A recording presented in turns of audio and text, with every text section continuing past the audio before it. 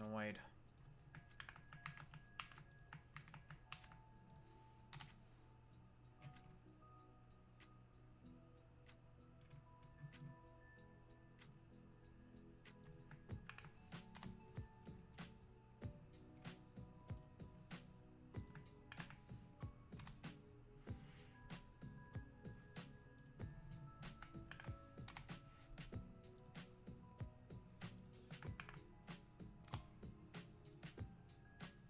Bing, bing, bang, bang, bing, bing, bing.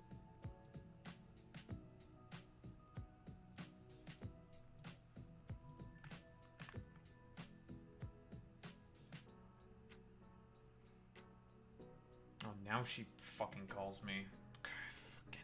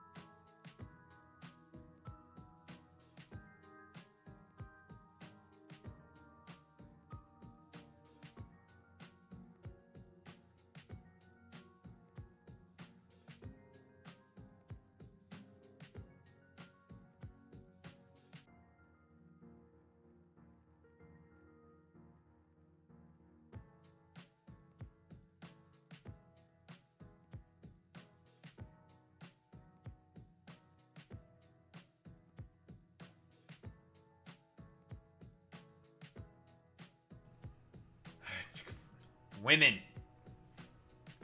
Am I right, fellas? Yes, we're going back to Nauvis again. We're starting Coverix. And we're gonna set up nuclear. My mom. Women!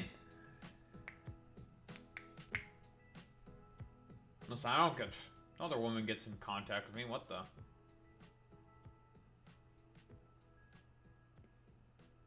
the hell do you think this is? Ugh, God. That was fucking... fucking annoying. So what's up, FTS? Man, we're at 130 YouTube subs. No, well, you know. I mean, it's what happens when you get into arguments with fucking... Oh, excuse me, China Sims. I ate way too fucking much today. Jesus, but it was delicious, so whatever. Okay, as soon as I get the fucking garage door opener, I have to go and put the car away. It should only take about 5 minutes. I also need to take out that trash. It's fine.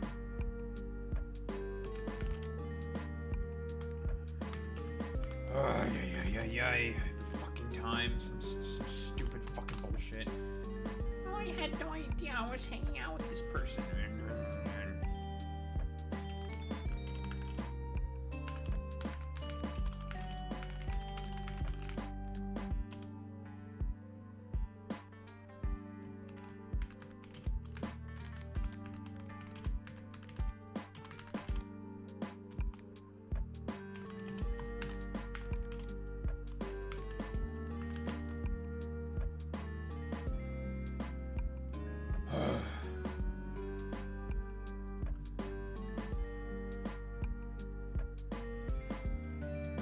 Just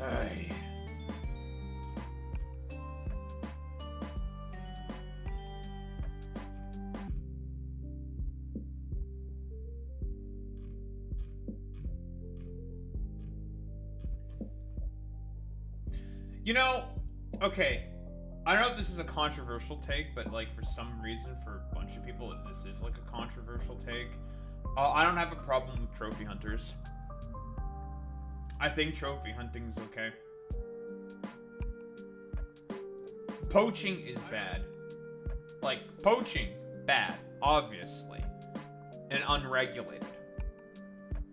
But that's what unregulated trophy hunting is poaching. Right? Trophy hunting, if it's, you know, administered by, like, the local populace, blah, blah, blah, and they have to do, like, a lot of hyper-technical, like, legal permitting and stuff, and the express purpose very often of trophy hunting is to take down, or, like, just, kill older, like, more dominant males who have a problem with, like, reproducing with, like, a species, you know? There's, like, a problem with it. The, whatever the fuck. And it helps, yeah, it can be done with the context of population control. Yeah, exactly, right? Like, if there's, like, a stupid dipshit for all the time, there's, like, an old bull that doesn't want to let the younger stock make, like, new, whatever the fuck, you know what I mean, new animals, like, just kill them off. Just kill it. Because it's just like, dog, you're causing a problem with population control. You're causing a problem with the fucking animal population. What's up, FTS? That's true. Now we need OBS to not be cringe.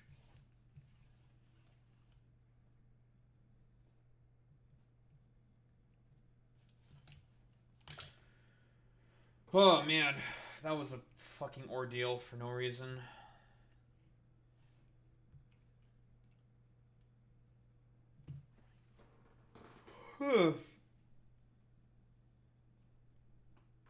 Guy took a bath in a fountain. Nice.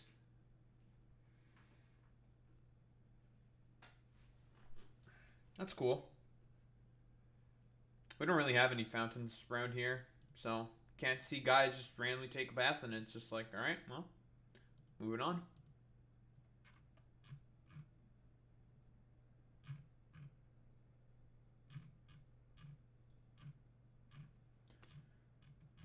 Oy, oy, oy, oy, oy.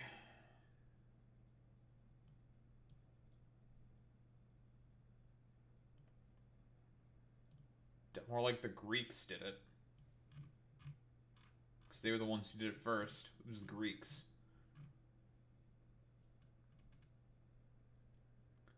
Boss of corruption died today. Nice.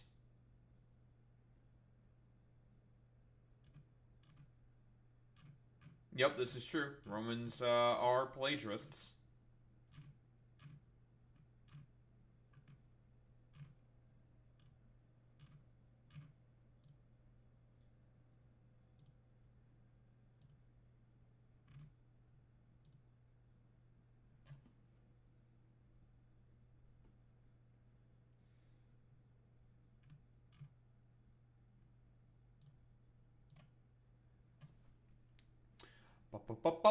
Bum.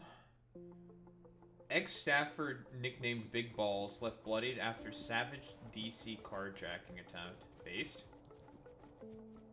I mean, not based. Pepe.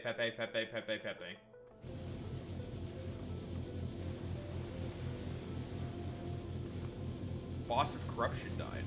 Based?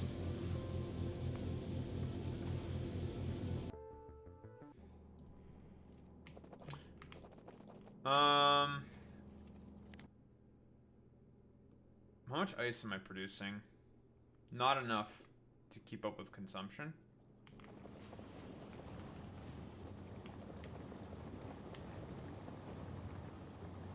So you're saying I need more ice.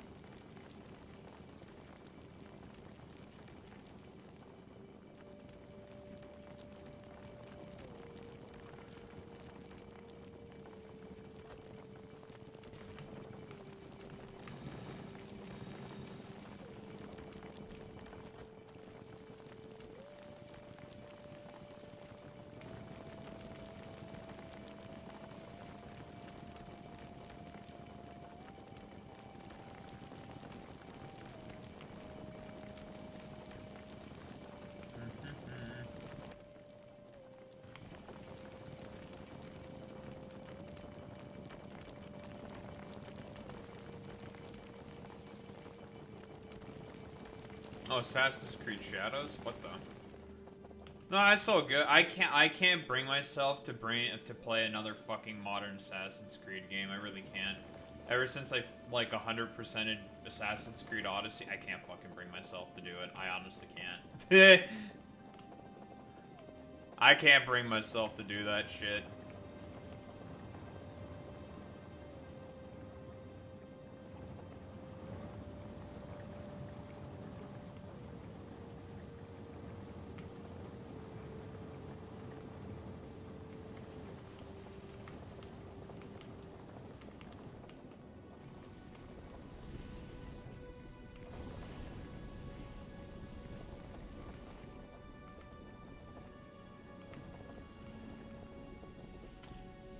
My favorite Assassin's Creed is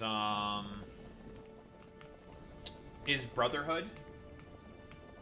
That is, my favorite one. Brotherhood is my personal favorite. Brotherhood is really, really good. Love me some AC fucking Brotherhood. Great game. Very good. Even the DLC was pretty good too. It was just period, end of story, just good. Automatic, just yes. Great, fantastic video game. No notes. Nothing else to really say besides, yeah, this is a good ass fucking game. Ooh, we are consuming a lot of ice. And this ice consumption is a bit of a problem.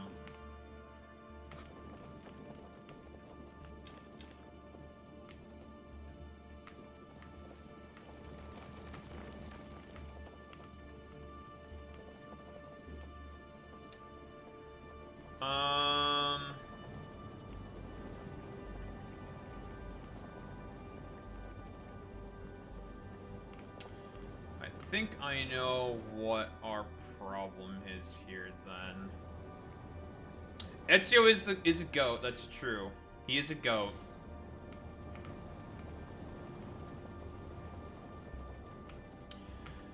Right, okay. This will no longer be an issue in terms of my fucking fluid consumption as soon as let's see.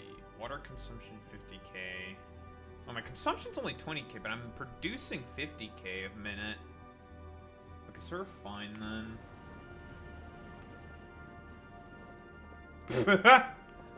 It's crazy.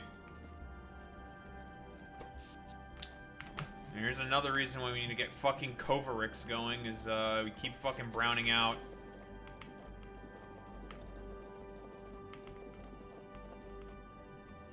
Okay, first things first, we got some setting up to do on Nauvis. We need to start building nuclear processing material. AKA buildings that produce nuclear, well, fuck McGee's.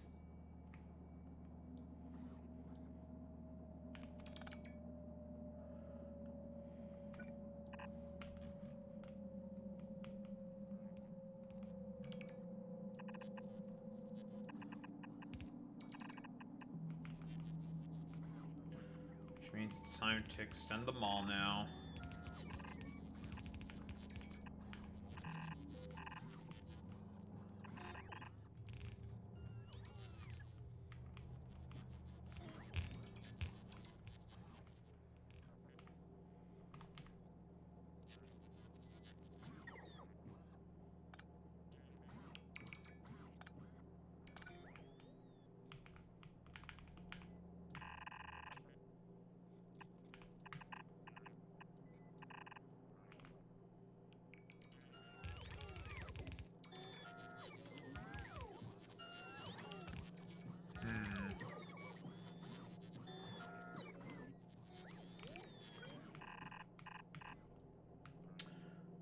That's not exactly ideal.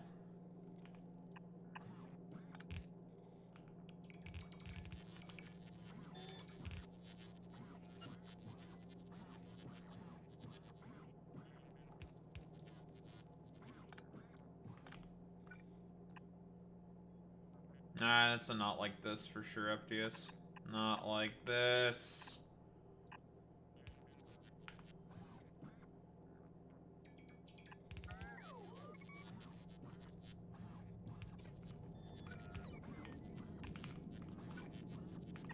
It's because it's nighttime. There's a day-night cycle in this game. It exists.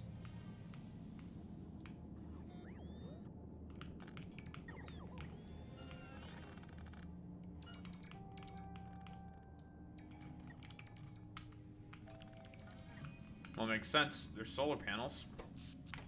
Makes sense. There's a day-night cycle. Okay,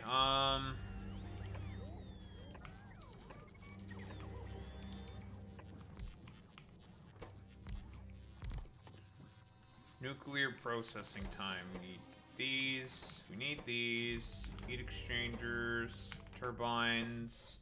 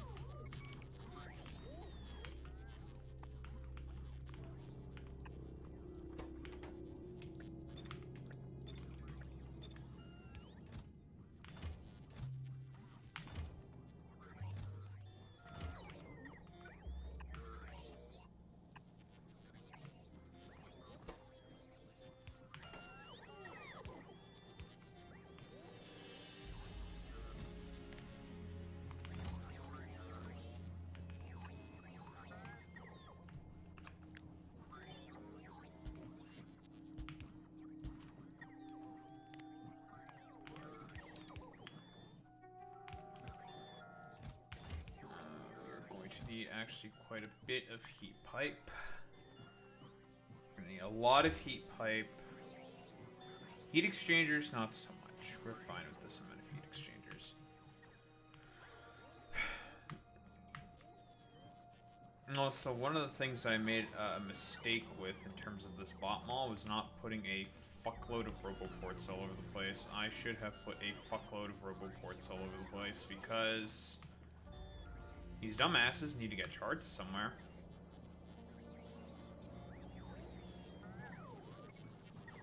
Not like there's specific roboports for fucking charging.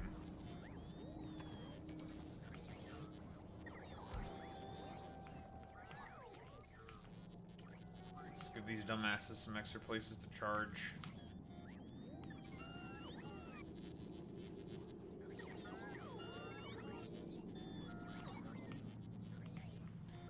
What do you want, Pepega?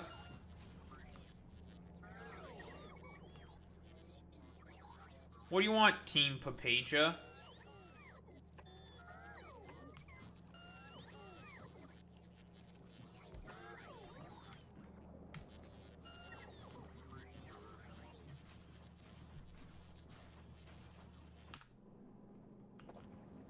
Yeah, what, you having a bunger over there? Fucking bunger-looking head ass?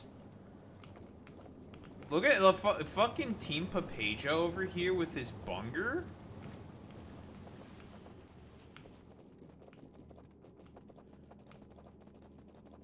Well, well, well. If it isn't El Puto Head with his burger. Burger! I agree with permanently banning D4net. We agree. That's the fucking Hitler meme. We agree.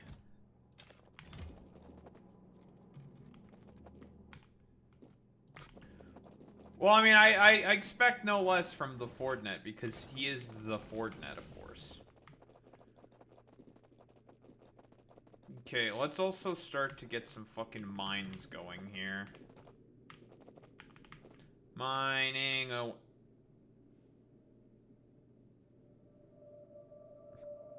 Yeah, it was. Well, as we all know, Asmongold is Hitler. Or would be a big fan of Hitler. I mean, bro literally fucking just did the... yeah, we should just throw autistic people into camps. And it's just like, alright, that's a Hitler thing of people to say. That's pretty Hitlerite, I'd say, you know?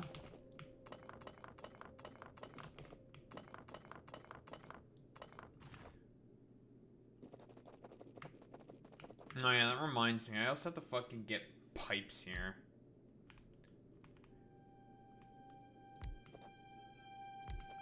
Because you need sulfuric acid to mine uranium.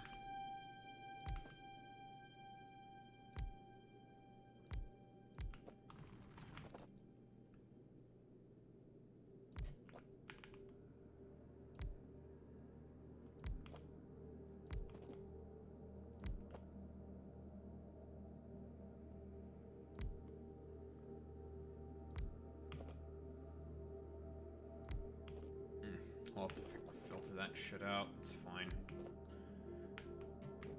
But it's time for us to go nuclear.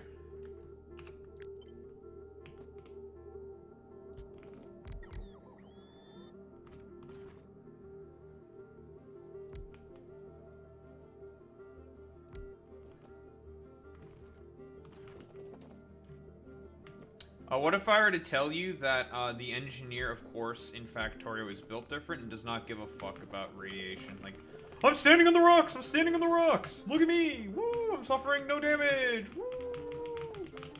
Look at me! Woo!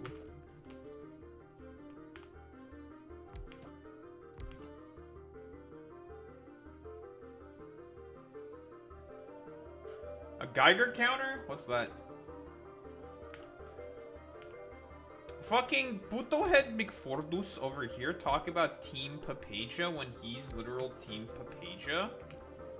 What are you talking about, big Papega head? What a fucking Papega guy. You are literally Team Papagia. Well, unfortunately, we are going to have some problems here because we're going to get some anorthite chunks in our mining, and that's not ideal because we don't want that shit. We just want the sweet rocks. We just want the rock. That's what we want. Not any of this anorthite that's useless to us. Anorthite doesn't do anything for us. We just want that spicy green rock. Imagine posting in fucking YouTube chat, Boy Meets Mini, or what are you, El Crunkus Bungus? Yes, that's a rhetorical question. The answer to that is yes. That's like Fordnet posting in fucking YouTube chat. Fordnet would never post in YouTube chat.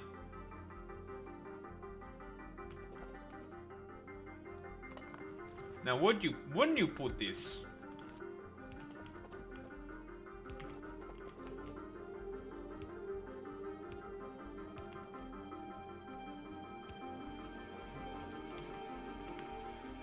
Pipes.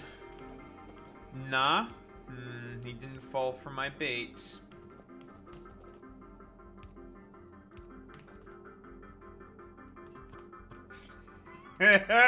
You would post in kick chat, puto. This fucking puto would post in kick chat.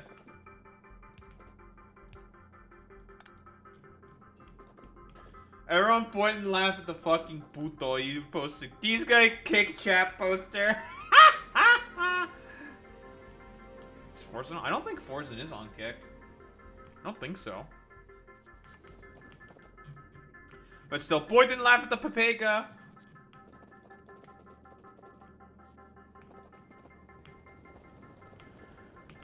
Okay, so my ice consumption problems are no longer an issue, it would seem.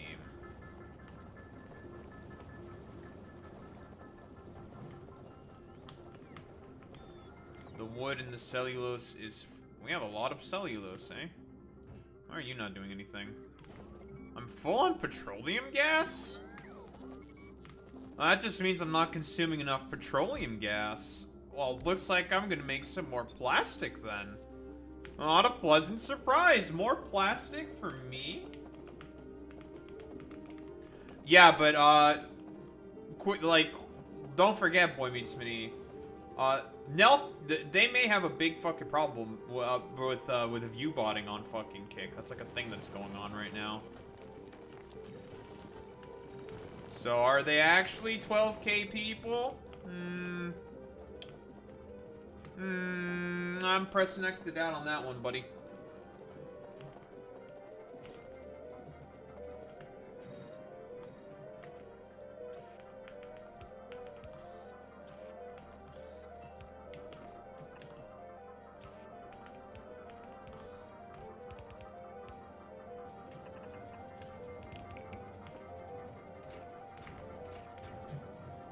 Alright, look at that.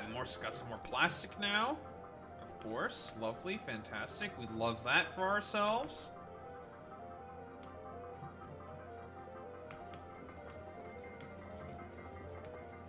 I love how fast I move.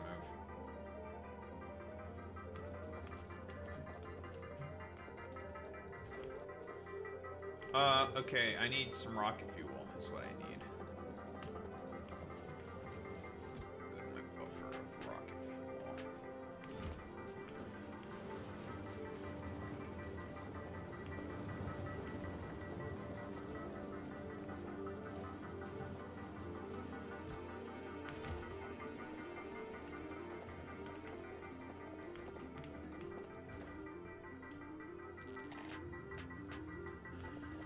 Alright. We already sent the science up to the moon. Which is 1,000 packs.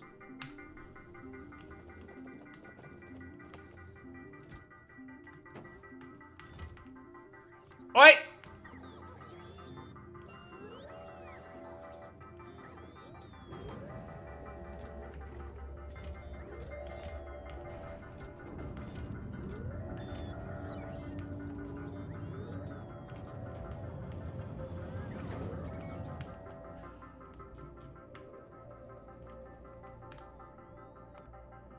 I did not start making centrifuges on Nauvis. That's what I needed. That was another thing I need. I need centrifuges. So I was wondering to myself, I'm like, I'm missing something. Yes, I need the centrifuges.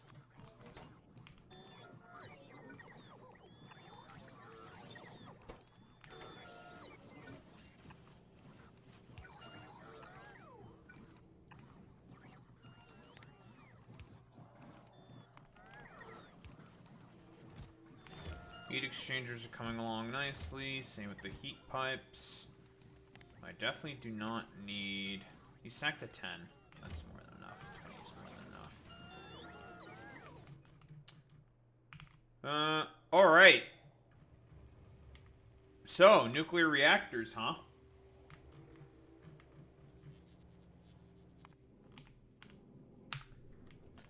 Alright, let's finish setting up...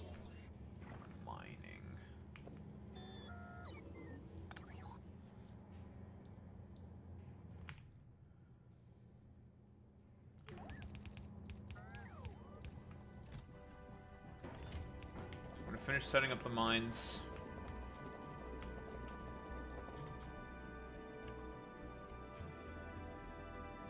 Nuclear reactor is gonna go right here for Maluna. Yeah, goodbye solar, hello nuclear. No more of this dog shit. No more of this fucking piss, like complete dog water, pissant bullshit. Time for some fucking actual real fucking power. No more piss, no more shit, no more jizz or cum. Time for nuclear.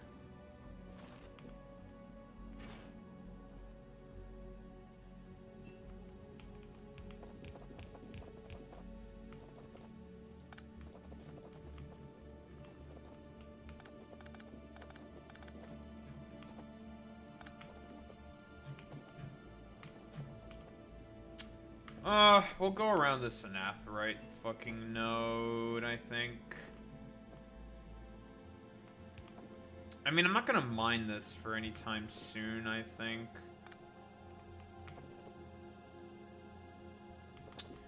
So, this is a node here. Make connection like so. This will be a node here.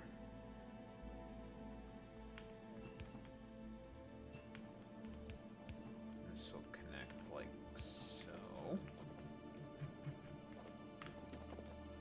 And you will also connect like so. That should be every single mine getting sulfuric acid.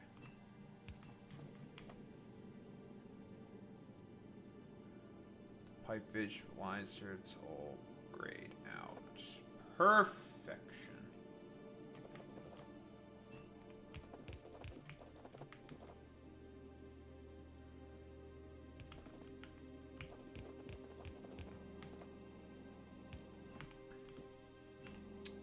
fits in exactly where I want it to fit in.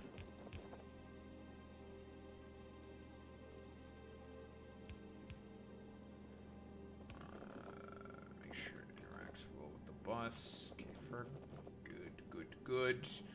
There's our sulfuric acid. Now, do I need sulfuric acid for anything else? I mean, I could always just integrate it into the central part of the bus if I want to, but I don't have to. I think we'll just figure that out if we need it or if we don't need it.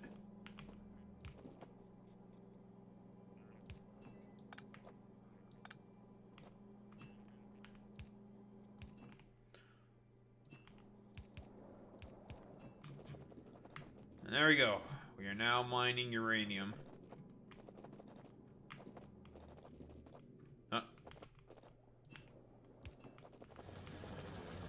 Boom.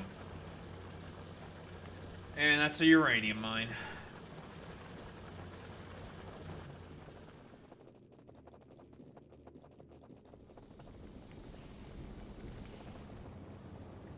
Yes, make me more petroleum.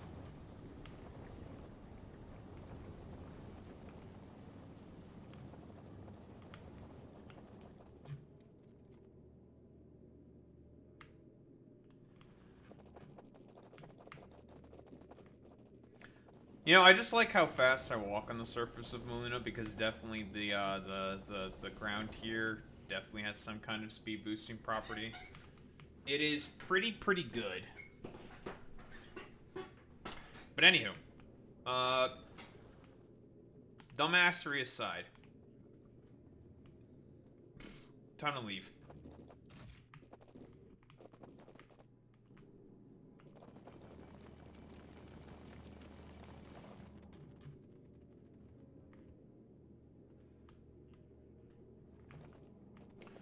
Oh, yeah, that reminds me. When I have to fucking make the nuclear reactor up here, guess what we're going to be consuming more of? Water. Guess what we're going to need more of? Ice. I'm going to have to soon establish some kind of, like, train network, probably, just to get more, ice mining. Just to keep up with demand.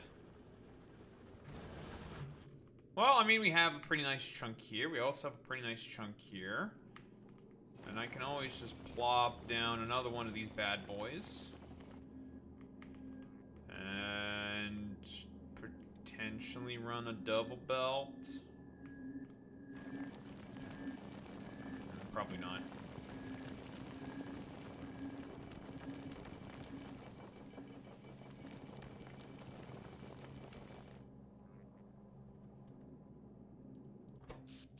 These constant brownouts are not great. I need to take care of that shit.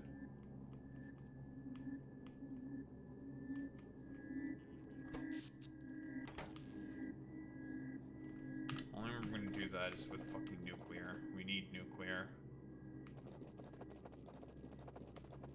But then we need more oxide. So we are gonna have to make another mine for oxide asteroid chunks. That is going to have to be an imperative because we're going to be consuming a lot of ice.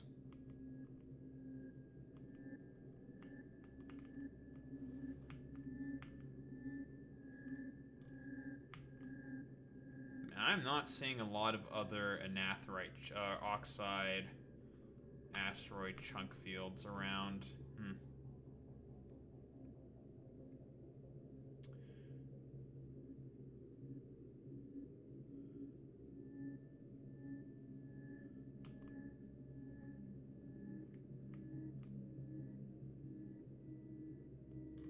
Here's another one. Oh, that's a big one. Okay, well.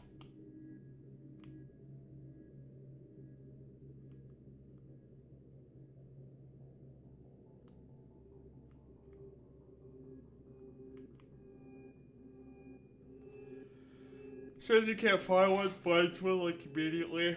Huh.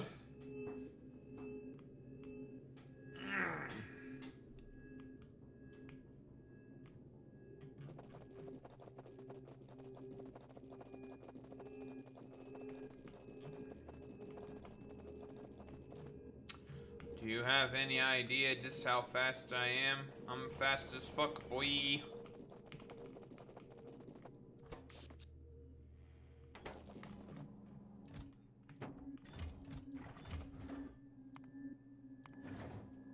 Alright, let's get out of here.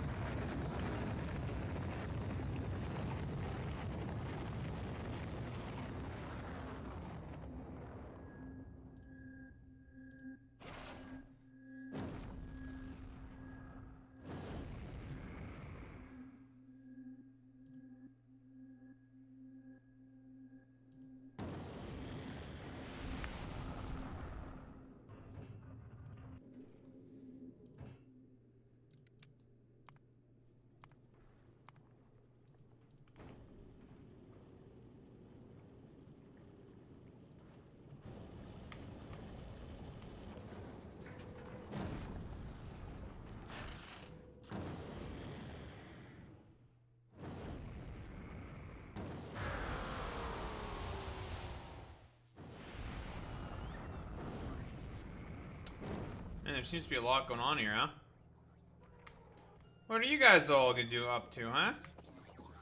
Oh, you're taking stuff so it can be sent to the spaceship for more supplies? That's understandable. Alright, the only shit I've been putting in here is fucking dumbass fucking barrels. Alright, it's time to move this. Time for our labs to accept new science packs. Daho, how the hell are you gonna do that? Silence, peasant, and observe. Alright, we did it. It has been accomplished.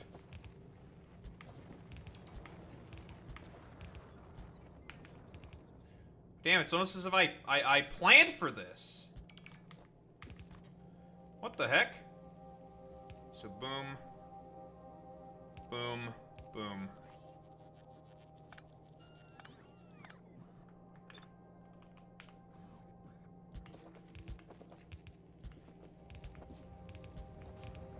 And just like that, we now have room for 6 more fucking science packs.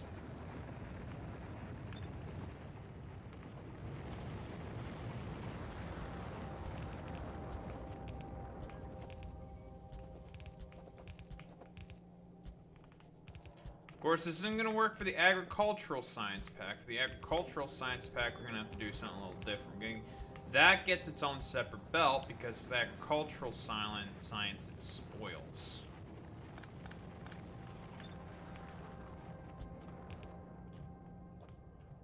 Yes, but all of you can bask at my genius.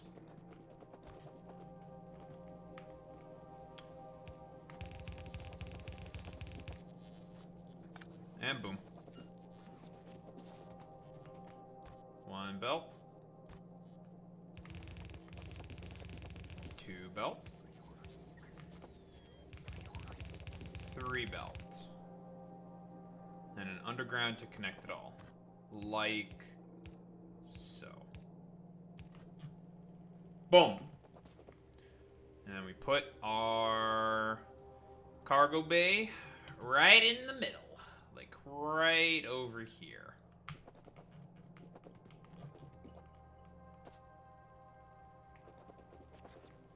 That's just how intelligent I am. Yes, yes, spare your applause. I know, I am a genius. I did think of all of this ahead of time. I'm gonna continue with the theme here of having it be as colorful as possible. We want all the colors to be, you know, beside one another.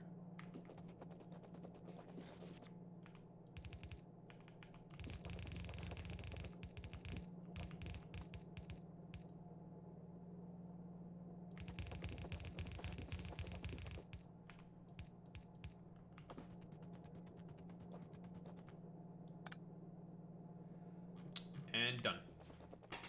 What are you fucking saying, Cope, about there, Mick Puto head? Fucking putis. Fuck you, Puto. Puto! Stupid! What I have to say to you, fucking puto head.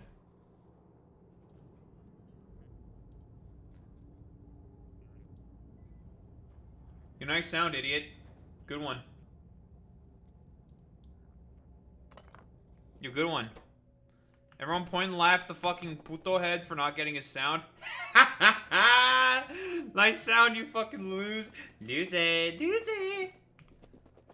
It's a nice bot, puto.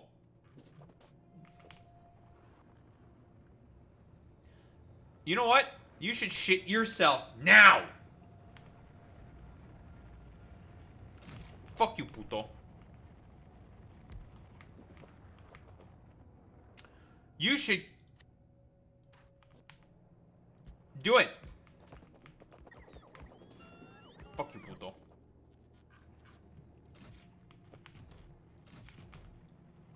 Soft center, I don't like it.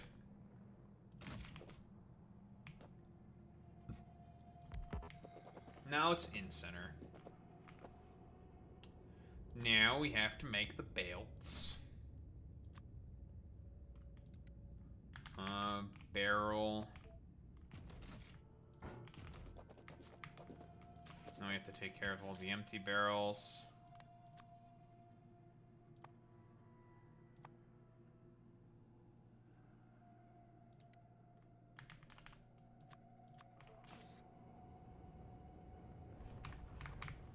Oh, my dad's calling me.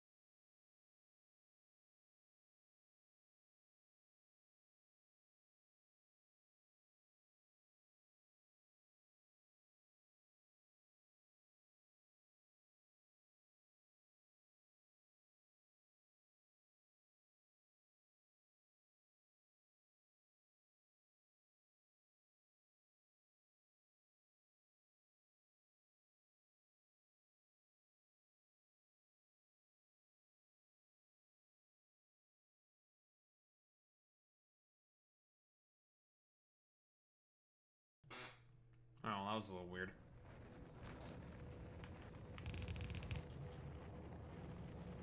The fuck? Fucking dumbass tree.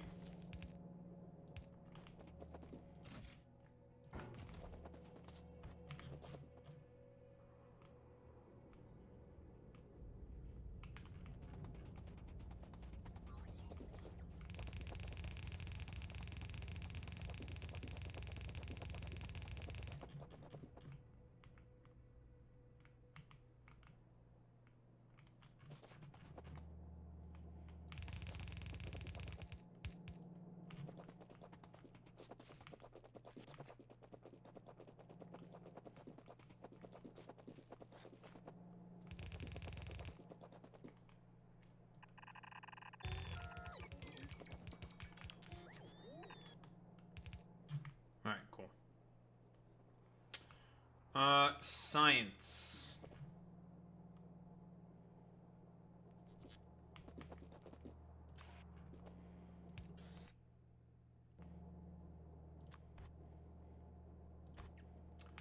Which side would you put put it on the belt? Okay. So we're doing this.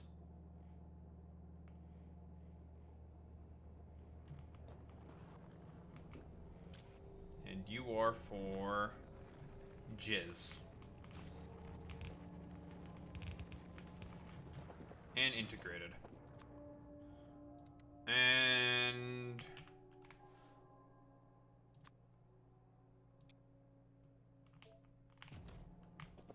boom.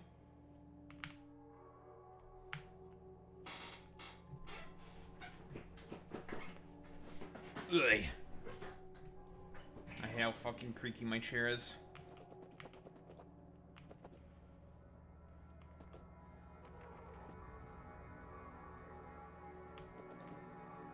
Ta-da.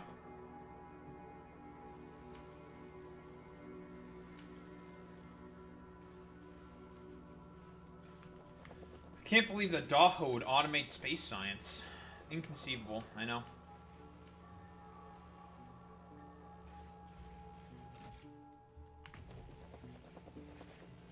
But look at it go. What the? 7th science pack? That's crazy. He's crazy! Chat, look at him. He's crazy. Whoa.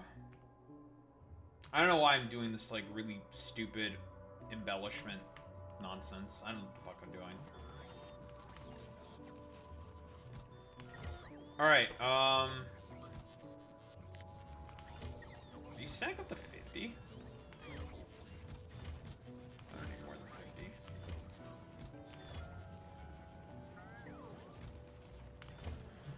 Oh, we got plenty of nuclear reactors now, and we got plenty of other stuff now.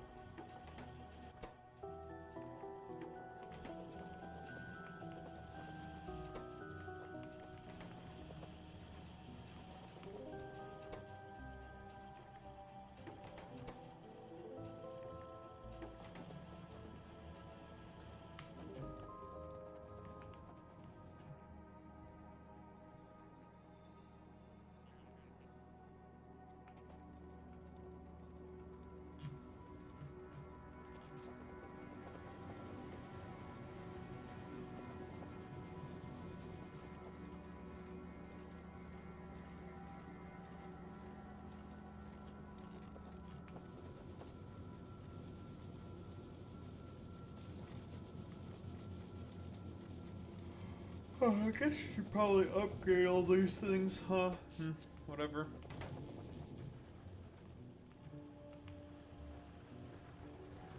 Oh, I can also clean up all these fucking extra mines now.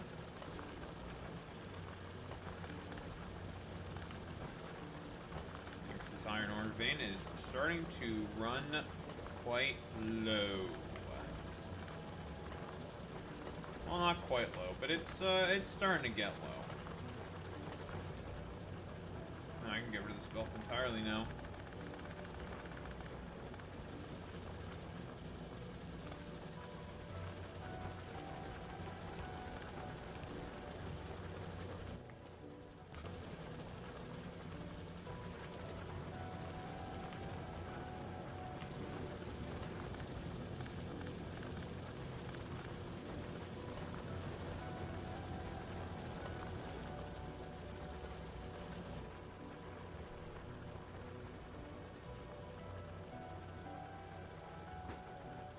I need to fix this complete, utter fucking abomination.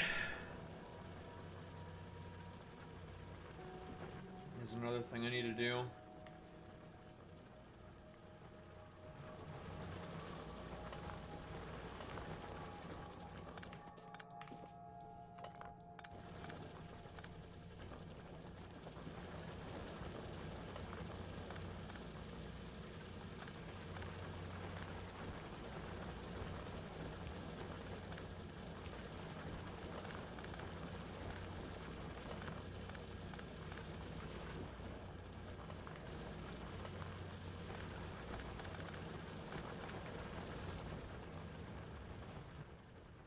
Alright, nice.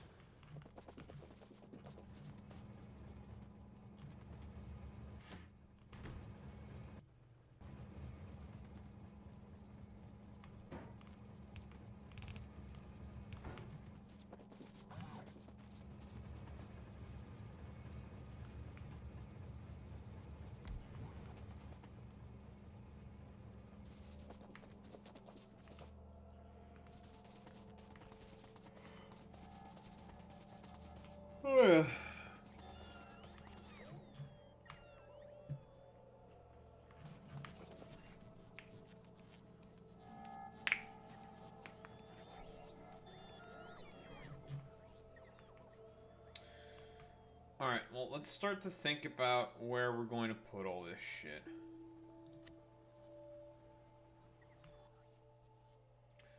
I think we only need one unload station.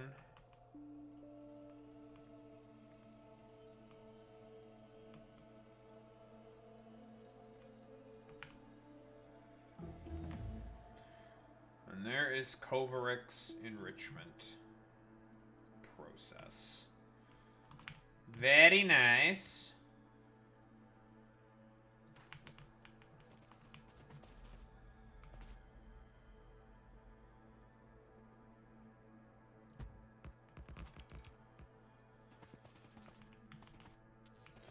Alright, it's time for some nuclear power.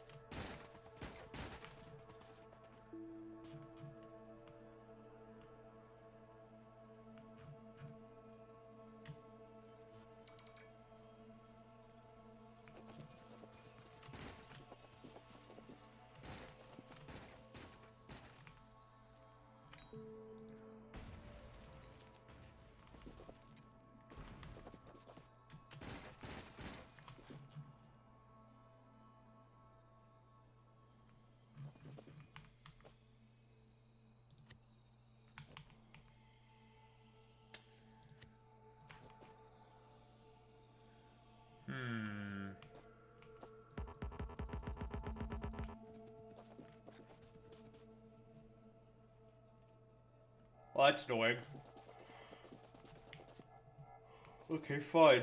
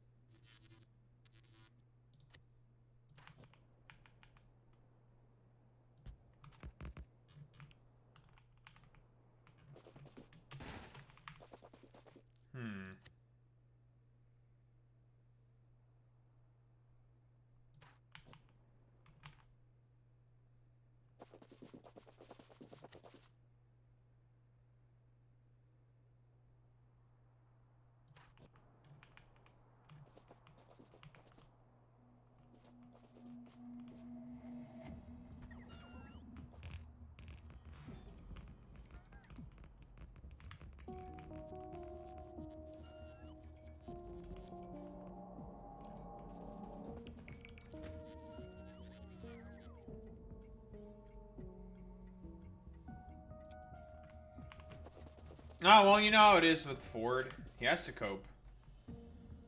That's like his state of being, is copium.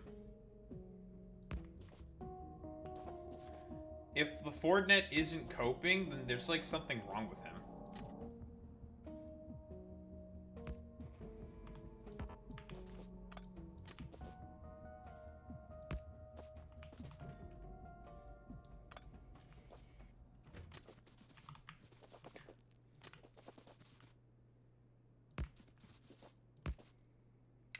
Ford, what do you have to say about this? You are a coping Ford truck. We all know this, right, puto?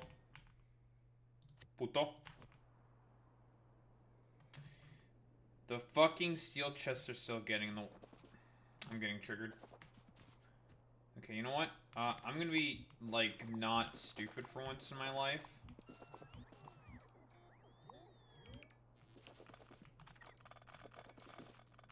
Okay, because I'm being kind of Team Papager right now.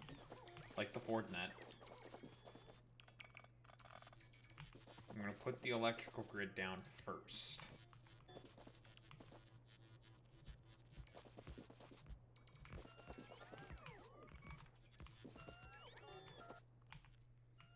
not want the fish.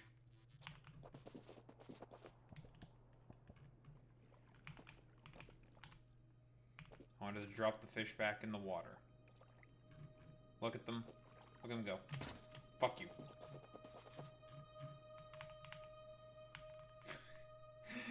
I did shoot the... I mercilessly murdered that fish. I did that, yeah.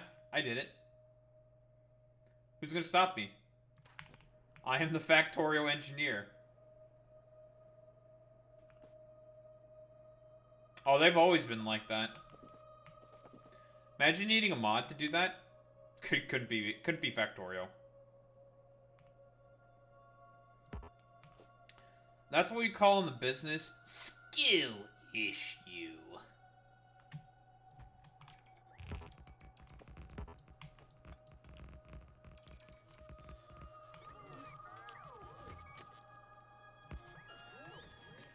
Yeah, that's just what we call a massive skill issue.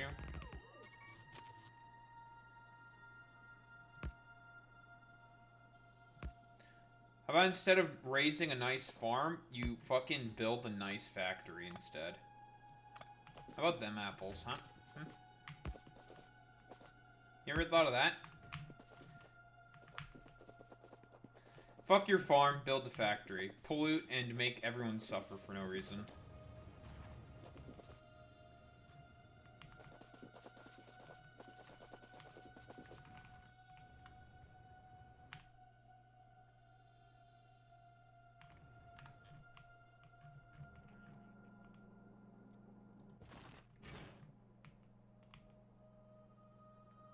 I have to go up there and get rid of those.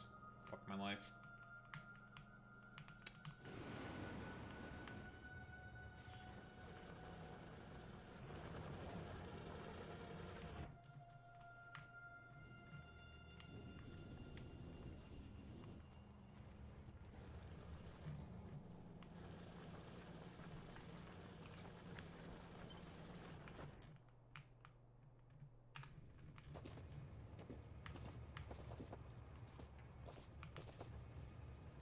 Okay, well now you're just making me racist, Boy Meets Mini.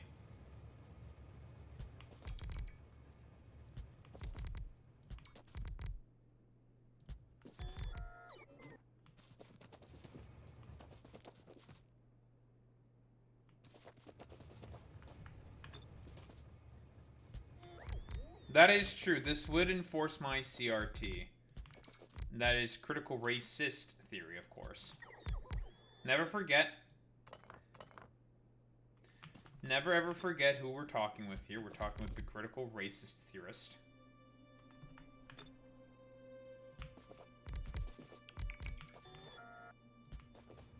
If you do forget, you will be caught with your pants down. Caught. Caught.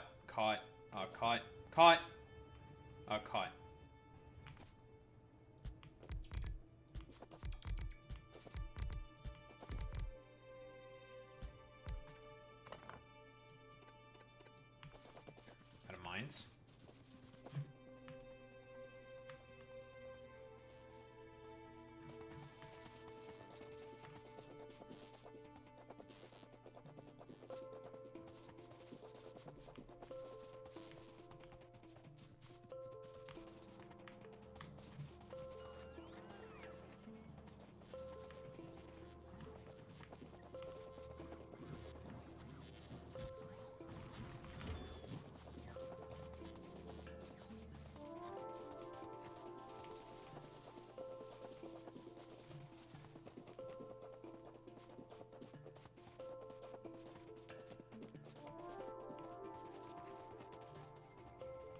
How big is this patch of uranium? 33 million? Okay. That'll last for a long while. Of course, up until we get fusion power. And then we basically ditch nuclear in favor of fusion.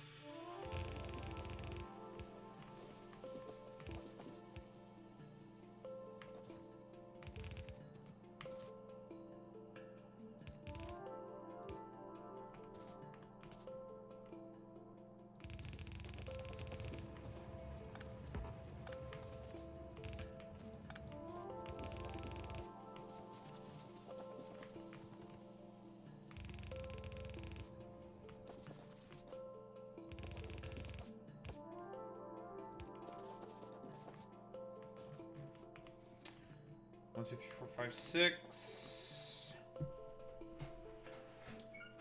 Oy. And wow, we're getting level 2 modules now. Very good. Oh, we're out of science.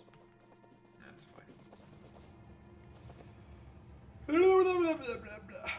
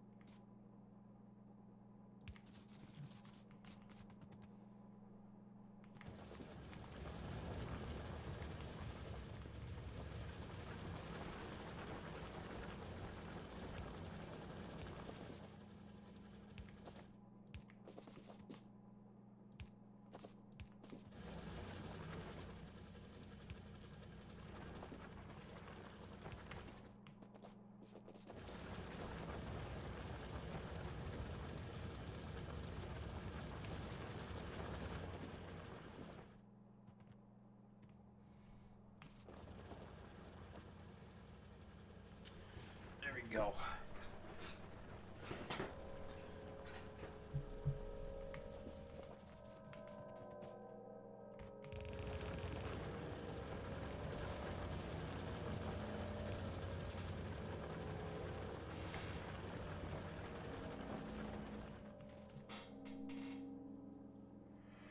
And that's spicy rock. We've acquired spicy rock. Yay.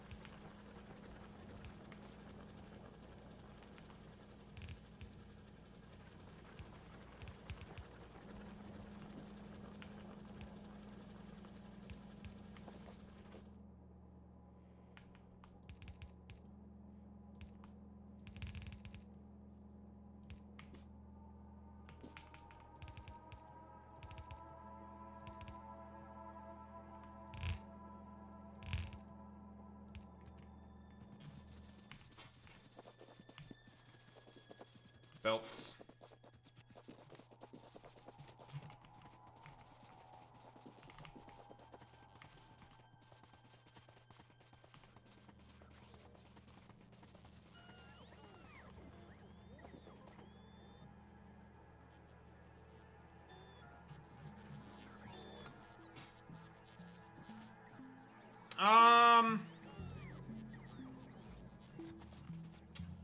Well, grassy biome of Nauvis is good because there's a lot of open space.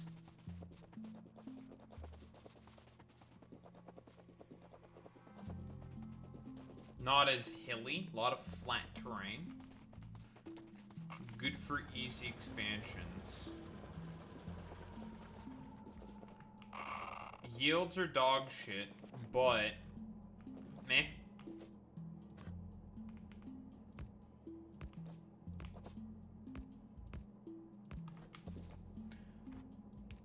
Factorio does not really give much of a flying fuck at all about biomes, though. Biomes are meaningless, unless you are playing modded.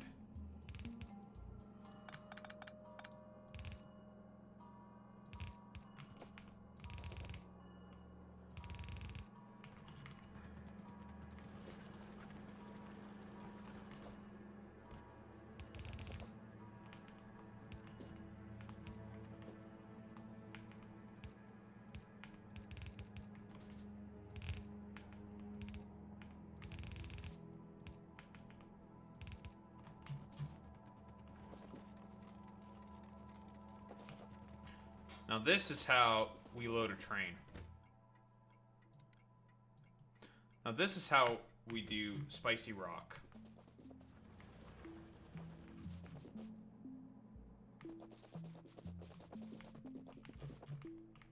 Now this is pod racing.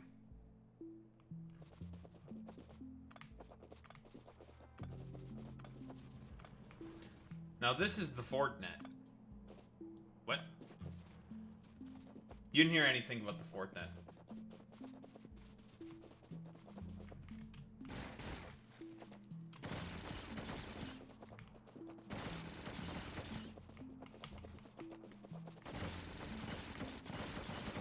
You heard nothing about that son of a bitch.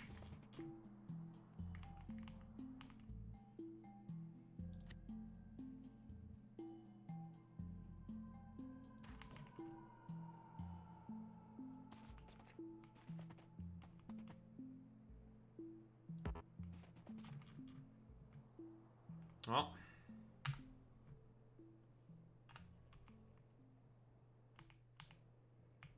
I suppose the time is now. Start taking apart some of these panel grids so we can make some space. Bye-bye. Isn't that going to affect your power generation? Temporarily.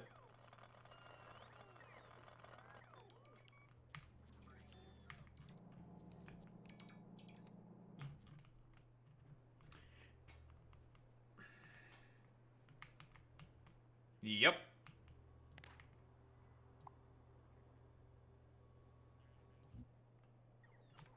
Go forth, idiots. Take it apart.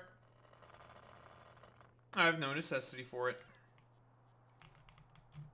You are all about to be replaced with either the bigger solar panels that we're going to get from Moshine and with nuclear power. Better things are on the horizon, and you are obsolete, so it is time for you to leave.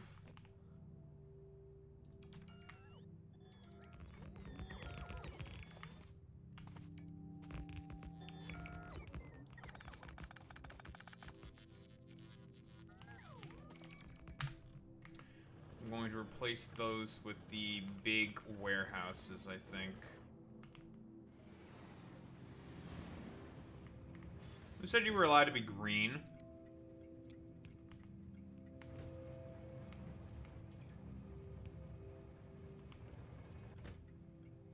Oh, this is load, not unload. Awkward.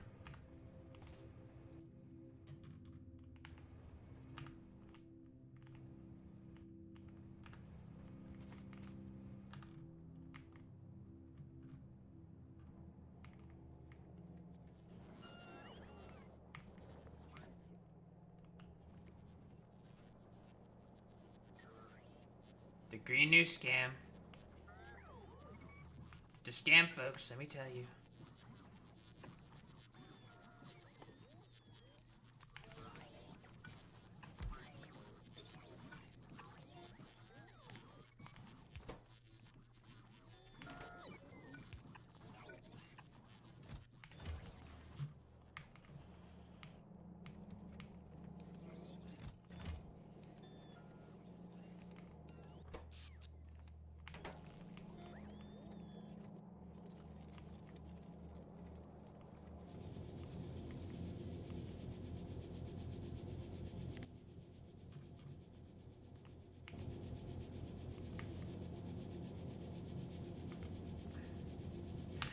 It's a scam, folks, let me tell you.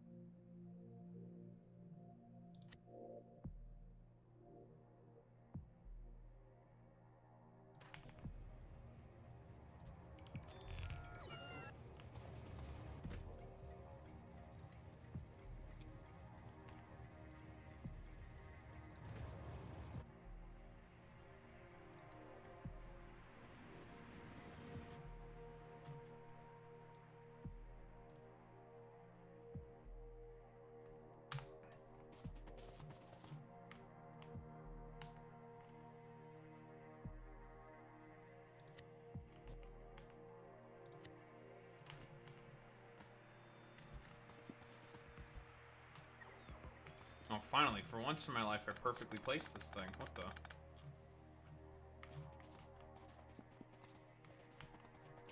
Time to go grab more train signals.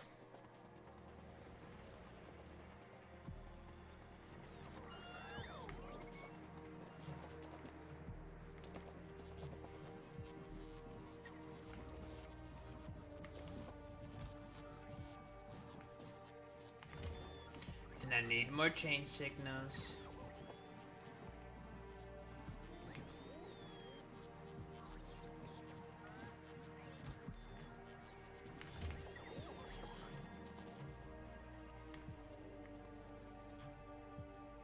Very important that we get our signals.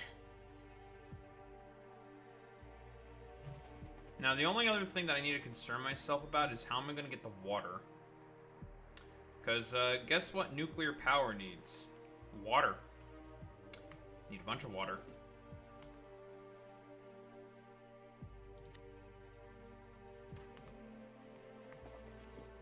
So here's what I'm going to put a junction here. I'm going to put a three-way junction right here.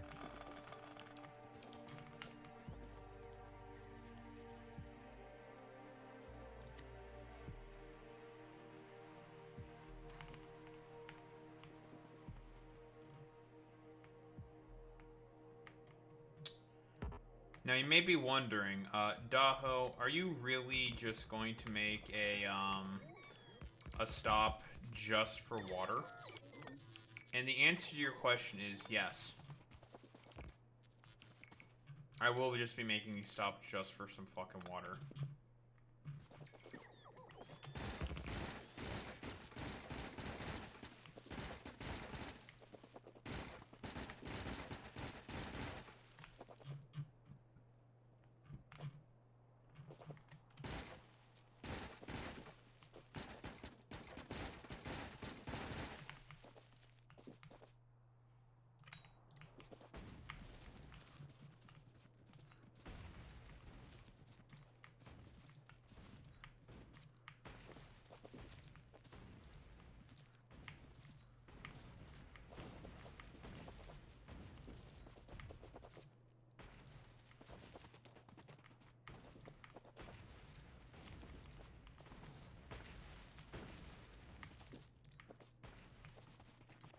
Alright, lovely.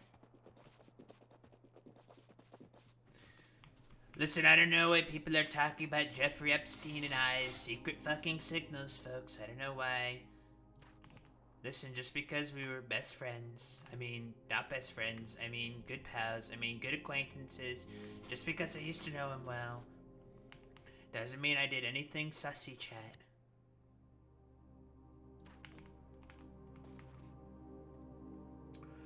Alright, water loading station.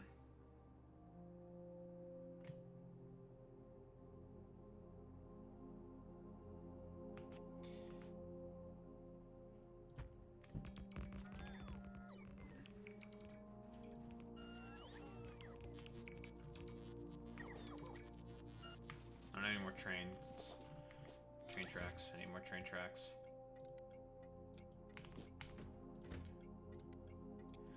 That's That's right, I just made something just to load a bunch of water.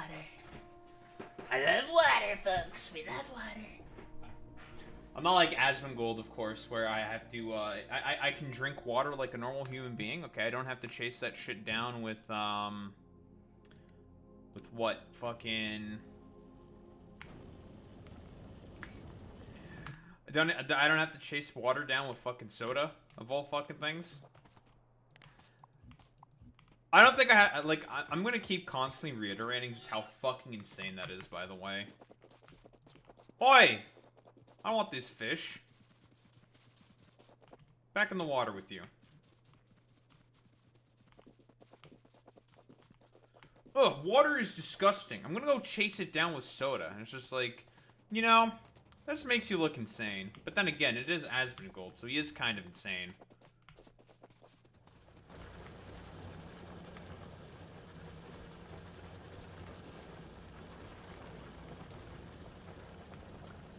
I'm surprised that his body is not like failing him yet. I'm gonna be honest. I have no idea how his body is able to tolerate the constant like squalor that he lives in, and also the fact that he only drinks soda. Like, how is he not like a fucking diabetic or some shit? Like, what the fuck is going on? How is your body not fucking dying?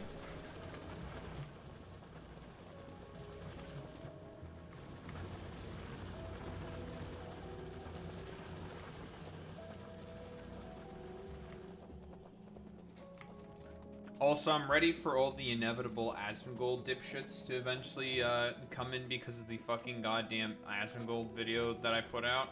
So that'll be entertaining, as always. Listening to the, I don't know, the rantings and ravings of a, well, sets of lunatics. How's this place doing?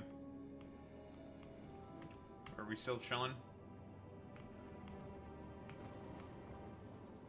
Yeah, so as I figured, our ice demand has now plummeted significantly because of the fact that, well, now that we're supplying our advanced boilers here with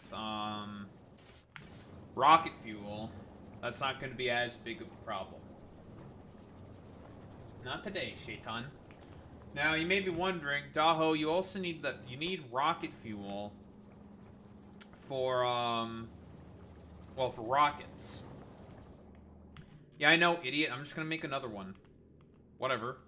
Just make more forehead. Again, water, basically free. Ice, free. Well, almost free.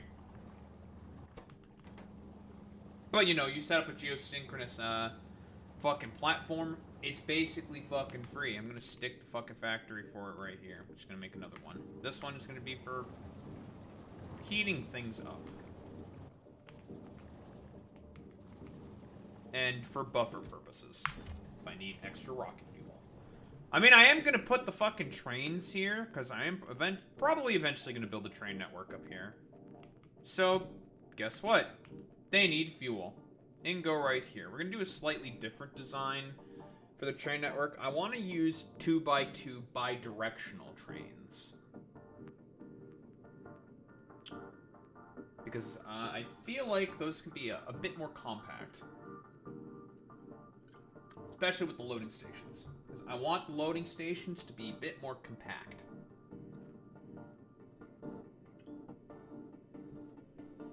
That's my plan.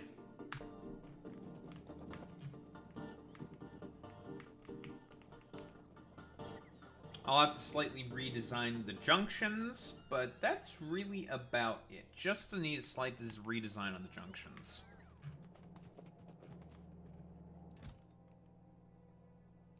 How dare I not have any rail in storage? What the?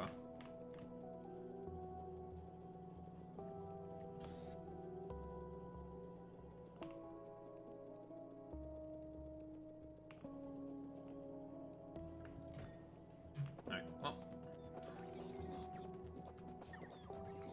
I got plenty of rail.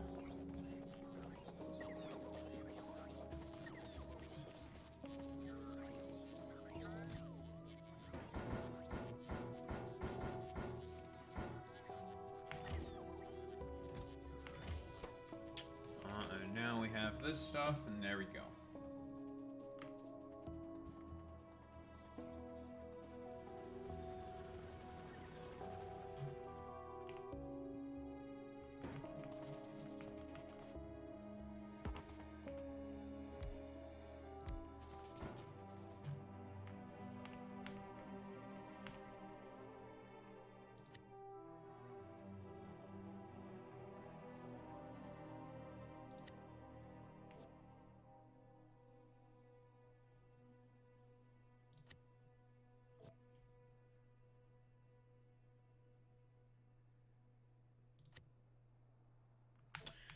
That's my redesigned double load station. So now we are going to create the single version of that.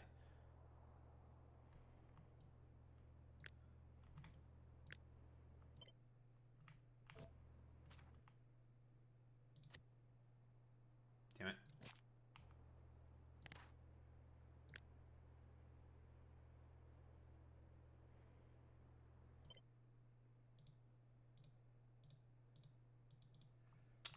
Lovely.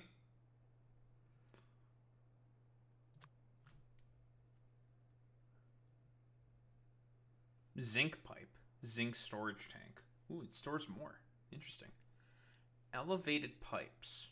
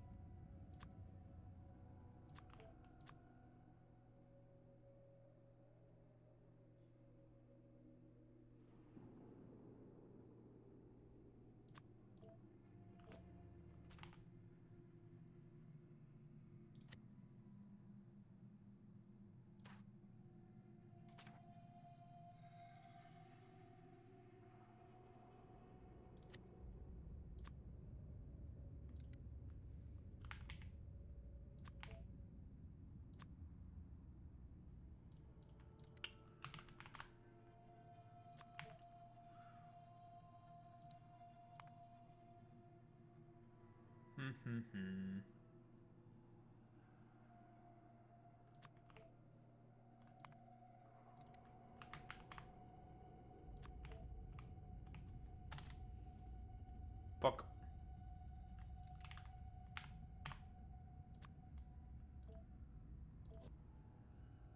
Nice. Lovely. Alright, that is our new shit created.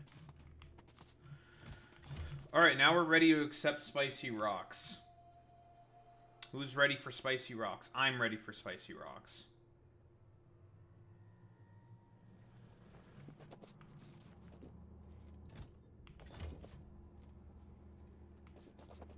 Now, these things mine kind of slow.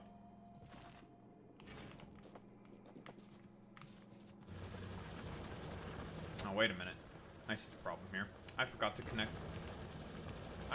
connect these things. Silly me. I was about to say, why is this mining so slow? This shouldn't be mining this slow.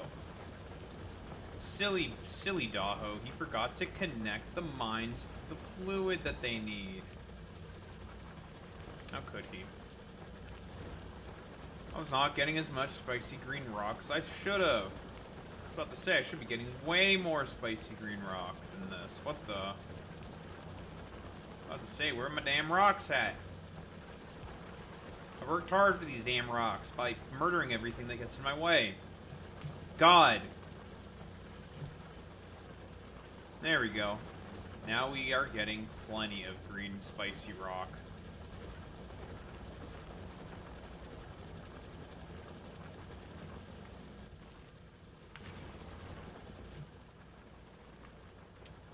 And you're the train that's going to supply the sulfuric acid, and that's all fine and dandy and good. Lovely. Alright, well, let's get some more cargo trains, I suppose. Added to the network.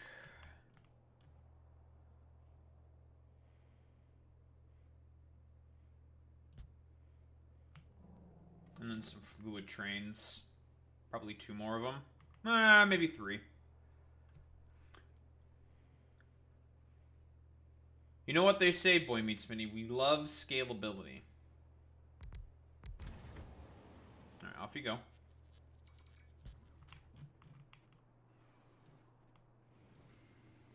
Where are you going? I do not want you to go to the copper.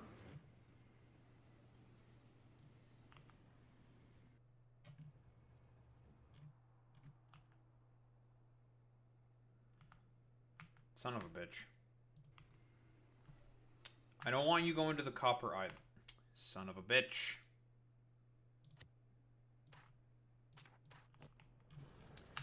Alright, trains. You want to fucking troll the fuck out of me, little bro? These little bros are trying to troll the hell out of me right now? By recognizing, well, this is the first input parameter. So, we're gonna go to the copper mines. Like, but I don't want you to go to the copper mines. I want you to go to the uranium mines so you can start picking up uranium, you bastards.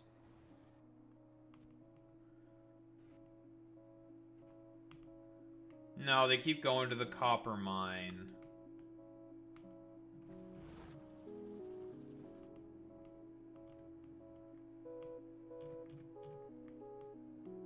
They're being stupid.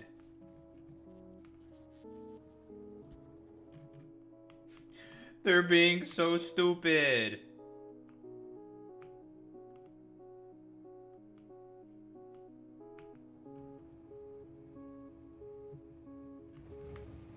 Alright, now you're full of copper. Now you can stop going to copper. Go to uranium. I'm watching you. It still went to copper. Bastard.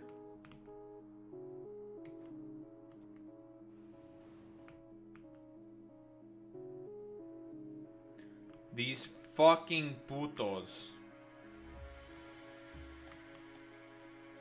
Stop going to the copper! I don't need any more copper!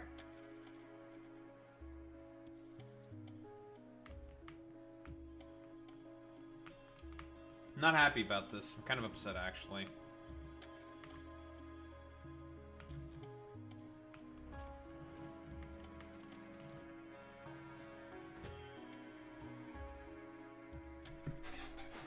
Not happy. Very upset, actually. Wait, I think I know what the problem is.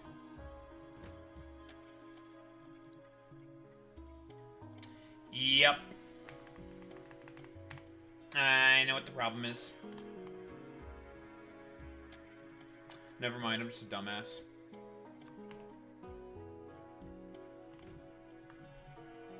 Alright, it's fixed.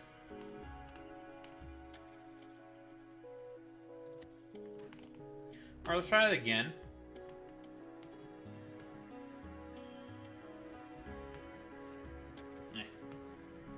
Doho, I can't believe you added all these unnecessary trains. Nah.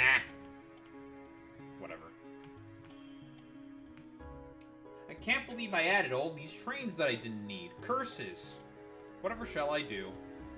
And I'm just gonna add more. Stop going to the copper! I don't need you there. I'm gonna start reeing out because these dumbass trains just keep going to copper. Where are you going? Now you're going to iron! Bitch!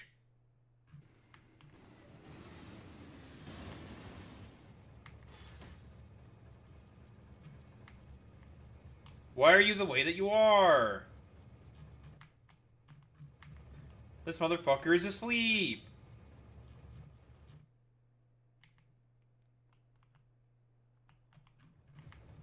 There's some fucking bugs. You know what? I'm blaming the Fordnet for this. I'm blaming Puto head. I'm blaming that Team Papega head. That son of a bitch.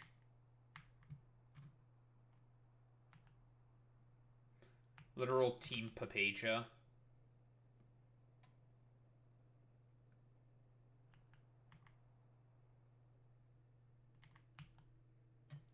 Well, that's annoying. That these things are not doing what I'm telling them to do.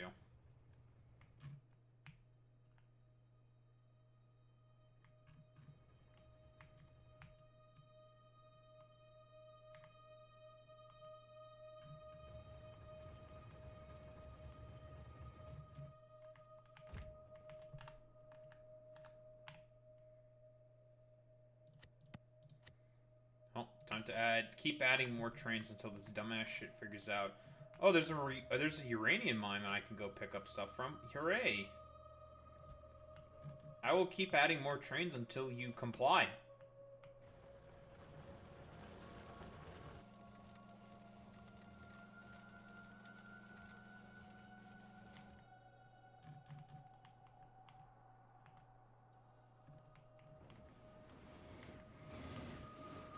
Watches attentively. Oh, pause champ?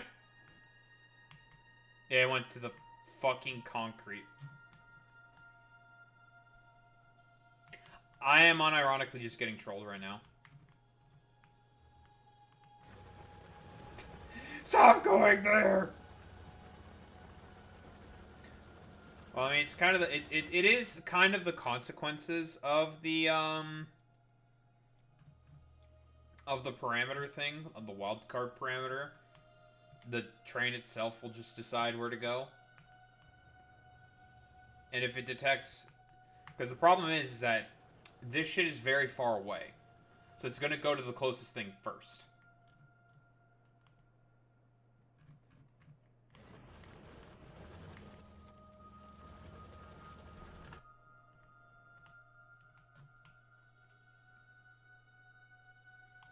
So, Daho, isn't that just a skill issue at this point? And you know what I have to say to you, hypothetical individual?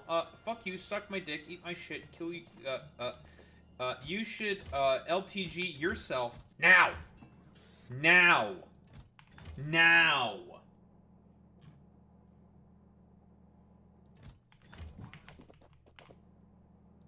Fuck you.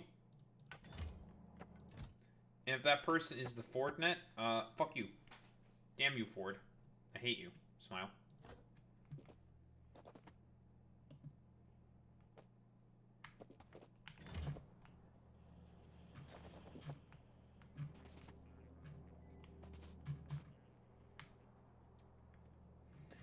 Okay, so we're gonna do this manually then.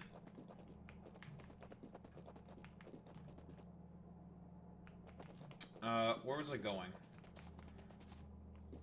We're gonna grab 2 trains.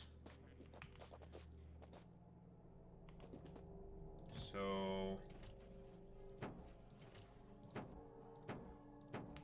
4 cargo wagons.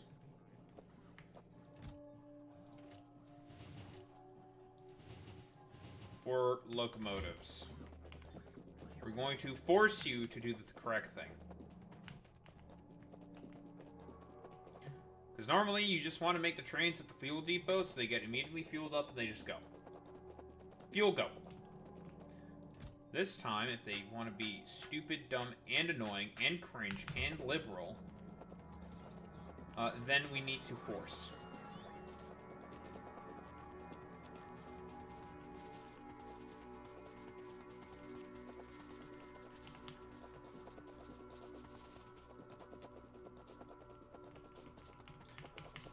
In this particular instance, we need to do a little bit of trolling.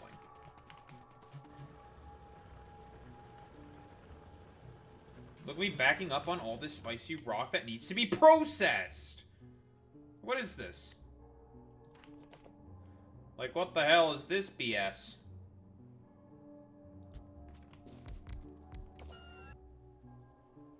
Yeah, I know. Temporary refuel is going to trigger immediately.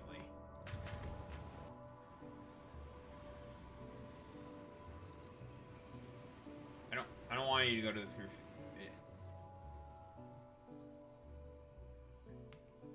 They ran away to the fucking...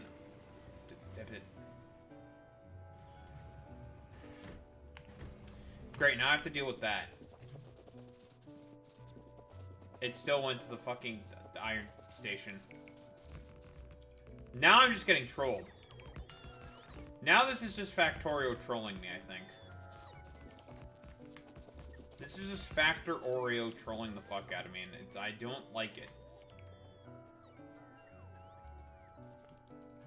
Hurry up, you idiots.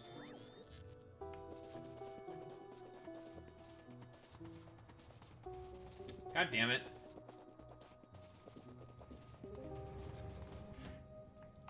Oh, clean this shit up.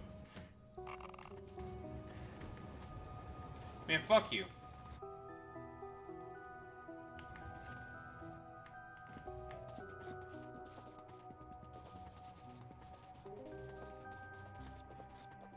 Alright, well that didn't work. Which makes me very upset. I'm not gonna lie. This greatly annoys me.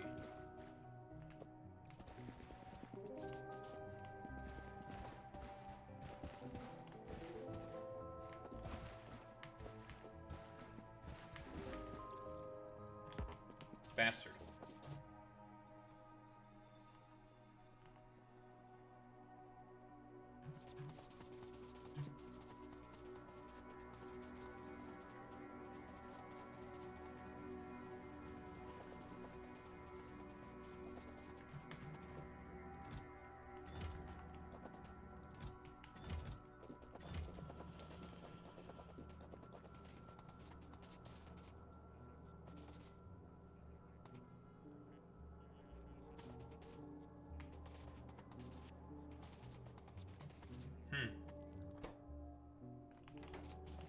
What did I come back here for?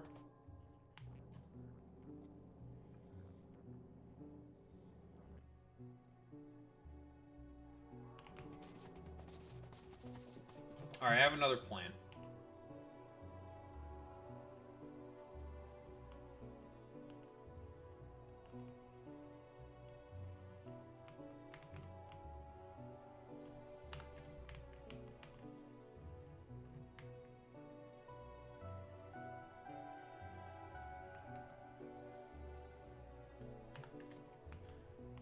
I'm gonna put down the train again, but I'm gonna let it get filled up.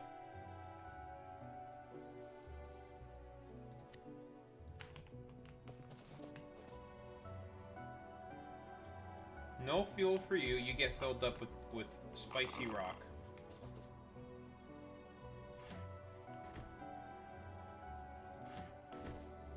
What do you mean no fuel? These dumbasses will actually not load the goddamn train if it has no fuel. Oh my god, because the interrupt is just right there.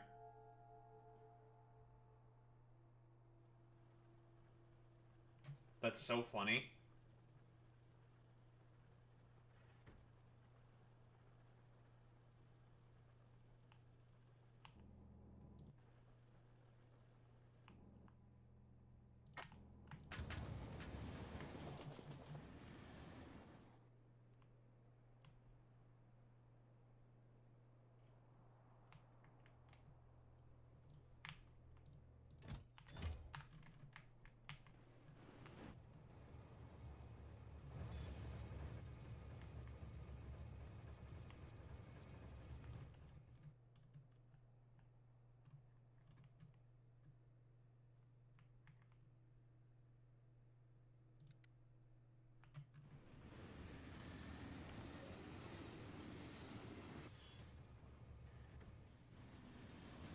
There, now you're going to the fucking spicy rock unload. Fuck you.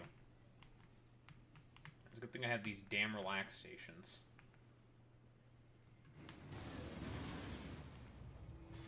Finally, spicy rock. Acquired.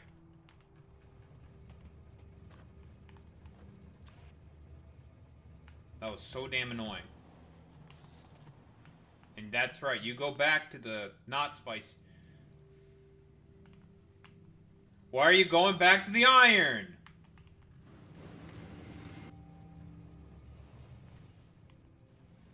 I don't need more iron!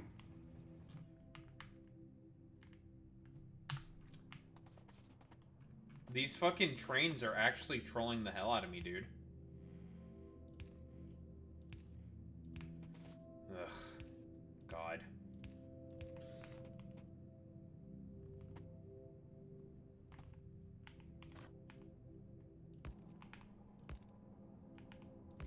You know, I like to blame the Fortinet for this. That's who I'm blaming. Alright, whatever. Let's start processing these damn rocks into spicy rocks. Or rather, spicier rocks.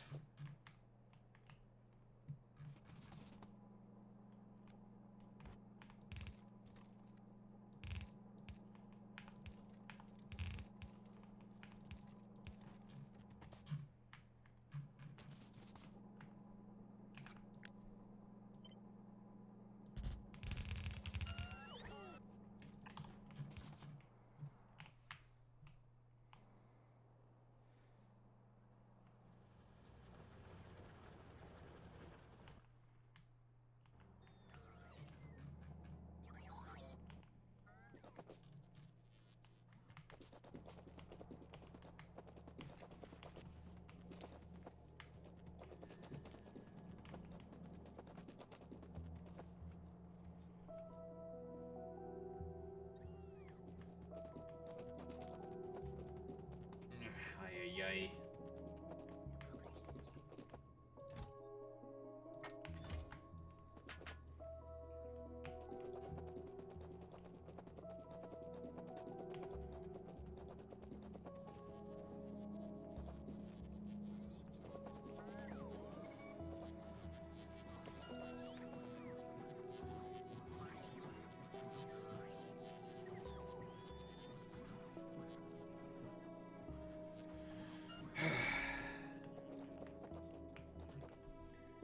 Okay, the next thing we need. What did I come here for? I don't remember. Whoa.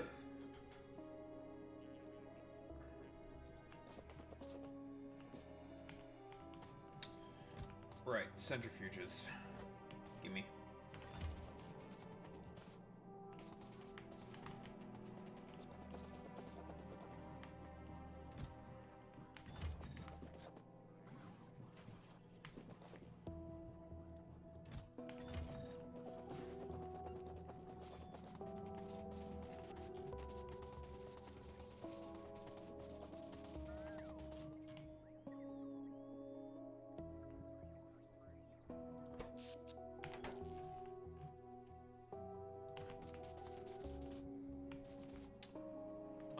Hmm.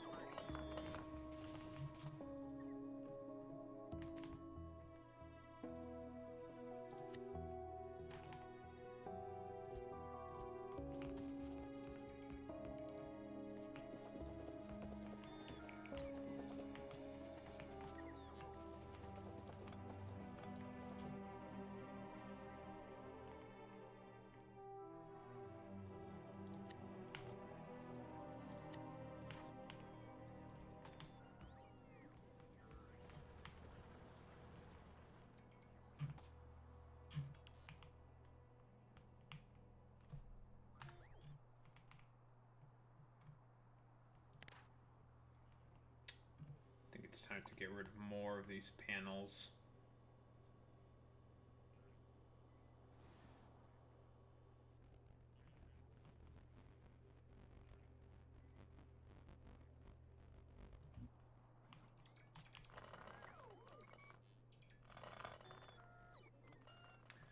It's time to make some space.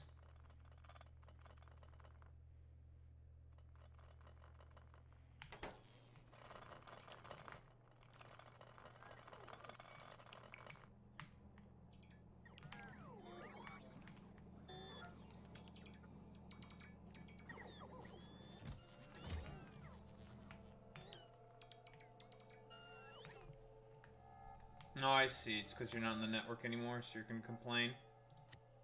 Fine. Alright. I'll fix it.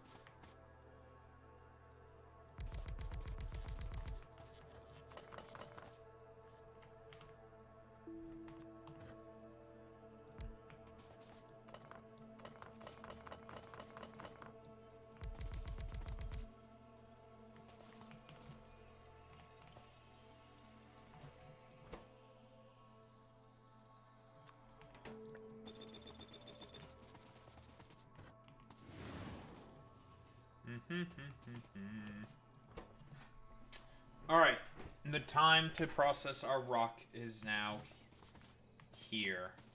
We want to get 40 of the spicy rock, and we don't care about this rock. That is our current objective. 40 spicy rock. Or 40 extra spicy rock.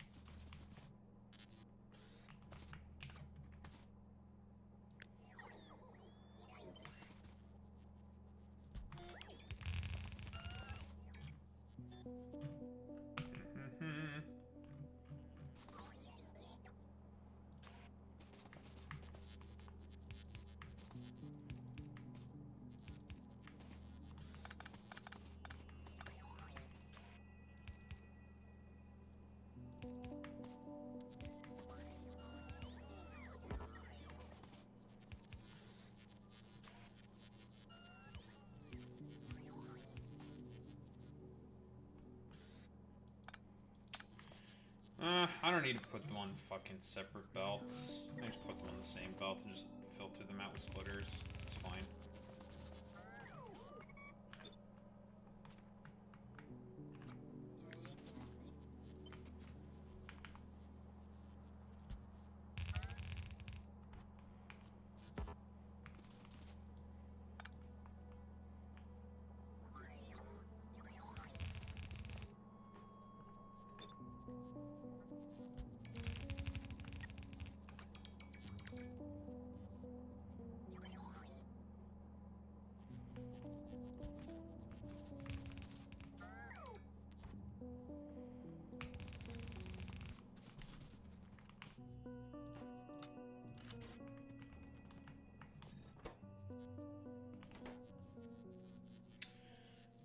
I can beak this up eventually, but for the time being, we want to speed this shit up as much as possible.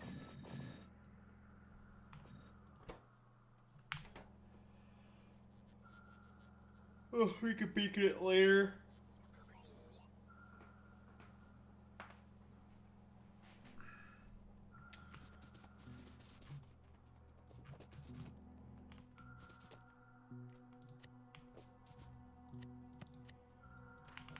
Let's get a 4 to 2. Appropriate filtration.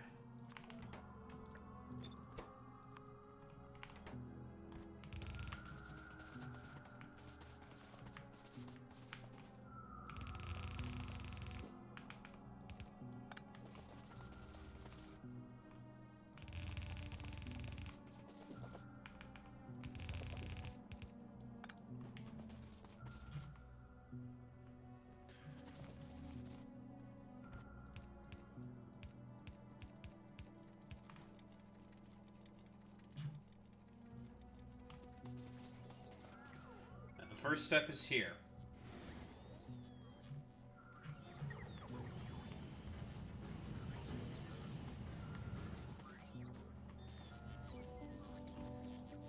Of nuclear fuel processing.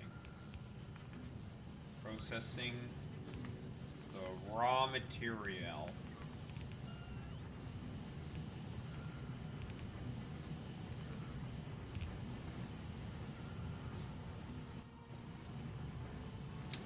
So it has begun.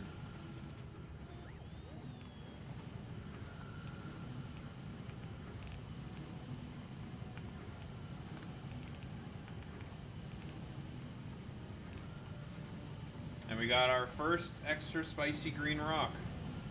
That's pretty good RNG. Now to start with Kovarix, we need 40. 40. We need 40 of the spicy green rock. And then Kovarix is a self-sustaining process. So first thing we gotta do is just get 40 spicy green rock. So you just gotta wait. It's RNG. Just get lucky, forehead.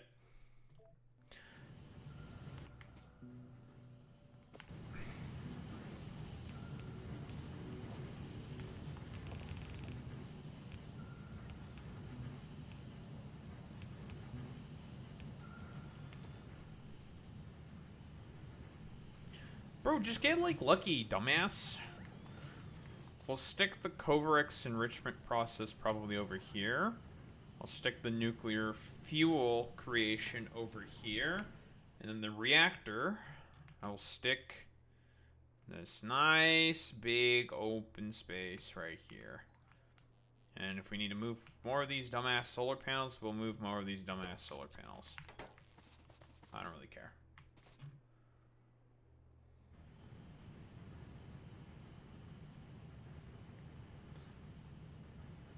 I want to try to design my own nuclear reactor this time. Now for the filtered splitters.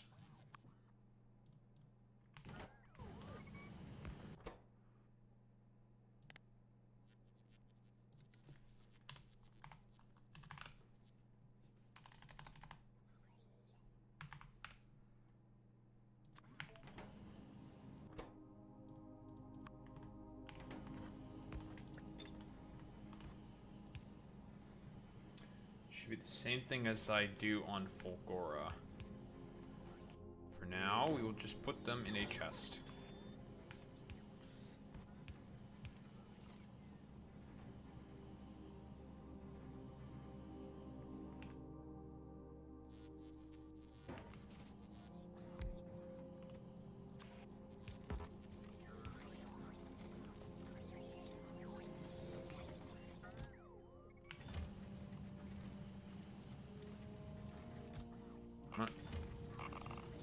It's not exactly perfect. God damn it.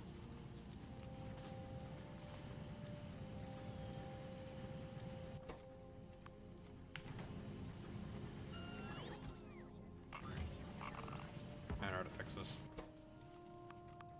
There we go. That's how you fix that. And now we have a nice little filtration system. Ta-da! And how many spicy green rock we have? We already have 5. That's fast. Pretty fast, pretty good. And we do have a lot of spicy green rock. So basically every time you do this process, it has a 0.7% chance of giving you an extra spicy little green rock. Like that. 0.7% chance. Now, for the next part. Let's set up Coverix enrichment. So, the process for Coverix is rather simple. The process is it takes 40 of these, a bit of this, and makes +1. That's it. That is Coverix enrichment. And you put it in a nice little loop, and eventually you get a lot.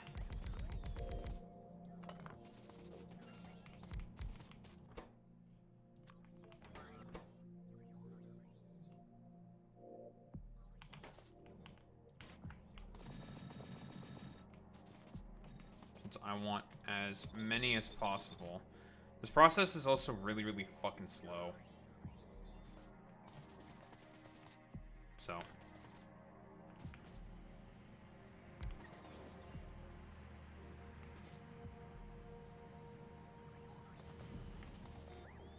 This might be unnecessary for me to fucking beacon these shitters up, but eh.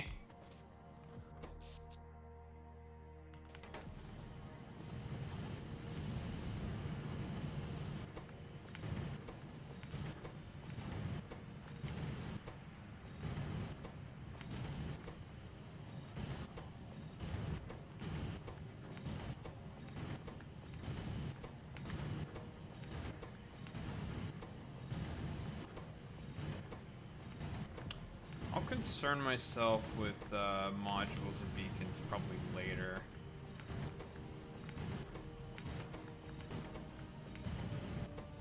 Once we actually have the reactor running.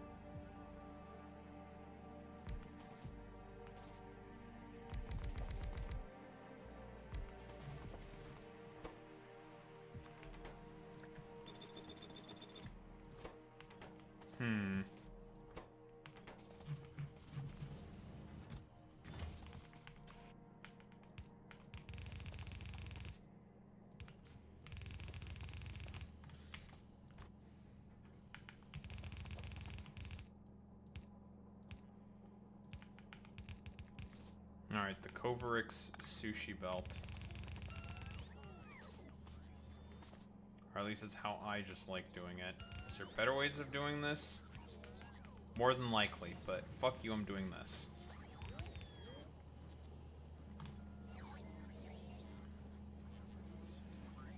Alright, so now we have to continue to wait till we get our 40 spicy green rocks. That's all we can do at the moment. Get rock.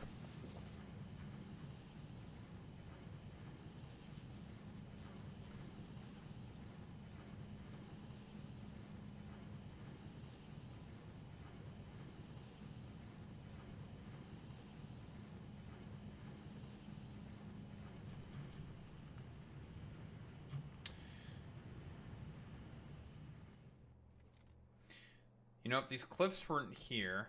Okay, I think I might have to be a little cliffist again. Alright, we're being a little cliffist. If these damn cliffs weren't here, I would also stick the water unloading station probably like right here. Unfortunately, I am cliffist.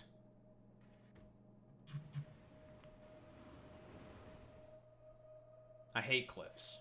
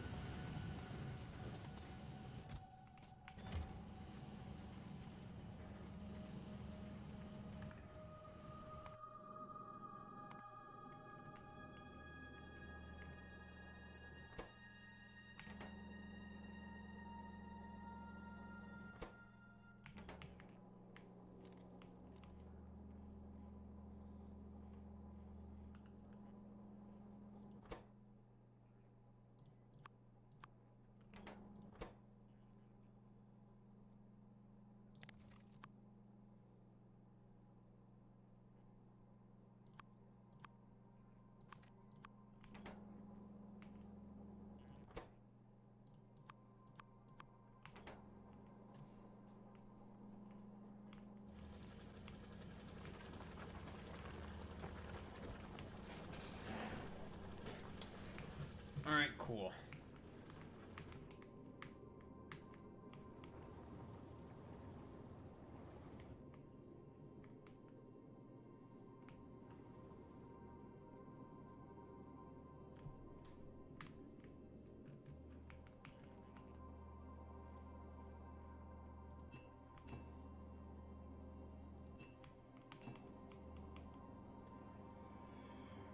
Hmm.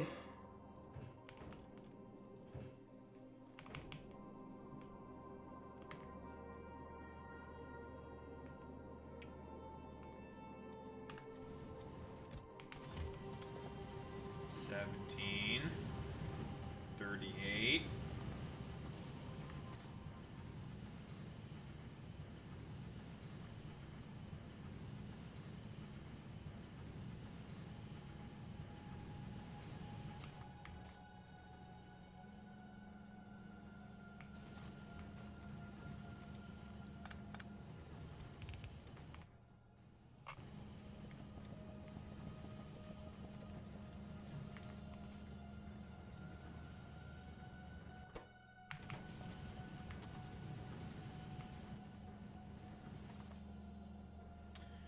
Now I need to think about what is the best way for me to be able to integrate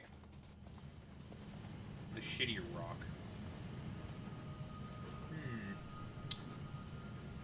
Circuit logic. Dadgummit, you're a genius, Daho. Thank you, Daho. I know I am a genius. Going to probably use the same filtration system here. Like so, but I'm gonna have it read the belt contents and say, hey, only put in a certain amount based on how much is in the belt. Is how I'm gonna do it. And then you may be asking yourself, well, Daho, how are you gonna get all the extra excess out? Well, astute viewer, it's very intelligent of you to ask. Called an input priority splitter. That's how. Make a splitter prioritize the sushi belt over, so then the process can keep going. And then we can just do, again, a bit of circuit magic. Saying, hey, make sure there's only this amount.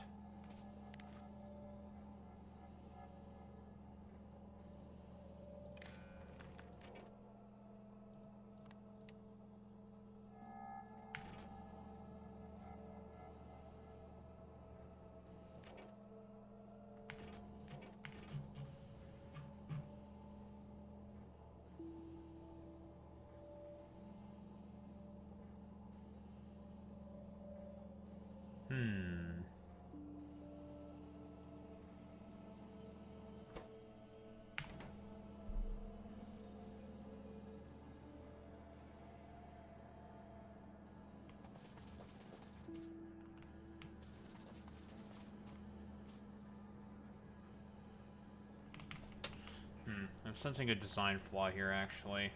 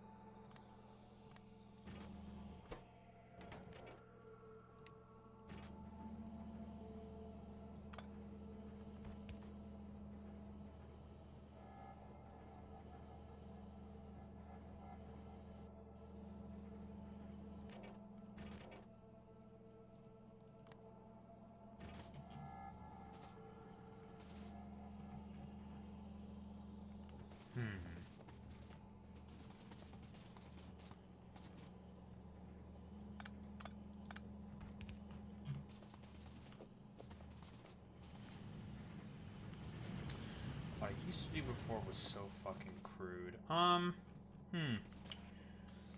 Actually, it could still work.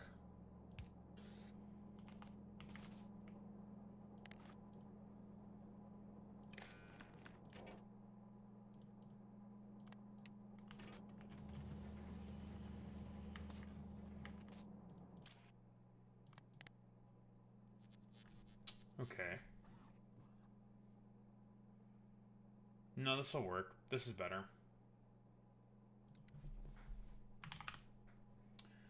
The uranium-235 is greater than... Let's go 50. Then you will be enabled. For now, you are disabled.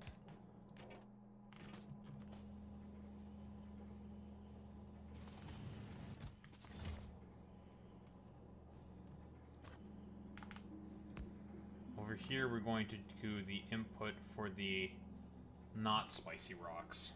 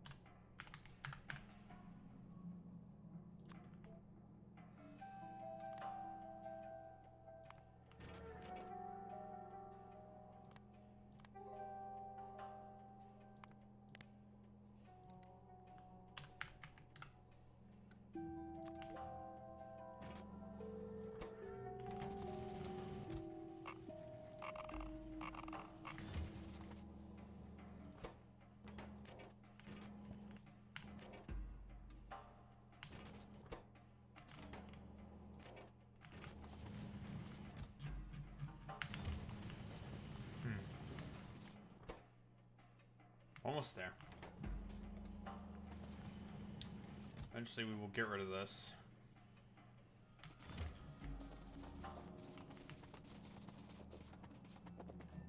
Then kickstart the process.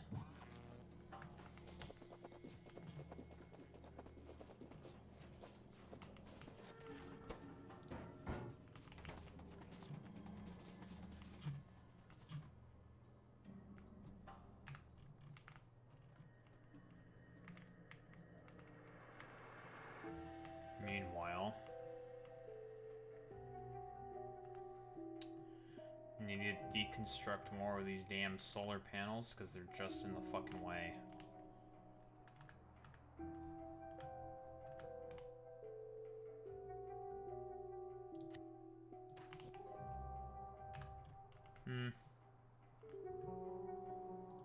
Not yet. We'll do this. I'm Cliffist. I'm still Cliffist. So I want to remove this row right here.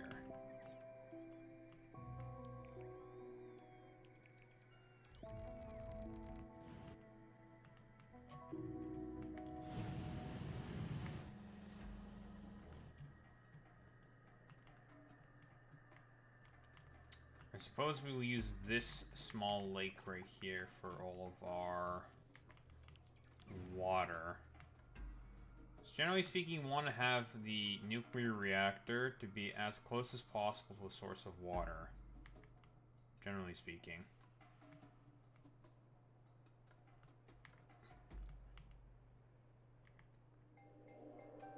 What I could do is I could just move all these damn solar panels out of the way and just put the reactor right here. That way it is quite close to the water. For the most part, it doesn't really matter. You just run a big-ass pipe and it's not the end of the world.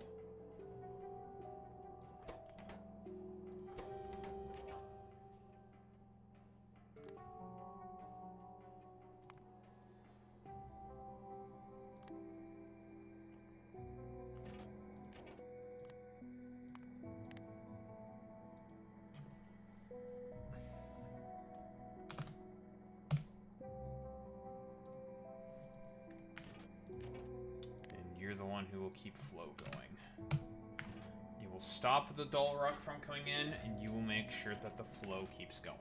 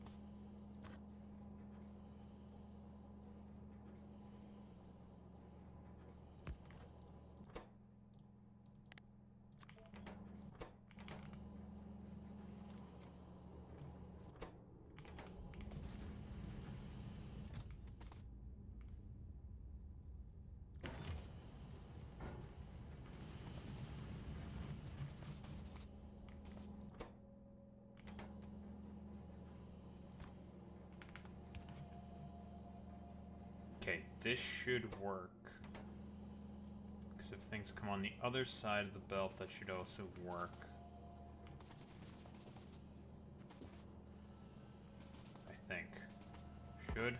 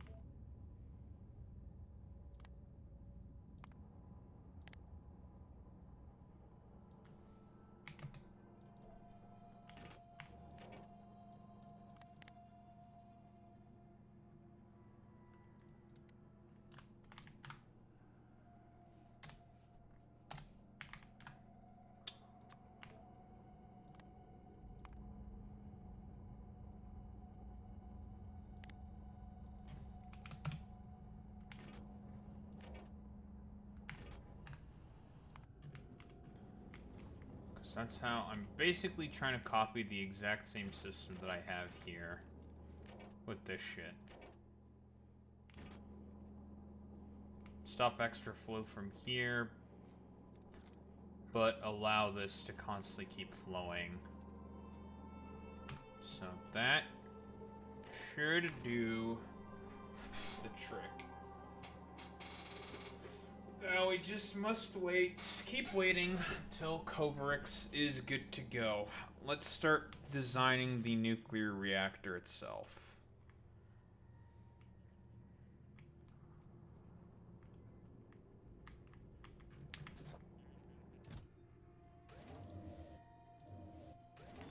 Man, you make a funny noise.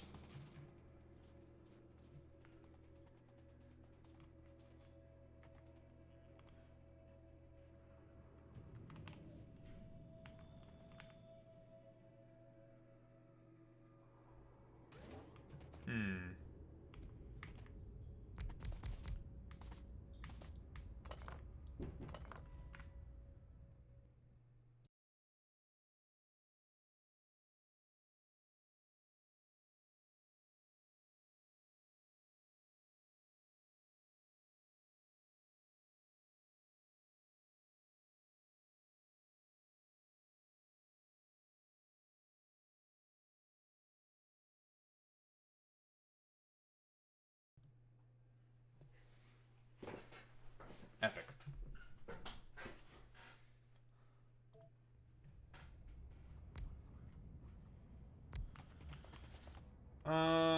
Let's go. I'm gonna go with a pretty decently big one.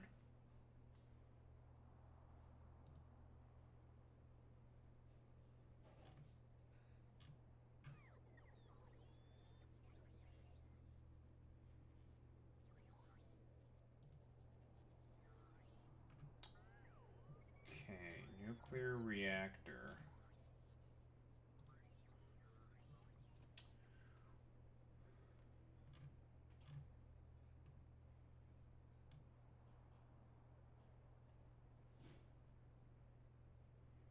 Why did you refresh that way?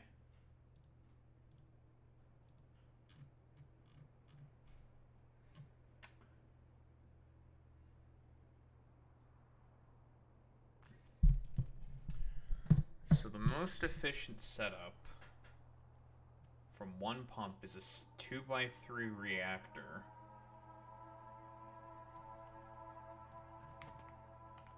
Hmm.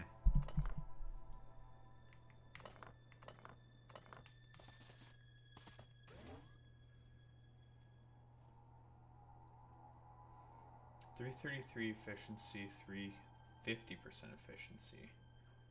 800 megawatts versus 1.1 gigawatts. Just go with the 2x3 then, I guess. Sure.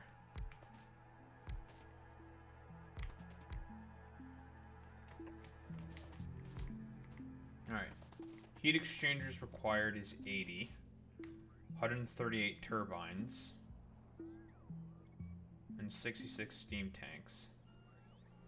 Tanks are used for hyper-efficient pulse reactors, which produce a bunch of steam at once, so you can't turn off a reactor mid-fuel cell.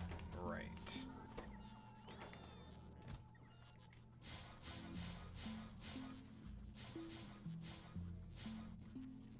Maybe about 140.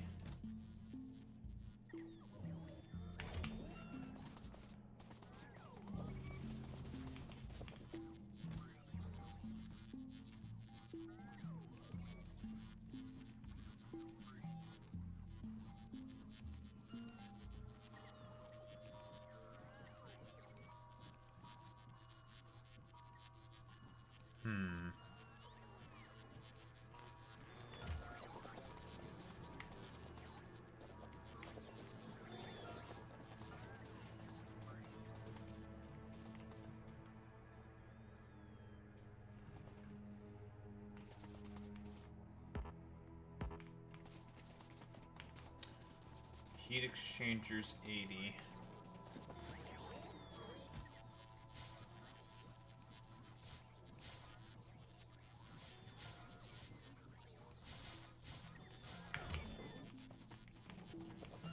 Then as much heat pipe as we have.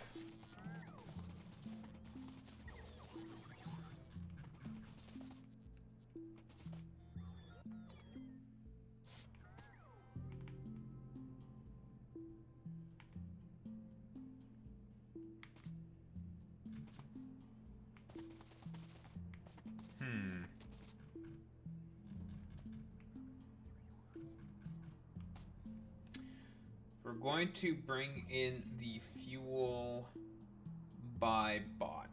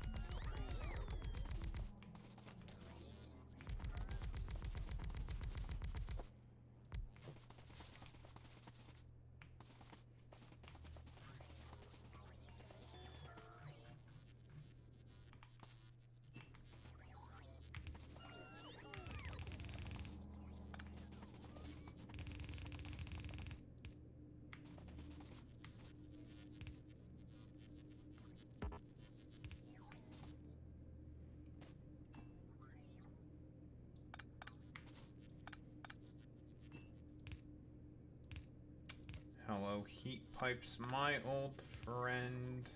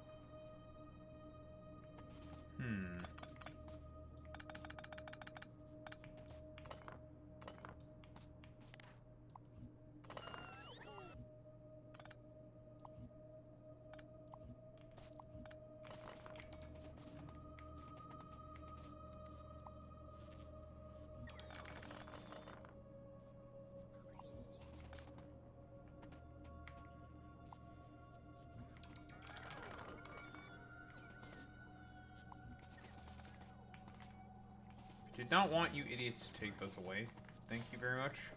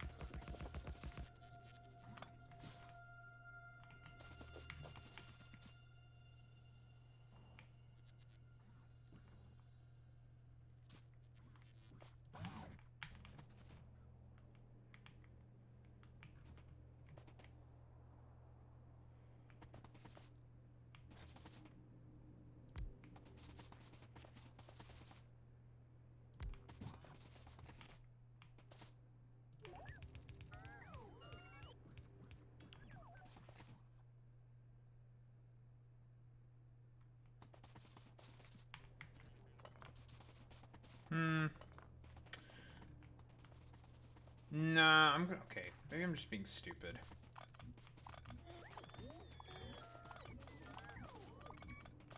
I'm gonna just go a little simpler.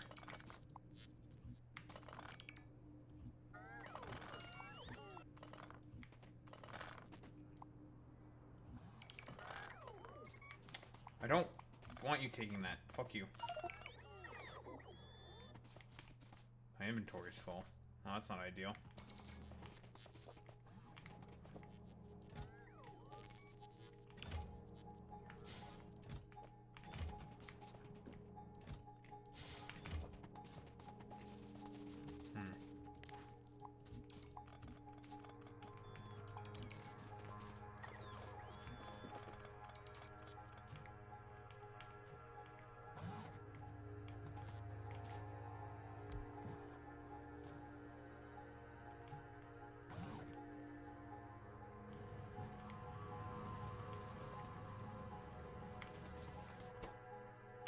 Oh, we can start Covarex now.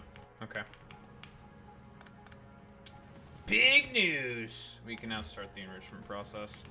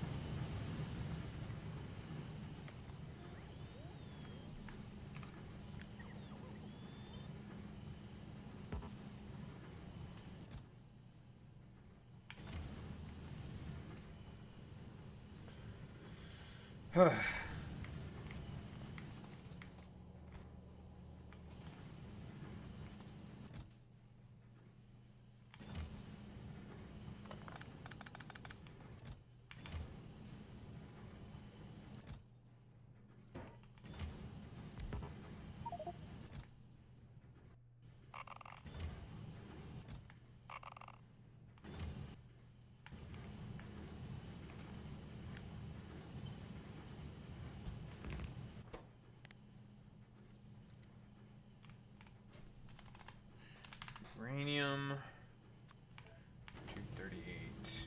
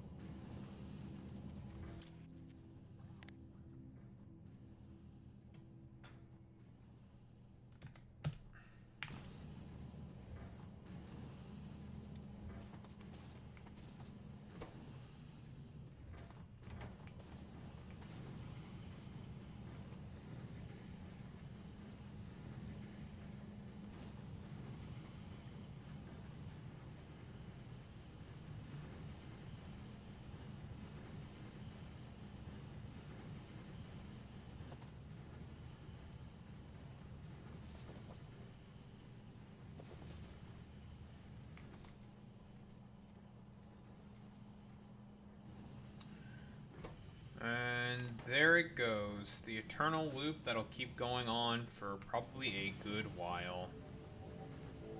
That's Covarex right there. We just made one extra spicy rock.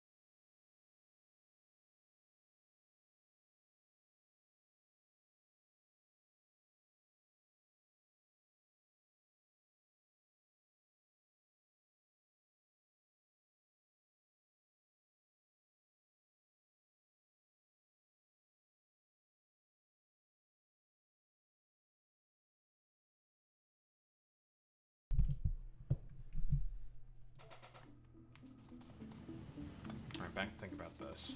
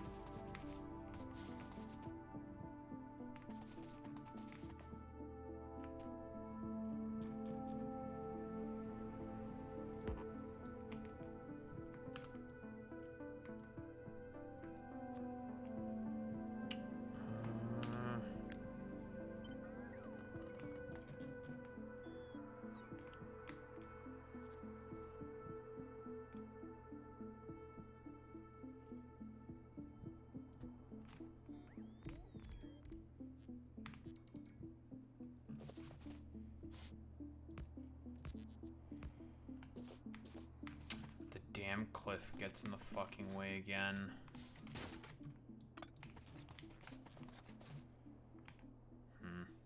That's annoying.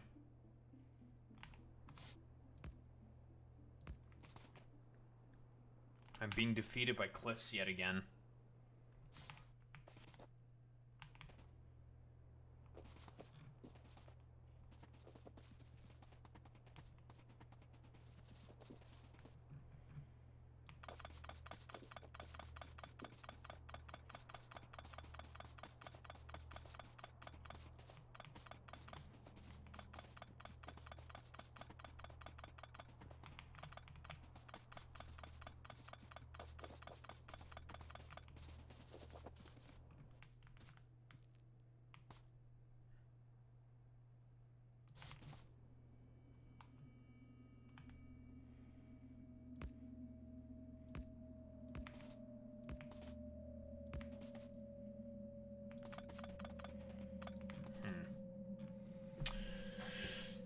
Here's the fucking problem, right? You want them to be not spread too far apart.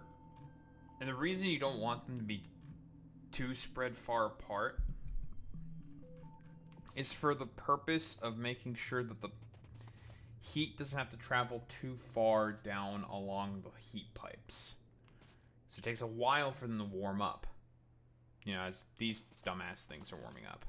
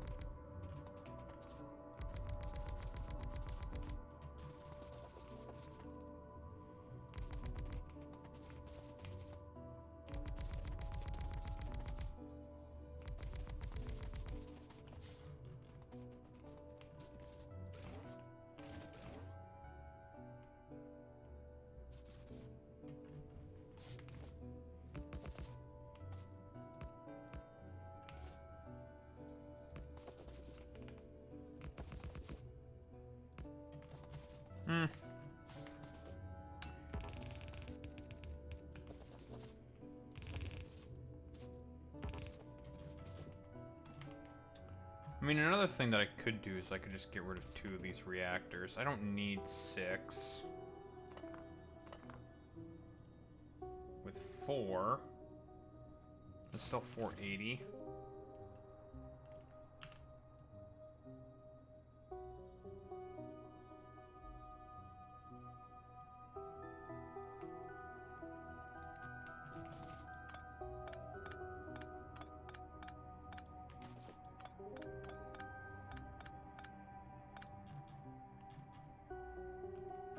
Let's just go with this.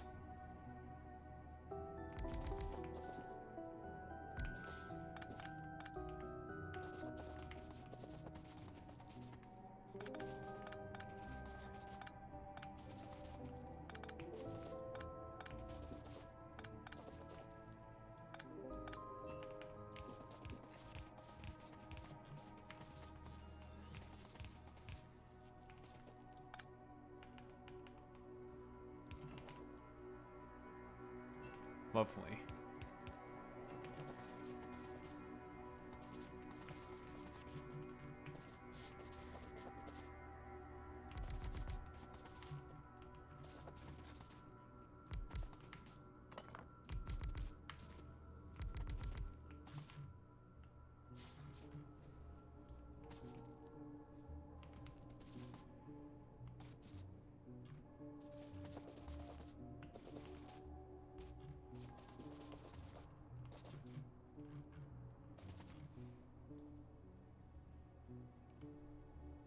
Hmm.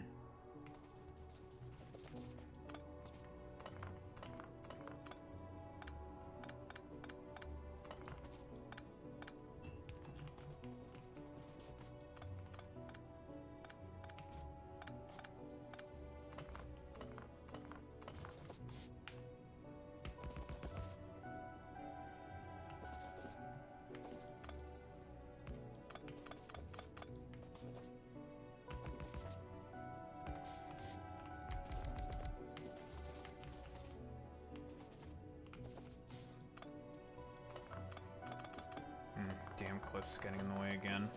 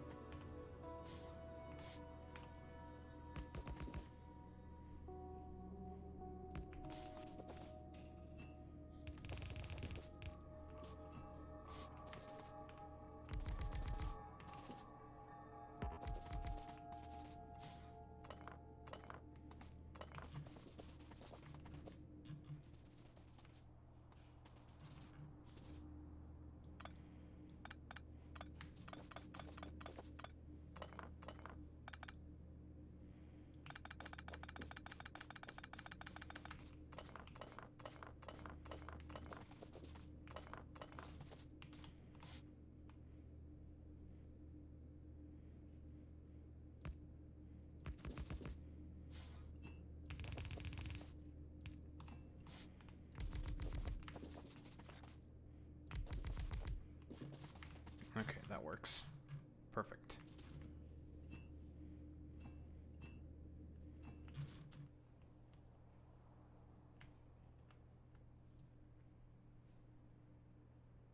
I need 10 more. 7 more turbines.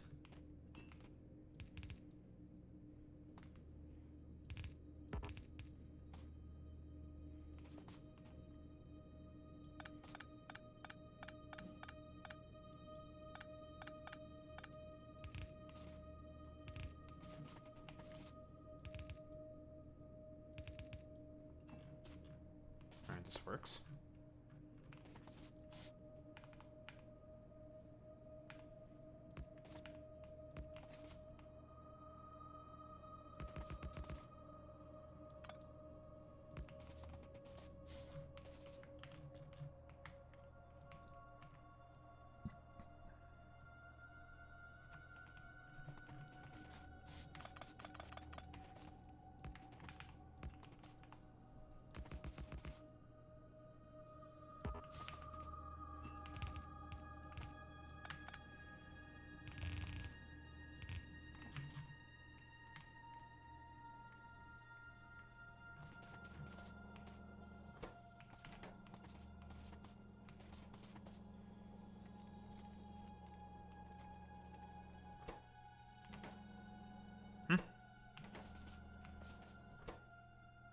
Oh.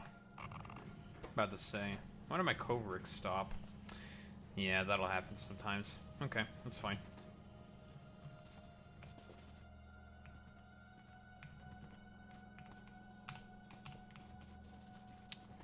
Sometimes the overflow as well, so which is why Kovrix isn't perfect. Sometimes the overflow will also go into the other fucking goddamn... whatever the heck.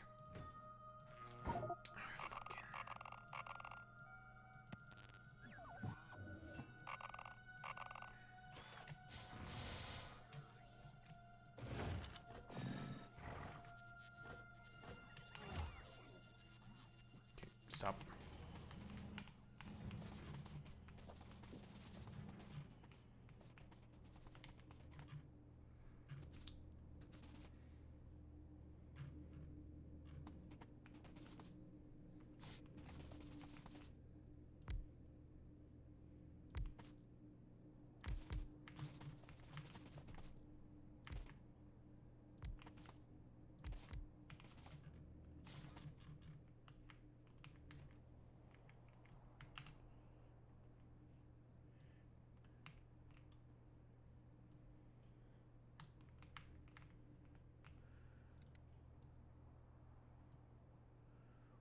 That's 84.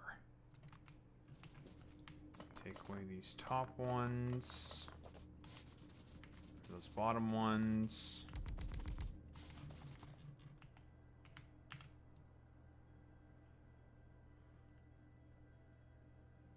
One off.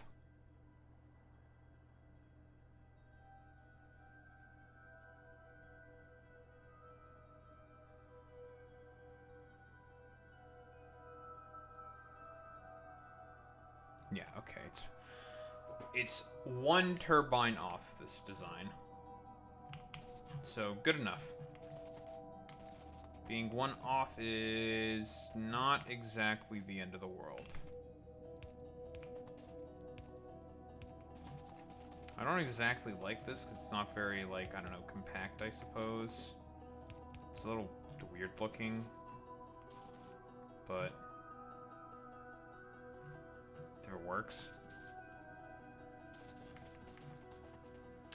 It is a very symmetrical, of course. And I don't have a way out. Let me out.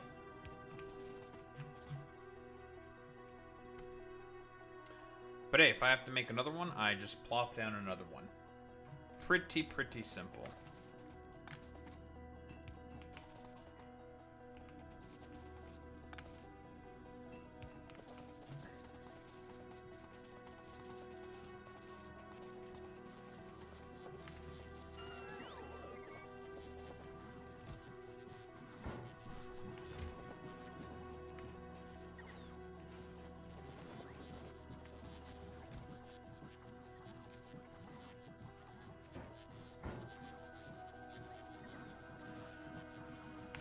Okay.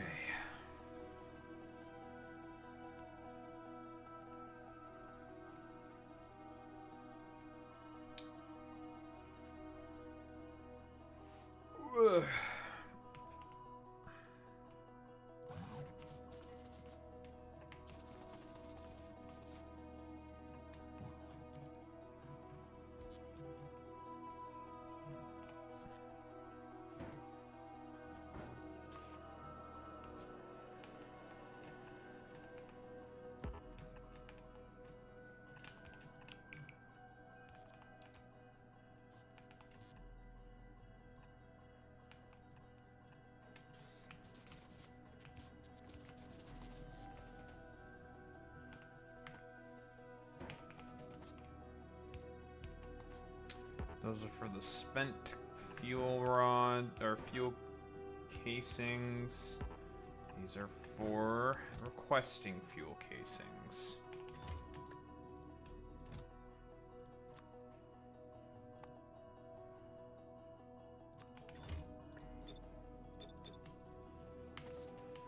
And this thing is pretty much ready to go. We have made a figure 8.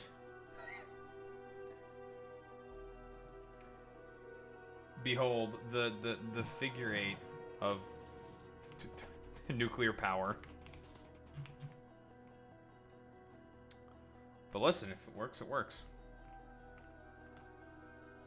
Let's blueprint this bad boy.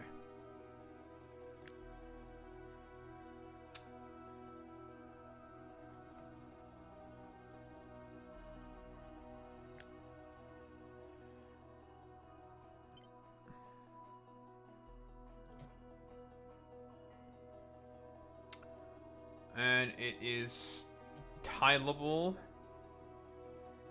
with our current sort of setup. So that's why we made it this way.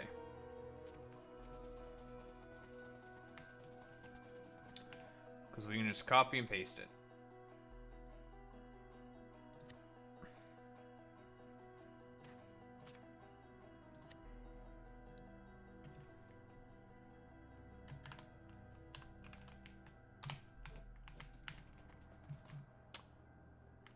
Only 2 more things to concern ourselves with. One of them is water. So we need to concern ourselves with the damn water. And also this shit. When it inevitably finishes.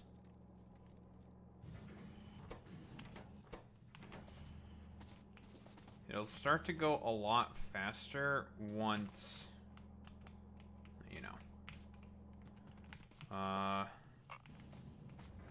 you have more of them going.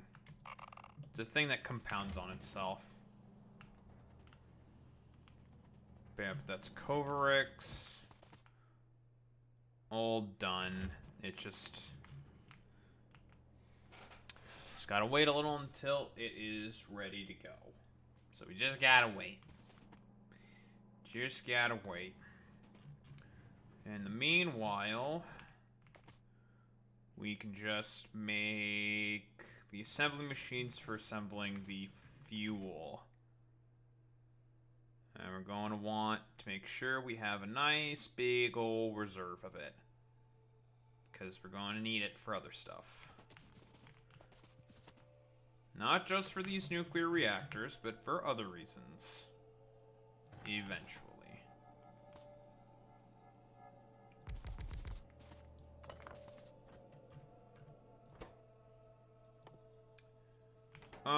We'll do 6 assembly machines. This is overkill, but it's fine.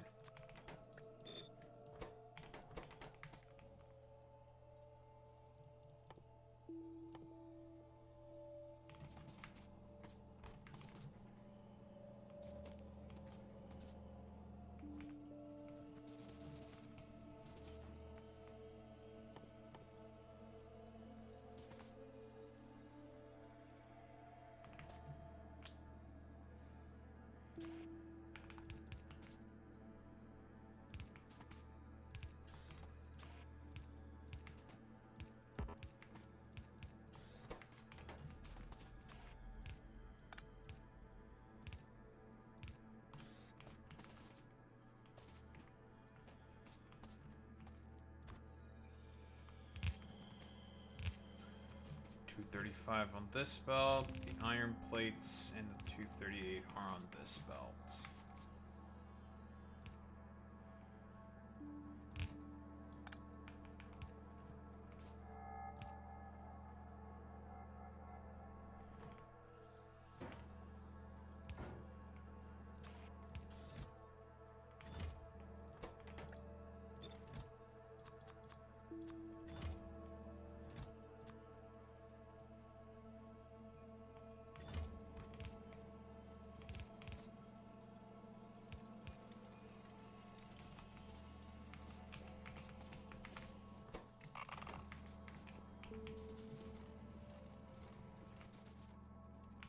Some extra spicy rock actually got stuck in there.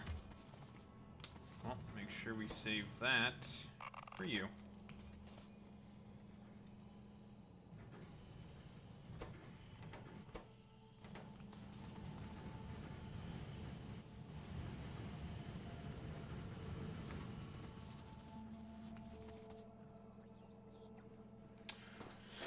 And just like that, we now have a whole lot of this shit.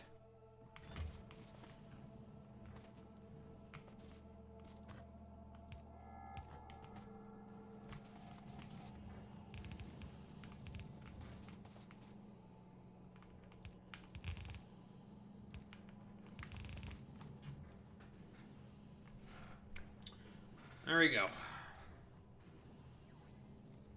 Done.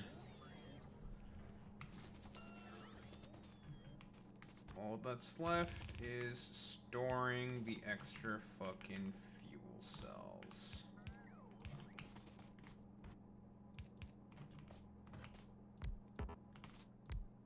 I'll make it an even 8. Who cares?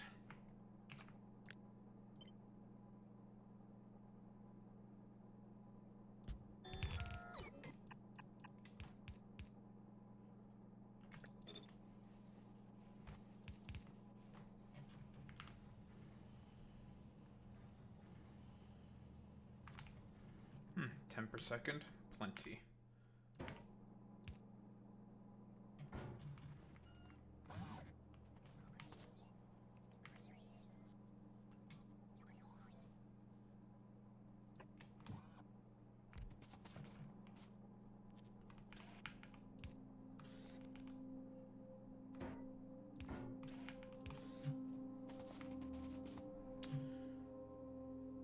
And there we go. That is nuclear processing ready to go.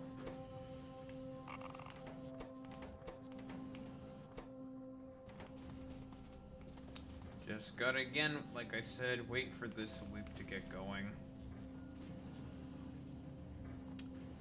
And it'll get going eventually. It just needs, like I've been saying, just needs a little bit of time.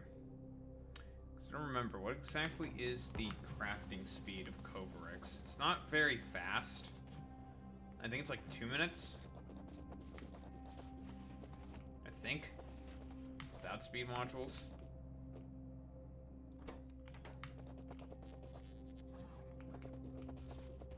I'm trying to find a fucking centrifuge so I can check.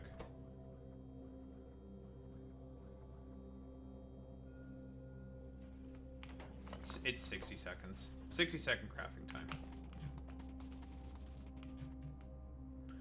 So this thing will be a little dormant for now. But eventually.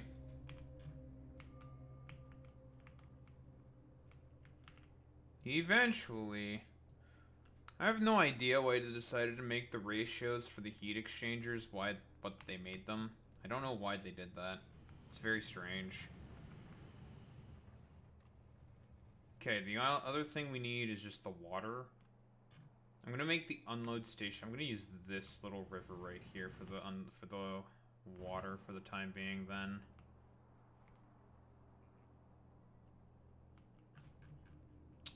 I don't think I want these to be looping. I think I want these to be fucking isolated.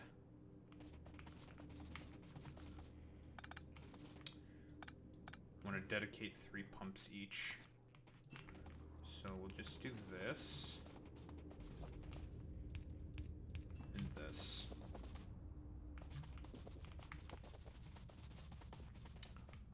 And we'll get some offshore pumps. Pipe that all in. Have the water. And then leave this to run in the background. While we yap about shit. Do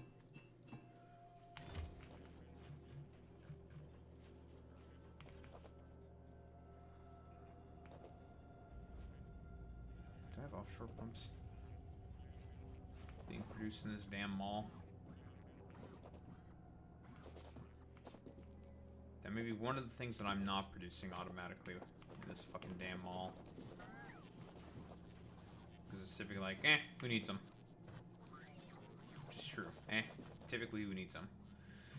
And then I can finally upgrade all these damn assembly machines as well.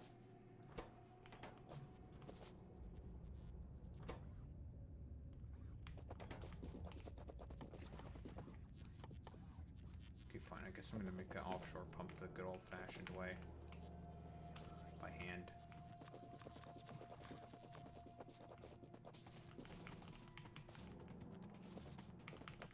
When in doubt, just make it by hand. Forehead.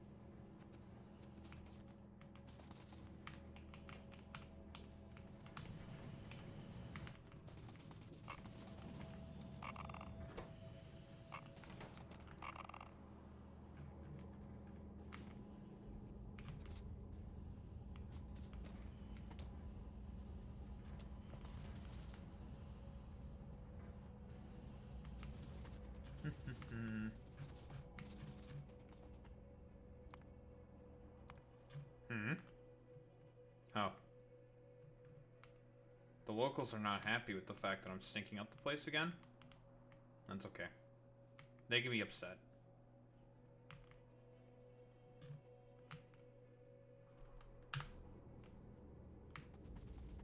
That's true. They can cope and seethe, Jack. That's true. Okay. I think... Yeah, like I said, all we can really do right now is just kind of sit around and wait. Just sit around and wait, Jack. Right, I was gonna go grab some landfill and then move on with my life to greener pastures.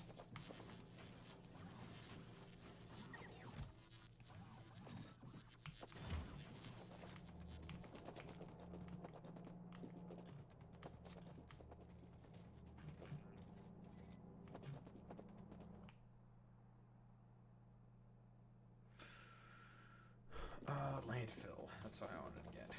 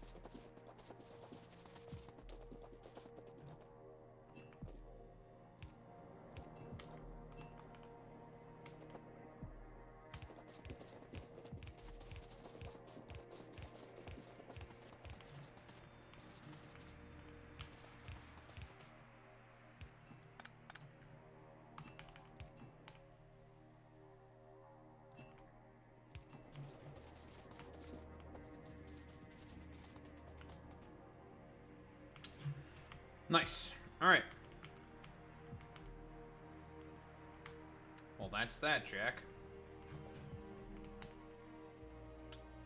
Let's update the fucking recipe.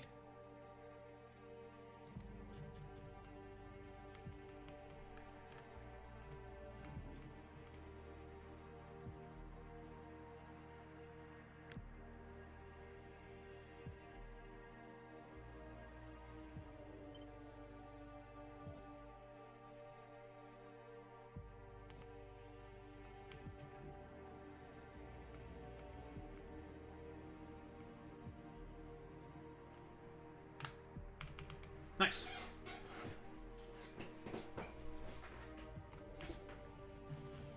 Is it perfect? No.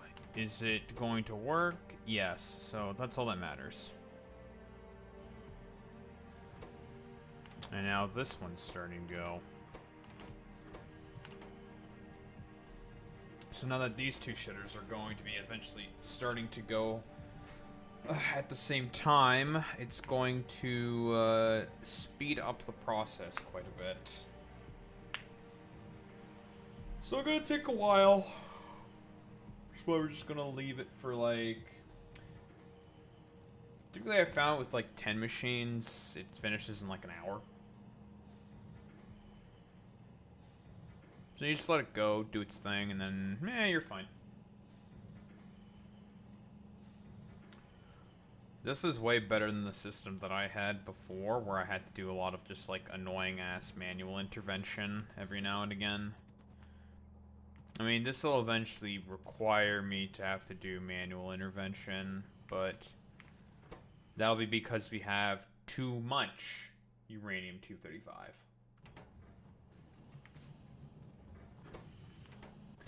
Which some might say is a good problem to have.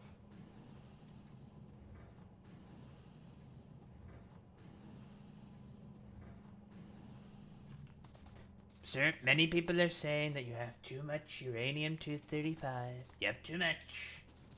Too much. Alright, I also need to have one more centrifuge. Need to add one more centrifuge. And for what exactly? We need one more for fuel reprocessing. Those spent cartridges need to be spent somehow. So this is how they will be spent.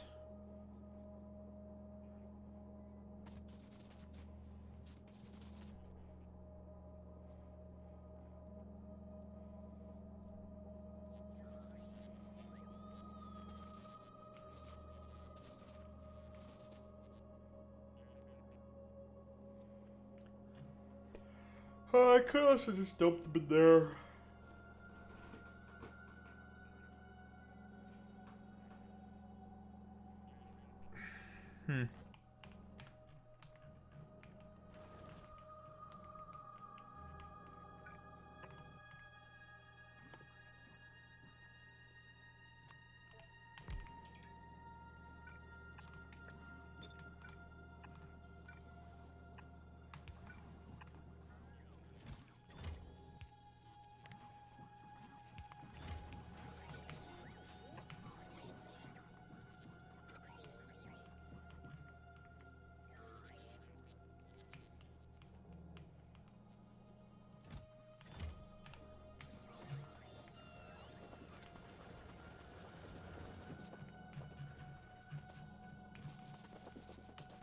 Store a bunch of it now until we get recyclers, and we can just start recycling all of the excess. That's what I'm going to do.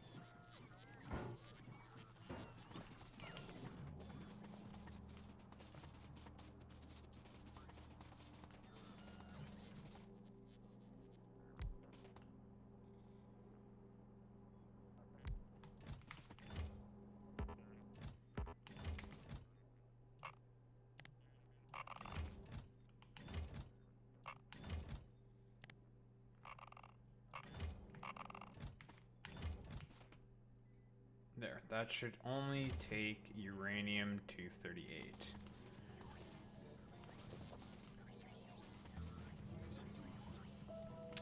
Because what I can do now is if I put a active provider chest, a purple chest, what that's going to do is it's going to make the bots constantly take this uranium-238, and it'll constantly make this process go. Now, it's still only a small chance of being able to produce uranium-235, but any way to speed up our looping process here is good. So we will be doing that. Plus, it gives the bots something to do constantly. I already have the fucking chest there.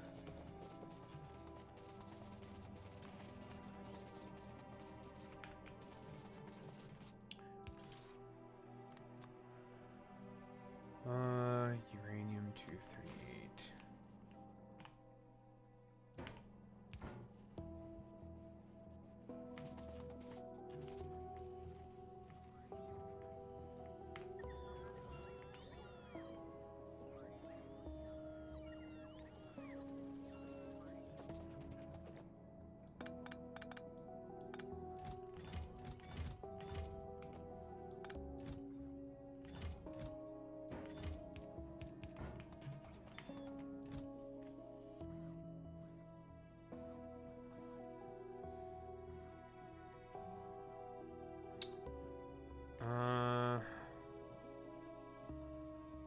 some shit I was gonna put in here.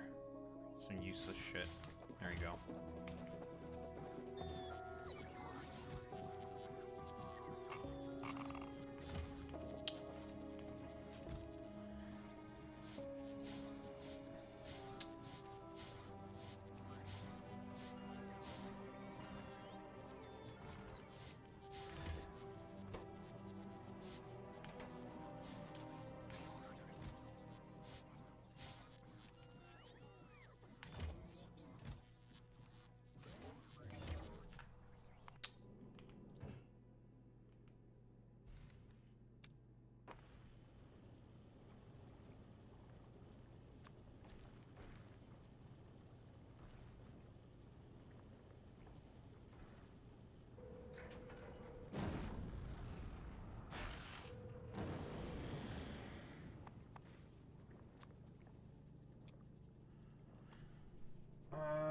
Okay, let's import all of the necessary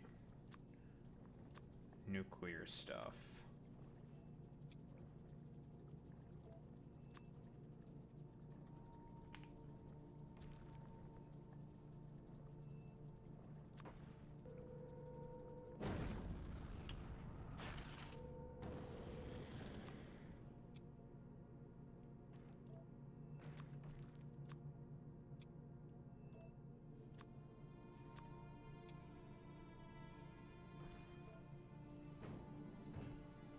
Perfect.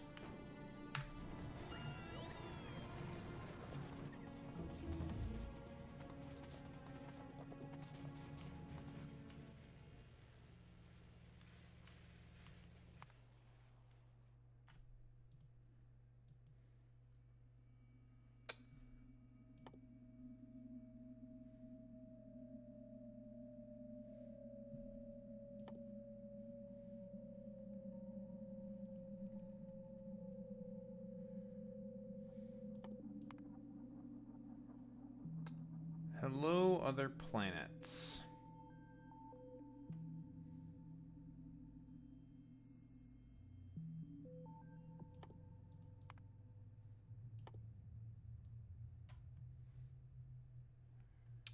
Hello, nurse. As some would say.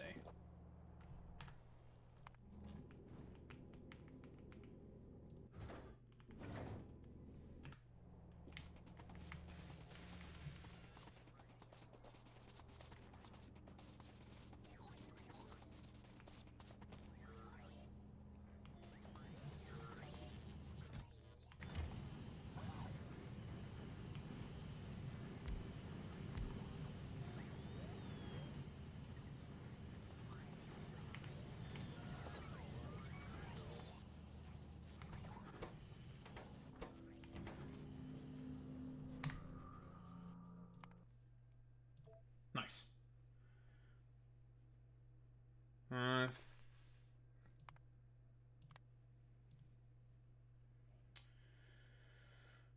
Oh, man. I spent a little longer than I think I wanted to, but that's okay. We don't have a crazy amount of stuff to get through. Well, I mean, it's mostly just jank. It's mostly just Jankimus Maximus. Probably yelling, of course, or some shit. Of course! No, my best Jank Yuger impression. Oh, man. Okay. What am I gonna do? I'm gonna go grab some water. So I can use some more water. Gonna let the game just run in the background. Yes, I will be right back, and we'll start doing some, well, Troll Despair shit. Yeah, probably Troll Despair shit. Or maybe Hopium. That's how you're feeling.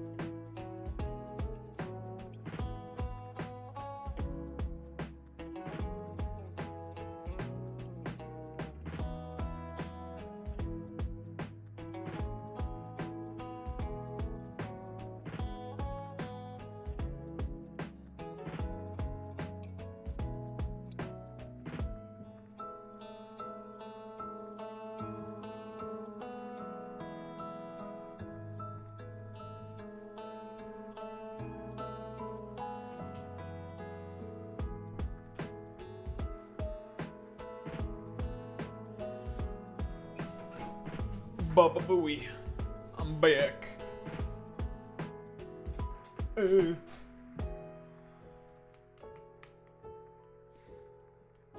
One other thing that I did forget to set up. Why is this thing... Why did this thing make some fucking goddamn power fuel cells? Oh. One of the 235 must have snuck through. Well, one round of fuel cells is not going to be enough to power on the fucking reactor, so it's not the end of the world.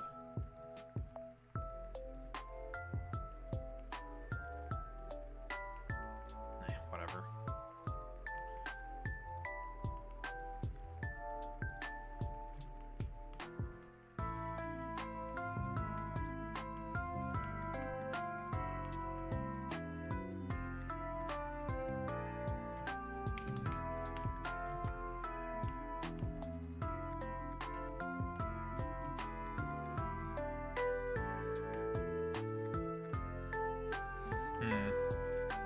Might have also been because of the condition that I set on the bulk inserter to take.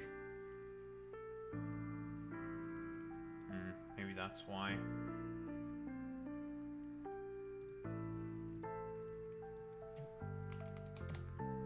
I'll go with that.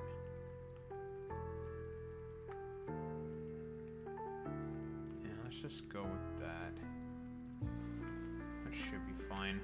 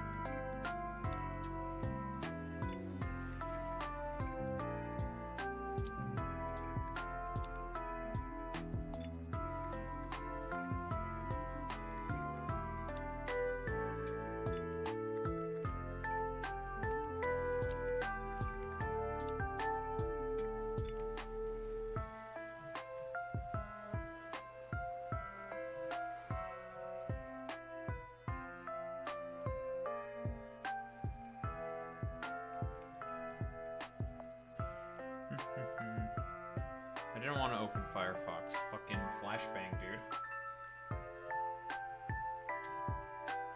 I'm getting fucking flashbanged here. Son of a bitch.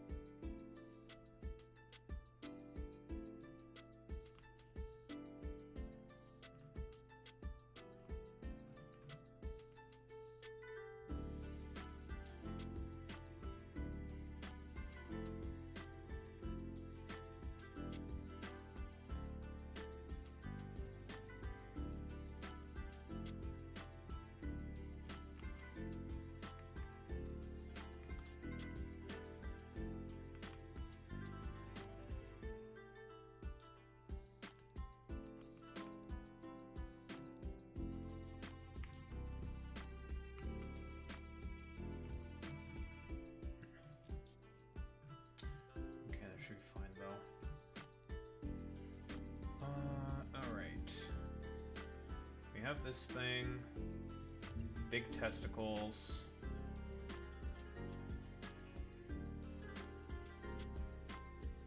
large testigonads,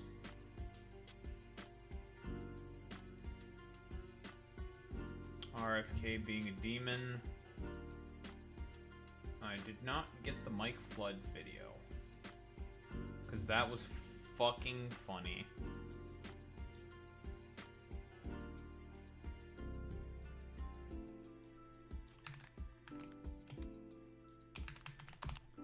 Mike Flood Town Hall. Because no one likes this fucking bastard. Rightfully so.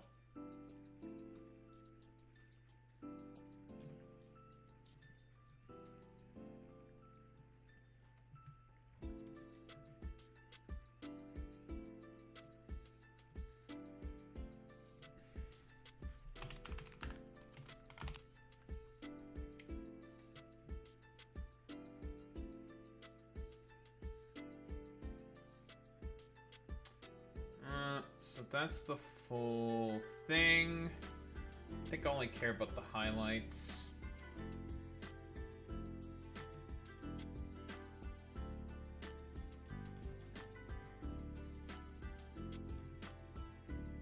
Yeah, I only want the fucking highlights.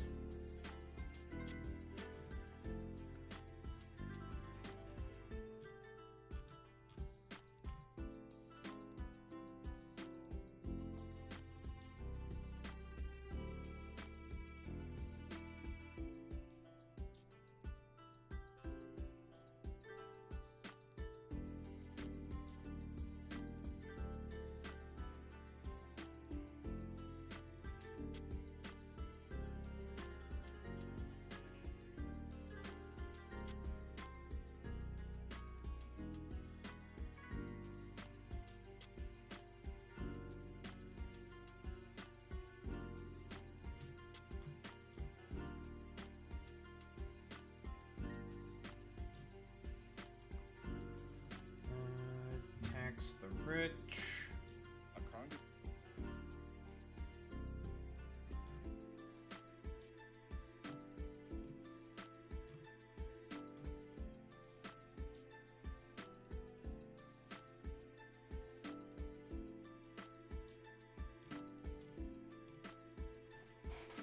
What were the other things?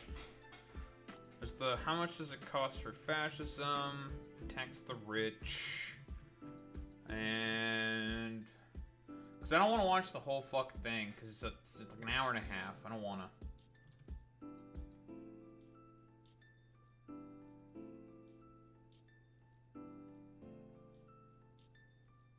Okay, I don't care about color commentary from these dumbasses.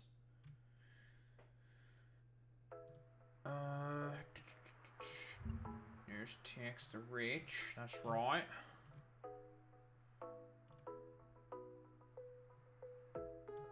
While he's covering up the Epstein files. That's a good question.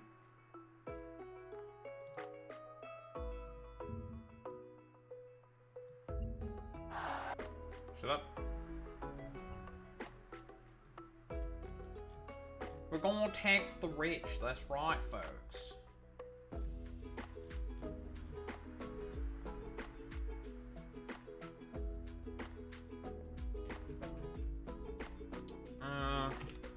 How much does it cost for fascism?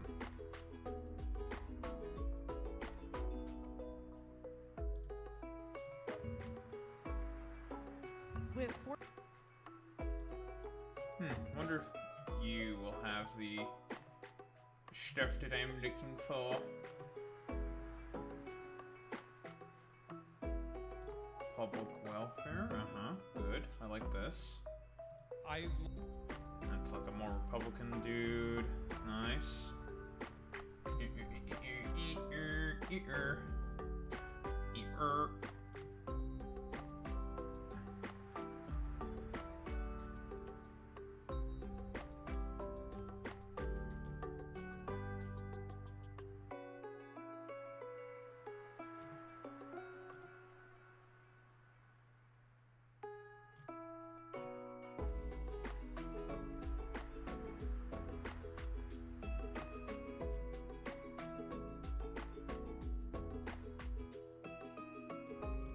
I don't care about New York Post. New York Post can suck my balls.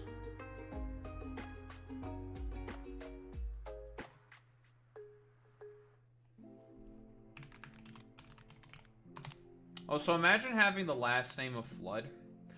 I don't think you don't want to be associated at all with the Flood. I'm just gonna throw that out there. You don't want anything to do with the Flood, all right? If you know anything about Halo, Flood, absolutely not. Yes, the 28-year-old bit. That's also what I wanted. Thank you.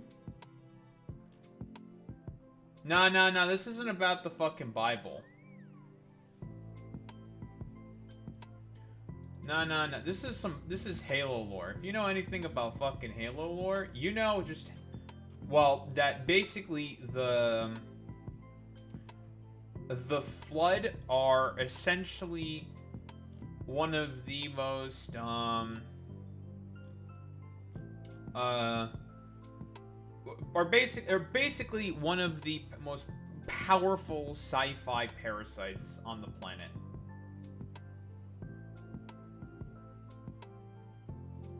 Ooh, and this is the guy who's complaining about capital rather than the working class. Thank you. Yeah, like, if any universe were to have to deal with a Flood invasion, it would probably be cooked. 40k, cooked. Like, it's over. Depending on which planet it hits on, it's over. The Metroid Galaxy would probably get destroyed by the Flood. Absolutely. They'd be able to infect the Metroids. Metroids have, I believe, like, they're sentient, right? And now you're giving the Flood, like, fucking energy suckers? Okay, it's over.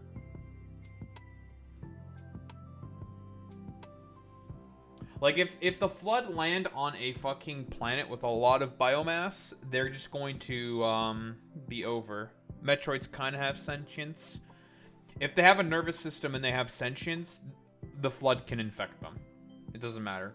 The only prerequisite is nervous system. That's it. If it's got a nervous system, done. You can get fucking infected. Yep.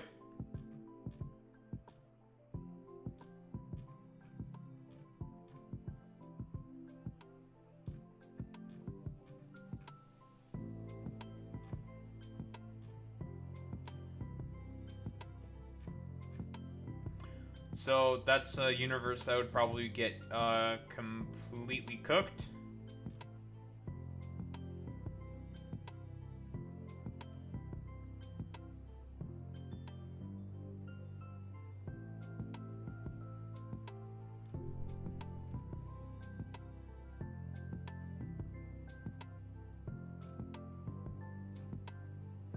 Hassan is gonna debate Charlie Kirk? And it's making every single DGGer really mad. And stupid liberal really mad. So that's cool.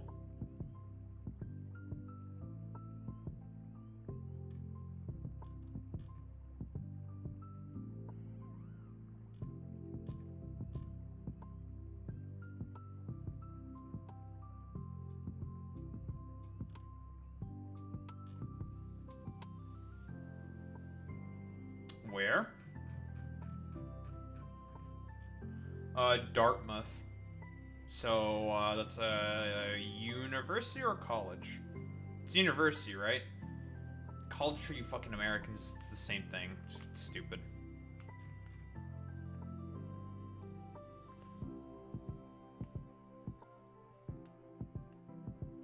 You Americans.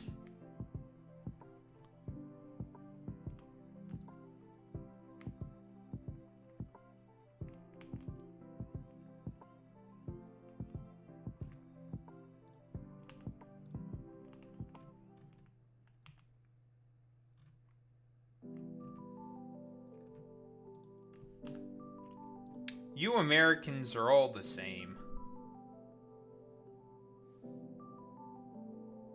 That's the stupid meme about you Raiders are all the same from Epic Prawn.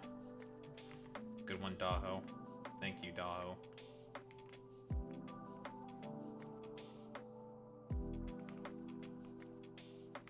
Okay, I think I've gotten all the things I want. Shut up, big balls. Los Huevos Grande. On his channel? I assume it's probably going to be streamed, but, I don't know when it is yet. Oh, well, I'm definitely going to catch that. What, he debate... When did Hassan debate Charlie Kirk last time? He debated Charlie Kirk before. I was about, what? A little while ago. It was a while ago.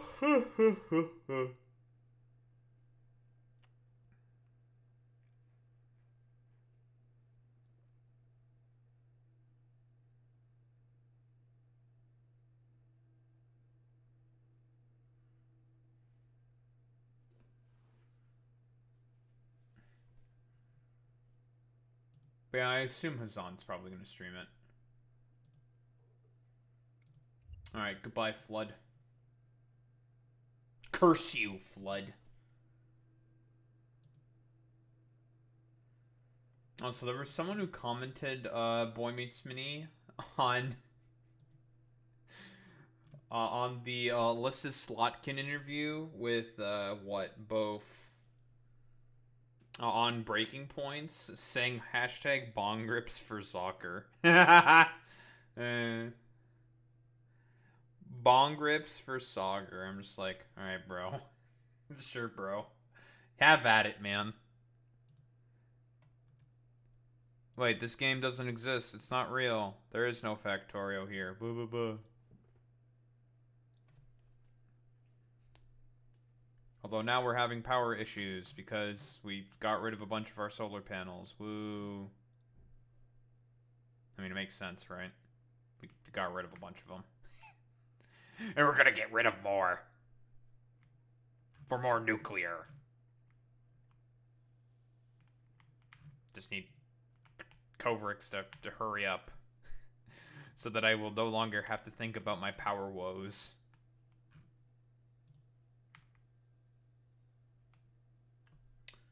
Well, anywho. Where the hell is this? There we go. Damn. Big Balls got messed up, dude. What? Oh, Jesus. Left bloodied after savage carjacking attempt by 10 juveniles. Why'd he get jumped by 10 guys? Jesus. Crime in Washington, D.C. is totally out of control. Local youths and gang members. Okay, why are you fucking conflating youths with gang members? You don't even know if they're gang members. You know that they're juvenile. Yeah, sure. You could say youths, but that's a little weird that that you're trying to conflate them with fucking gang members.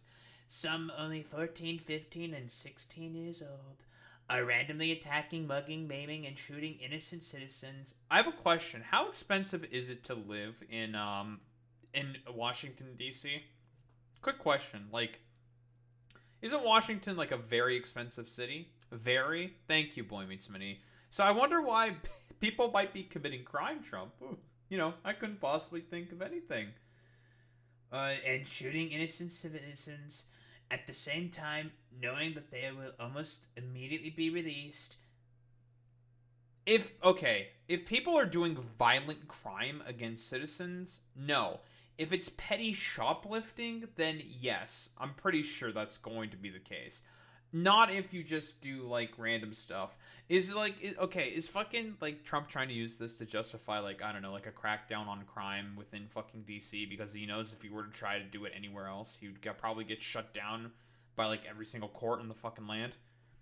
They are not afraid of law enforcement because they know nothing ever happens to them, but it's going to happen now. Okay, like, listen, police officers, for example, are not going to want to do a bunch of paperwork for, like, really, really petty, minor fucking crime because they have to do paperwork for it, and that's fucking expensive, and they don't want to do all that fucking paperwork because everyone's lazy and doesn't want to do paperwork. The law in D.C. must be changed to prosecute these minors as adults. Okay, now, I think this is the more interesting thing to talk about. Prosecuting minors as adults is fucking crazy, right? That is insane, right? Even if they are doing, like, violent crime or like whatever. You don't know the circumstance for as to why they're doing that particular crime. Like I said before, DC is an incredibly expensive city to live in. However, Donald Trump and the Republican Party doesn't really give much of a shit at all about, you know, people's material conditions. He could give less of a fuck about any of that stuff. So if people can fucking suffer just for the express purpose of him having, like, I don't know, like people like big balls gallivant about and just take away, like, I don't know, whatever social safety nets that could potentially help them, oh, he'll fucking do it. He doesn't give a fuck. And locked them up for a long time, starting at age 14. The most recent victim was beaten mercilessly by local thugs. Washington, D.C. must be safe, clean, and beautiful for all Americans, and importantly for the world to see. Oh, I like how he's bringing in his, like, Gilded Age sort of, like, mentality to this. It's just like, why is this the case? The United States already has as high of a recidivism rate as possible. If you just beat them, throw them in fucking jail, and throw away the key, they're eventually going to get out, and they're more than likely going to do crime again. Like, this doesn't fucking work. You want to address the fucking problem with crime? Oh, address the material conditions on the ground of, well, that people are having to go through. It's not just as simple as just like, well, just throw them in the hole and just throw away the key. It's just like, that doesn't work. It hasn't worked. How are the Nordic countries able to figure this out, but not the US? Well, I'll tell you how. It's because the cruelty is the point. If DC doesn't get its act together and quickly, we will have no choice but to take federal control of the city and run this city how it should be run. Yeah, as a prison. And put criminals on notice that they are not going to get away with it anymore. Who wants to make a bet that Trump also wants to use this as like a potential excuse to do like some potential testing for like military or like police occupation of American cities? I'm willing to take that bet, to be honest. Perhaps it should have been done a long time ago. And this incredible young man, by the way, Big Balls was known for having like child pornography sites and also sites that linking the fucking KKK. Yeah, incredible young man, by the way. And so many others would have not had to go through the horrors of violent crime. If this continues, I am going to exert my powers and federalize this city, make America great again. Alright, so I guess Trump is just going to basically use this as an excuse to prosecute more people who were possibly fucking innocent. Because, again, like I've said before, there has been a lot of crime going on in DC, right? That's not hyperbolic to say, but that's a material problem, not because, I don't know, people just have like a propensity of fucking doing crime or whatever the fuck dumbass bullshit he probably thinks because he's just a stupid racist. No, he also wants to use this as like an excuse in order to have this as like basically a testing ground for doing a sort of like mock sort of like military occupation of American cities. That's what this is really all about. Trump wants to use this as an excuse to do like, you know, LA was not enough for him. He's going to try to do it now through DC, which the federal government has more, well, direct control of. That's what it's all about. He just wants to try doing military coup occupation bullshit. That's really what it's all about here.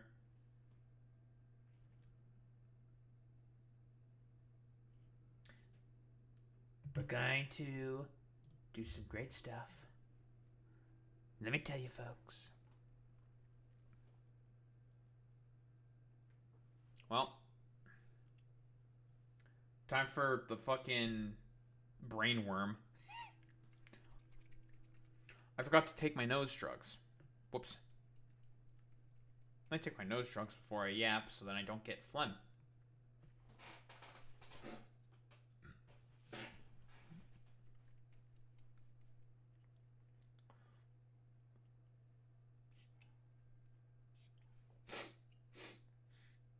Yeah, time for the ghoul shit.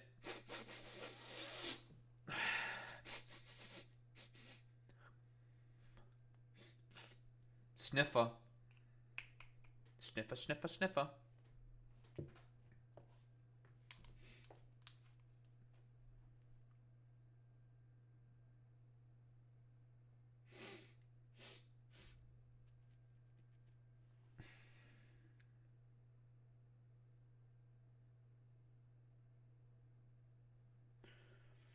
Alright, what we got here? RFK Jr.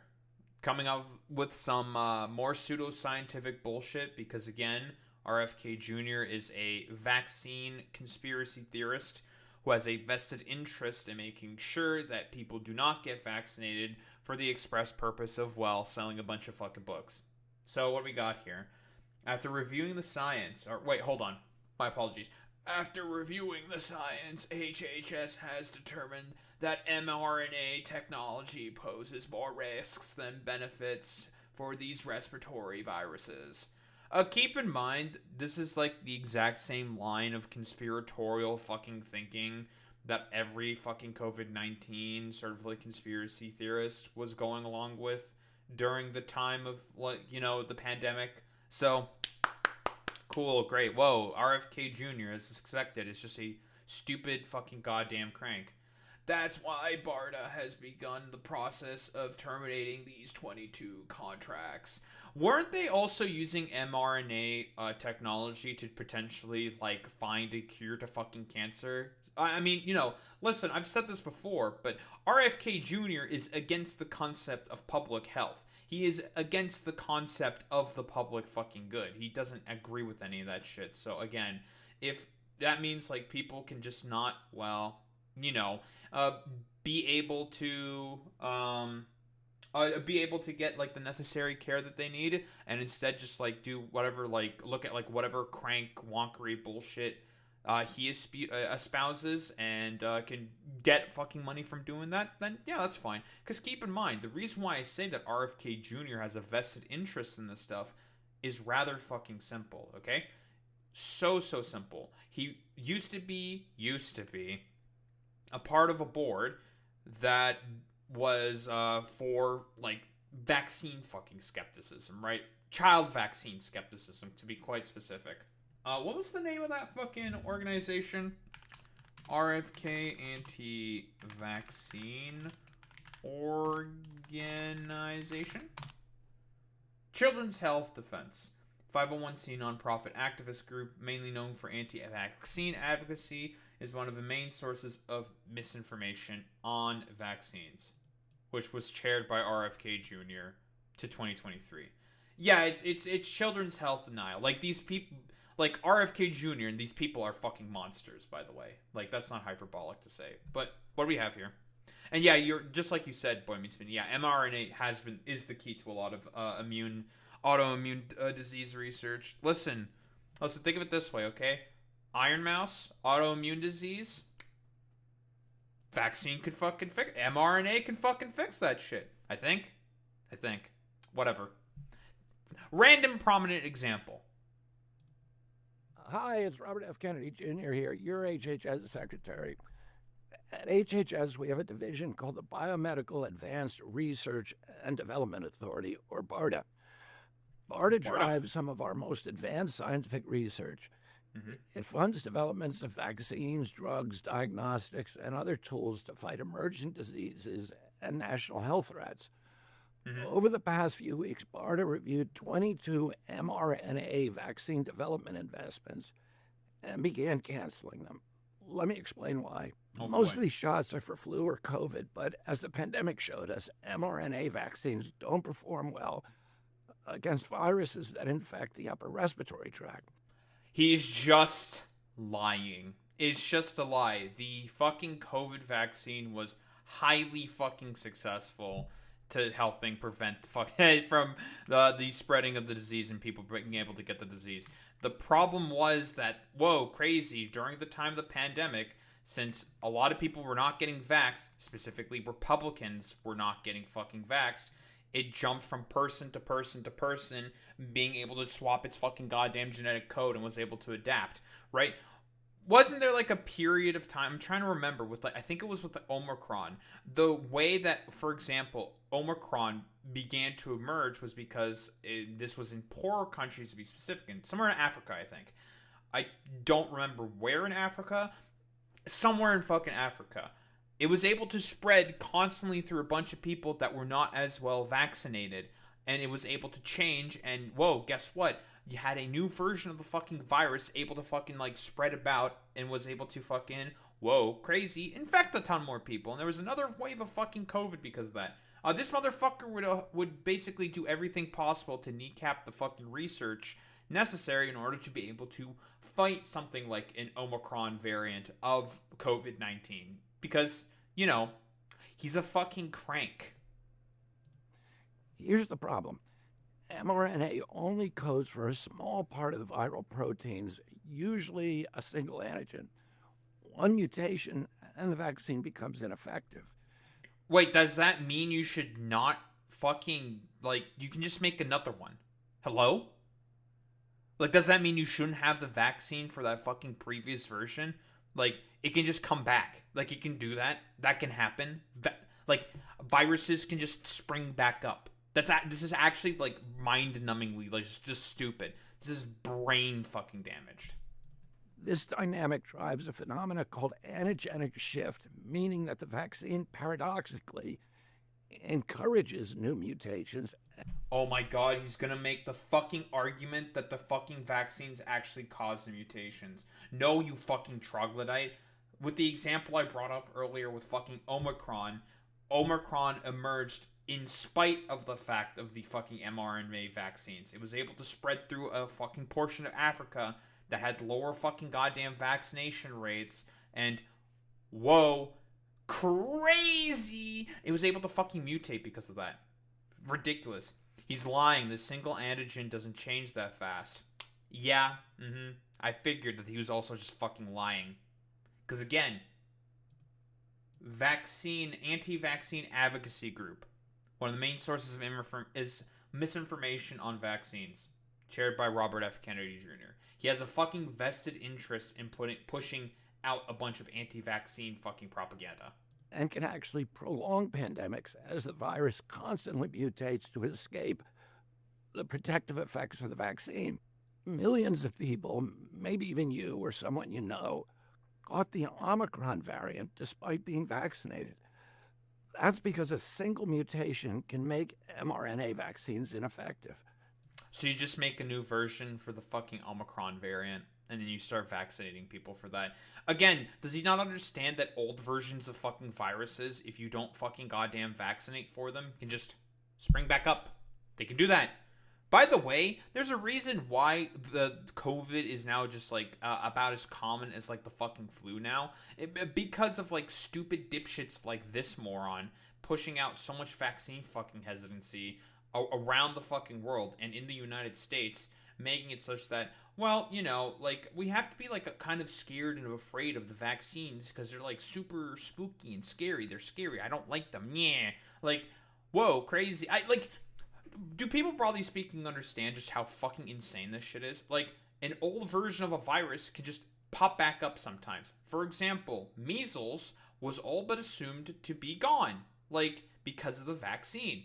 And then people started to not vaccinate their children. Whoa, crazy. And then measles started fucking popping back up.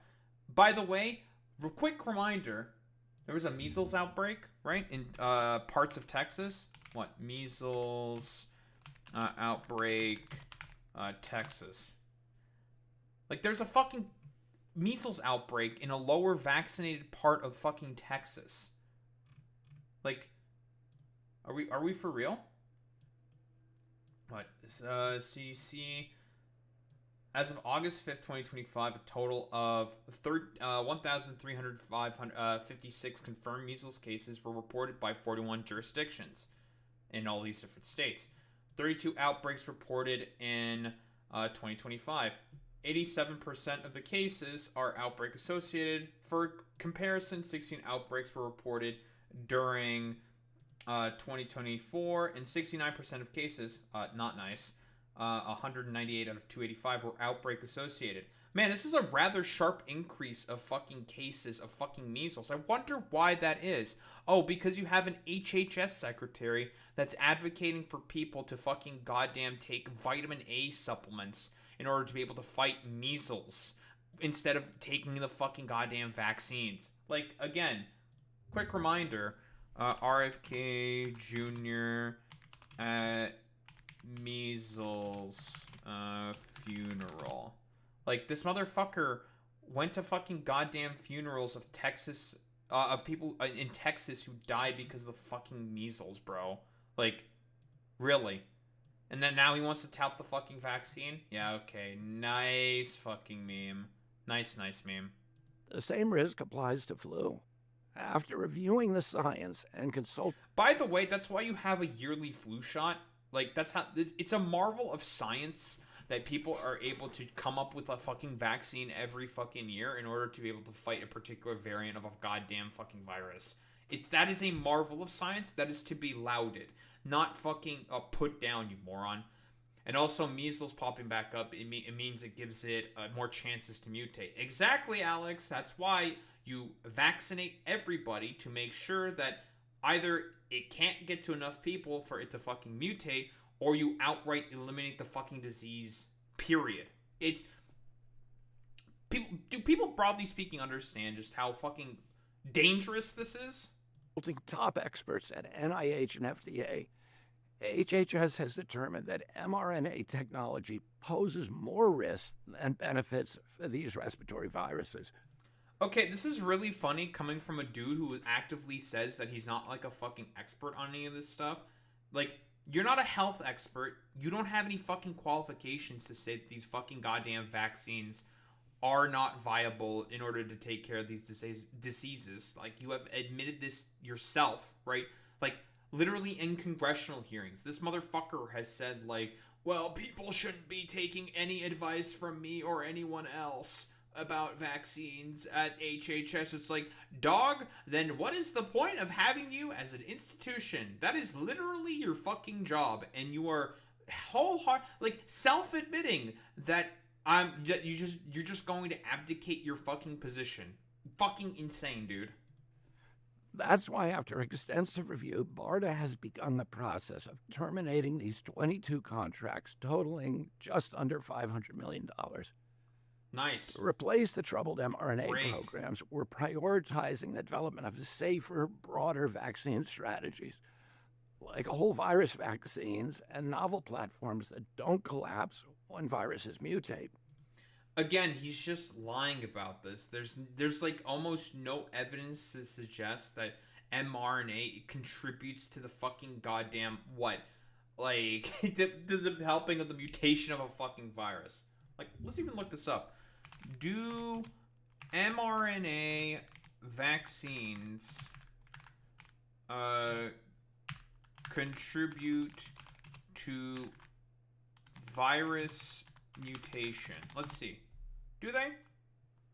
Oh, wow. Well, this is based quickly off the fucking AI overview. Oh, wait a minute. Based off of this. No, mRNA vaccines do not contribute to vaccine mutations. Instead, by helping the body develop immunity, because again, quick reminder as to how mRNA vaccines work, it takes DNA of dead fucking viruses and puts it into your fucking goddamn bloodstream. Your immune system takes a look at that, says like, oh, I know what that, okay, yeah, this is obviously bad. Oh, this thing is this thing? Okay, I understand what this thing is now. Now I know how to fight it when the actual thing goes into the body. Now we know basically it's like a tutorial for the fucking goddamn immune system to learn how to fight a particular fucking virus. That is the point. They can help to reduce the spread of a virus and in turn potentially slow down the rate of mutation, as there are fewer opportunities for the virus to replicate and mutate. Oh, RFK Jr. is just lying because, again, he's a fucking crank. He is a crank. He's an anti-vaccine advocate. Like, he has a vested interest to spread as much anti-vaccine disinformation as possible. Immunity gives it less chance to spread. Spreading, reproducing, causes mutation. Exactly, like we've been fucking saying here. While the presence of the original strain may be reduced after vaccination, this does not equate to increased mutation rates of the virus self. According to commentary published by the Science Media Center, the vaccine teaches the body to recognize and fight the virus. Hey, that's what I said. I said that. Whoa, crazy. Potentially leading to the selection of new variants as the original strain becomes less prevalent. Whoa, if you stop the original strain, it has less chances to go to other people's bodies to become new strains.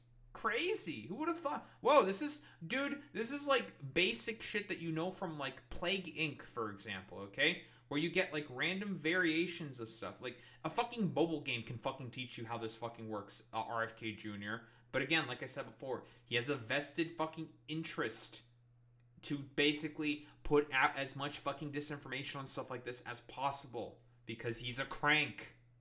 Let me be absolutely clear. HHS supports safe, effective vaccines for every American who wants them.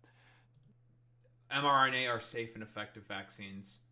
The FDA has approved them for broader distribution during COVID-19. He's lying.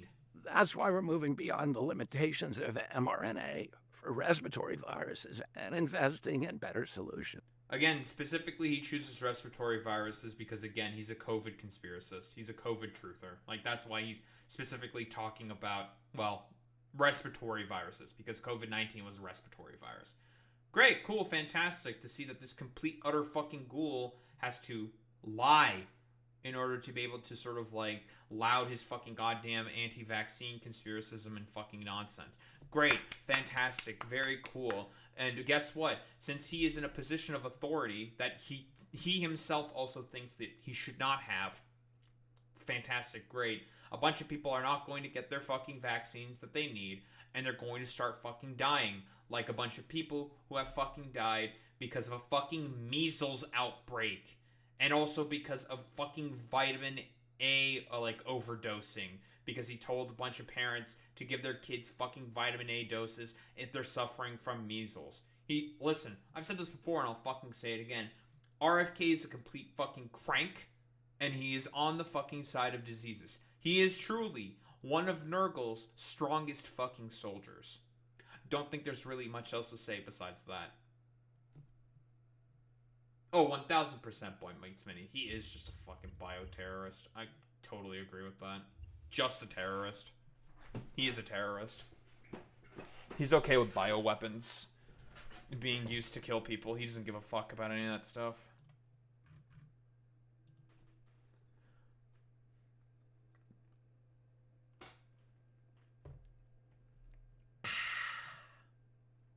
Water.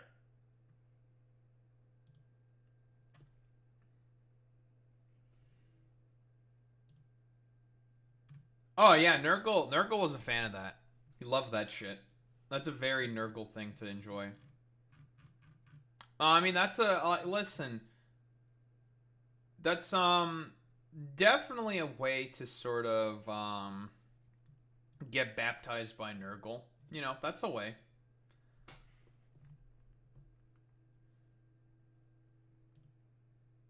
That's a way.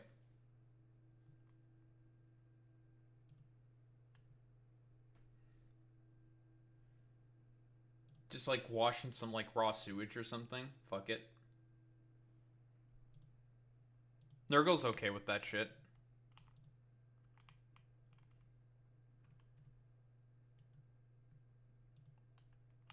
And look at that. Now we are on 2 machines.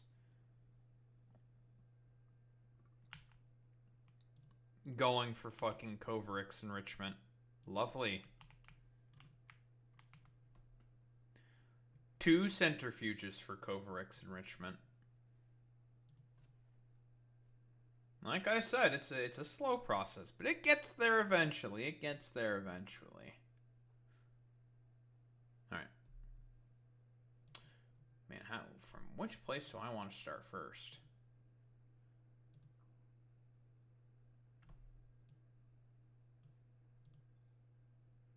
I'm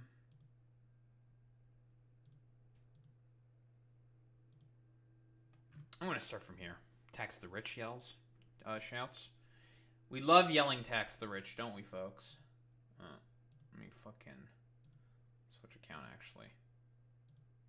Shut up. I hate you.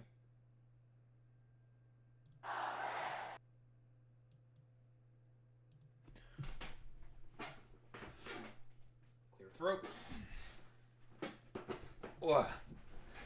Phlegm.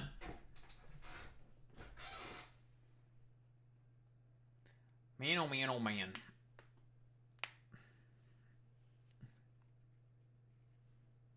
Alright. All right, what we got here? So, I guess a broader sort of strategy that the Republican Party has also been telling a lot of their main representatives and stuff. They've been constantly telling them, be like, hey, just don't fucking go to town halls or anything, because a lot of people, I don't know if anyone knows this, but a lot of people are not very fucking happy with their current representatives in office. So what we have, Mike Flood, the Flood, like from Halo.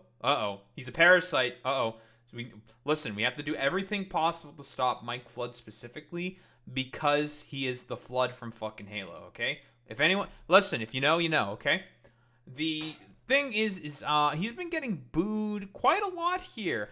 Isn't this like this? I feel like he's done a town hall before, where basically everyone was just like, boo, you suck, we hate you, you're trash, no one likes you, kind of a deal, right? Like, I think this is the second time this has fucking happened, I want to say. I think? I'm not 100% certain on that one, but I feel like this has been maybe not a common occurrence, but something that's happened before. But what do we got here? He's currently doing a town hall trying to defend all of Trump's wretched fucking bullshit, like the fascism, such as the Gestapo little ice freaks running around, jailing people for no reason and deporting them to El Salvador and to a random prison slave labor camp. And also, he's been defending the big beautiful bill, which everyone fucking hates. What we got here?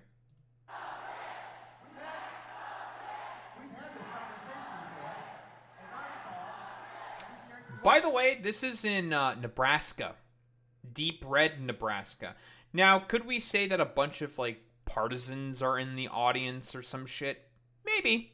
Maybe there are a bunch of partisans in the audience. But I feel like it's probably not going to be only people who are partisan. I'm thinking some of the people are either genuine or they're on the fucking left, right? At least that's my thought. We do love a little bit of good lefty agitation, don't we? Why did you cut SNAP and healthcare research?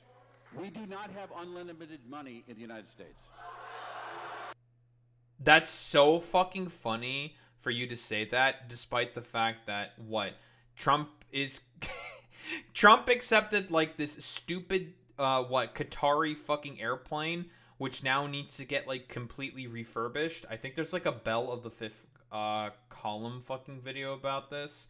Like, bro wants to fucking talk about, for example, like, there not being enough money to fucking to fucking pay for SNAP and all this fucking stuff.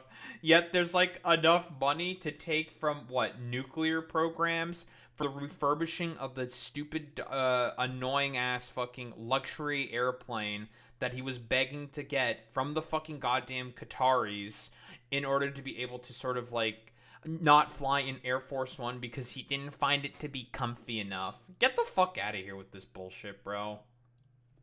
We've got Medicare now. We can start rolling back the age 5, 10 years at a time. Would you support that? We can't afford that. Yeah, you can't afford that. Yeah, Maybe if you were to tax, listen, there's a particular company with a net worth about $3 trillion. It's called Apple. Perhaps you could go after those guys. It's so fucking stupid.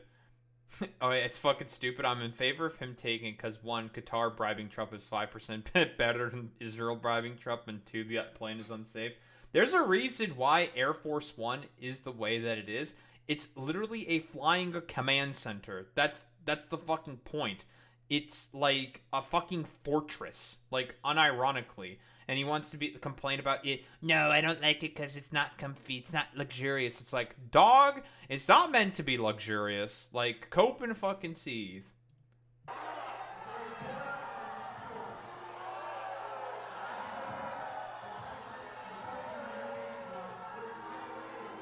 They hate this guy.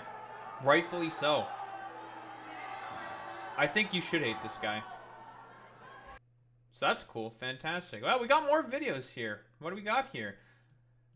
Do you think people who are 28 years old that can work and refuse to work should get free health care?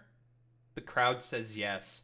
Yeah, because guess what? Listen, I understand that Mike Flood doesn't understand the simple concept, but it's called a rising tide raises all ships. Now, I understand this is a very, very difficult concept for a lot of conservatives to fucking understand, but, you know, if you help, you know, a one person, then you can just help out a fucking bunch of people at the same time, you know? It's not difficult. The United States is the richest, most powerful country on the fucking planet, but it's okay. You're just okay with, like, people fucking suffering because you're just a stupid fucking ghoul. It talks about two big changes to the Medicaid program. Oh, that's an easy question to answer, Boy Meets Mini. A Democratic Party who actually fights for things. One of those changes is that if you are able to work and you are able-bodied, you have to work. If you choose not to work...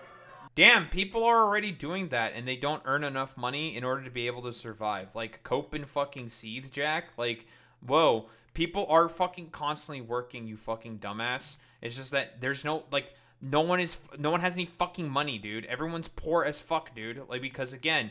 Well, listen, I'm pulling up my favorite graph. All right, it's one of my favorite graphs.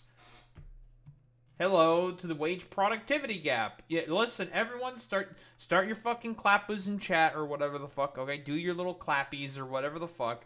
People clap. Whatever clap emote you fucking got here. Yeah, here's the wage productivity gap. Hey, I wonder why a lot of people are having problems being able to pay for their bills, pay for their fucking healthcare, pay for their rent, pay for fucking food and all this fucking shit. What? I wonder why.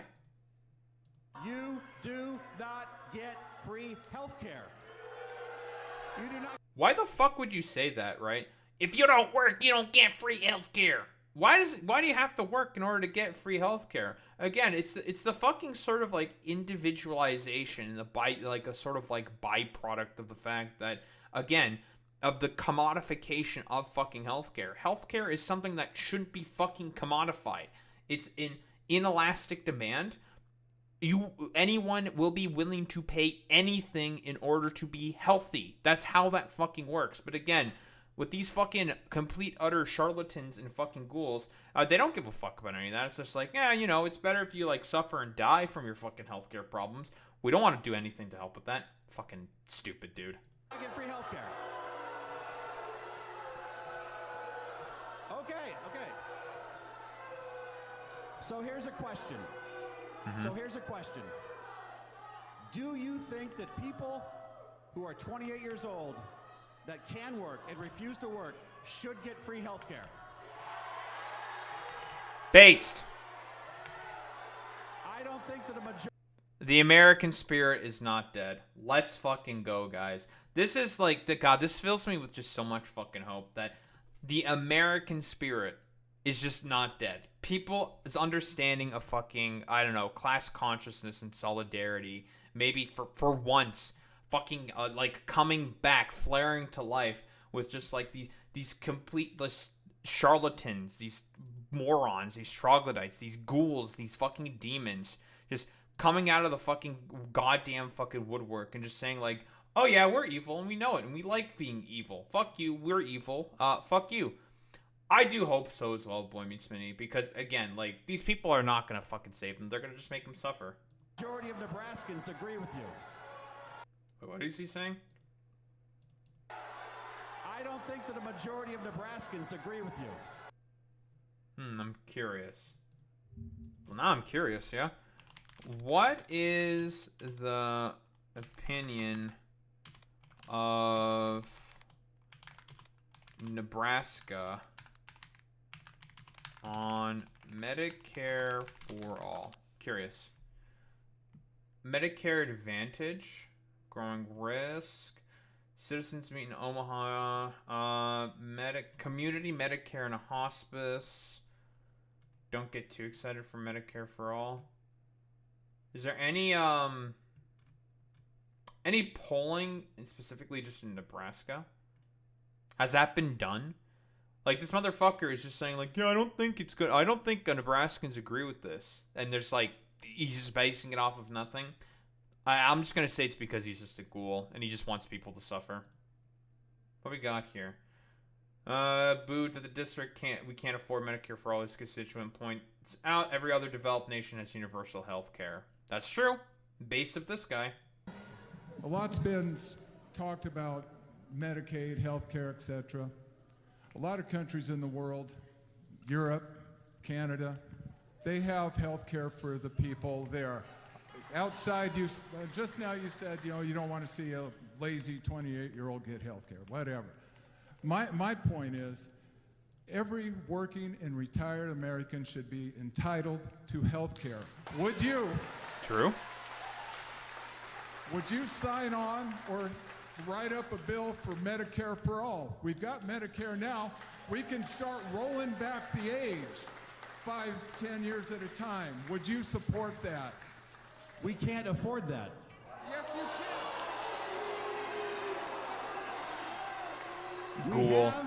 We protected Medicaid as the safety net for those who cannot care for themselves, who are vulnerable, for those who are able-bodied and working. I will tell you this, and I cannot take any credit for it, President Trump is going to bring down prescription prices because the countries you mentioned have been paying way too little for way too long, and we've been... Wait, way too little for way too long? Buddy, what the fuck are you talking about? We're talking about healthcare. What do you mean, way too little for way too... What the fuck does that even mean in this particular context? This is nonsense. Buddy, you're fucking mixing up your fucking talking points, Bubby. Like, what the fuck are you doing? Why are you saying that about fucking Medicare for all, dude? What? That doesn't make any sense. It's holy shit, dude. It's actually fucking insane how just much of a, I don't know, complete utter moron this guy is. Like what? Okay, bro. Subsidize them. And if we as a country start, I want to pay the same price for the drugs that are in London as they are in Lincoln. And that has not happened for a long time. We've been subsidizing these foreign governments and their socialized health care. Oh, I know what he's talking about. Okay, yes. Okay, yes, I remember now. He thinks that this is like one of the stupid, dumb fucking talking points that Trump went along with. He is basically saying that, well, we're gonna tariff the pharmaceuticals of the European countries because, well, we've been paying to do their research for them. When that's just not true. Like, European countries, Canadians also have like their own fucking like drug manufacturers. Like, that's just not even true. Like, it's just a lie. This is a lie. This will get solved by President Trump. It will mark the biggest change in healthcare spending in 50 years, and I'm confident sure, Jan. That's where we're going. Sure, Jan. Totally, I believe you. But what do we got here? Why, when you make your voting decisions, does it seem like they're based on capital rather than the working class? Now, that's a good question. Non-partisan, fucking non-lefty potential constituent here. It's a good question. I want to ask, why does it seem like when you make your voting decisions, they're based on capital rather than the working class? Billionaires and corporations got their tax issues enshrined into law forever, but the working class gets a no tax on tips or overtime that only applies to some of us, and now we wind up in a situation where we are.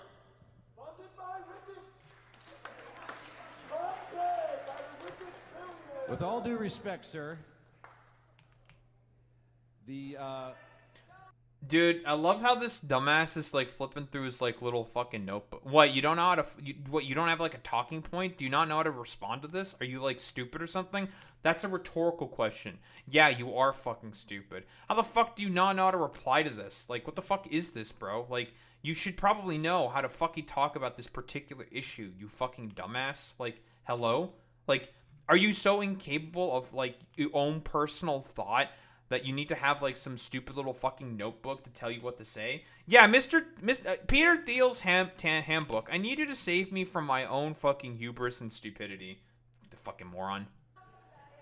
the Republican Party, now more than ever, represents the heart and soul of the working class. Clearly, no one agrees with that, so...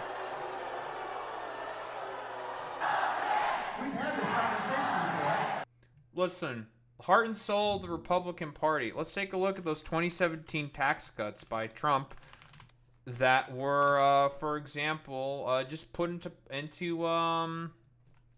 that were just solidified in the law thanks to the big beautiful bill.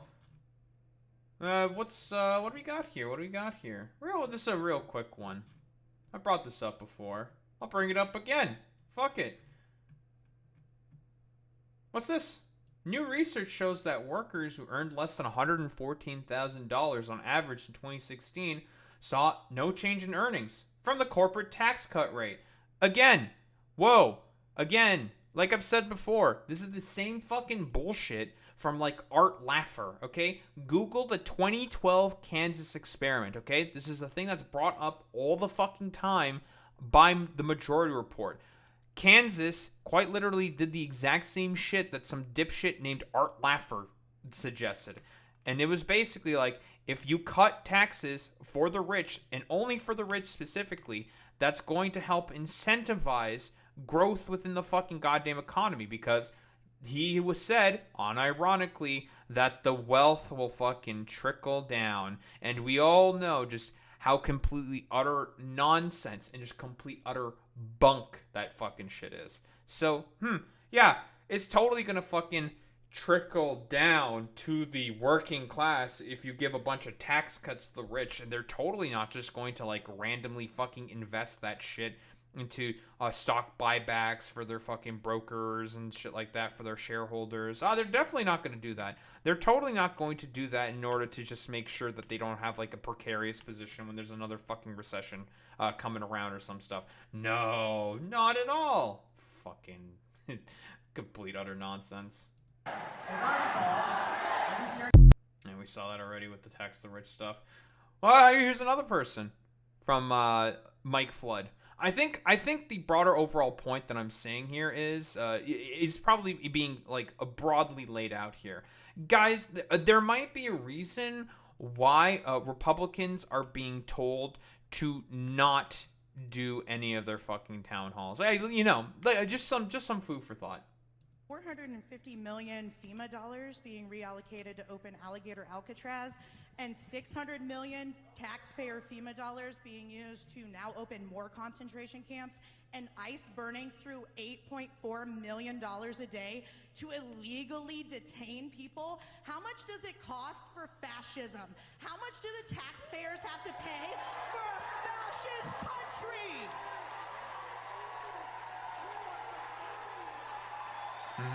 Based. With 450. Fuck yes. Actually, yeah. Just start saying it. Fuck it. Just say it. It's fascism. She's correct, by the way. I'm gonna only assume that his answer was probably complete utter dog shit, because again, he is a fascist. He is in support of fascism, and he's okay. He doesn't have a problem with fucking people suffering. He doesn't give a fuck about any of that stuff. Okay, listen. Everything for me, but nothing for thee kind of a deal. We know the fucking meme. We know the meme. These people are just complete, utter fucking ghouls. What do we got here? Mega reps town hall raps with tax the rich chance. What do we got here? What do we got here? I'd like to know how you expect to pay back all of this debt that is going to be layered onto our grandchildren, because we're not willing to make our rich part of our society pay their fair share. So what's interesting about that, and I think it's a fair question.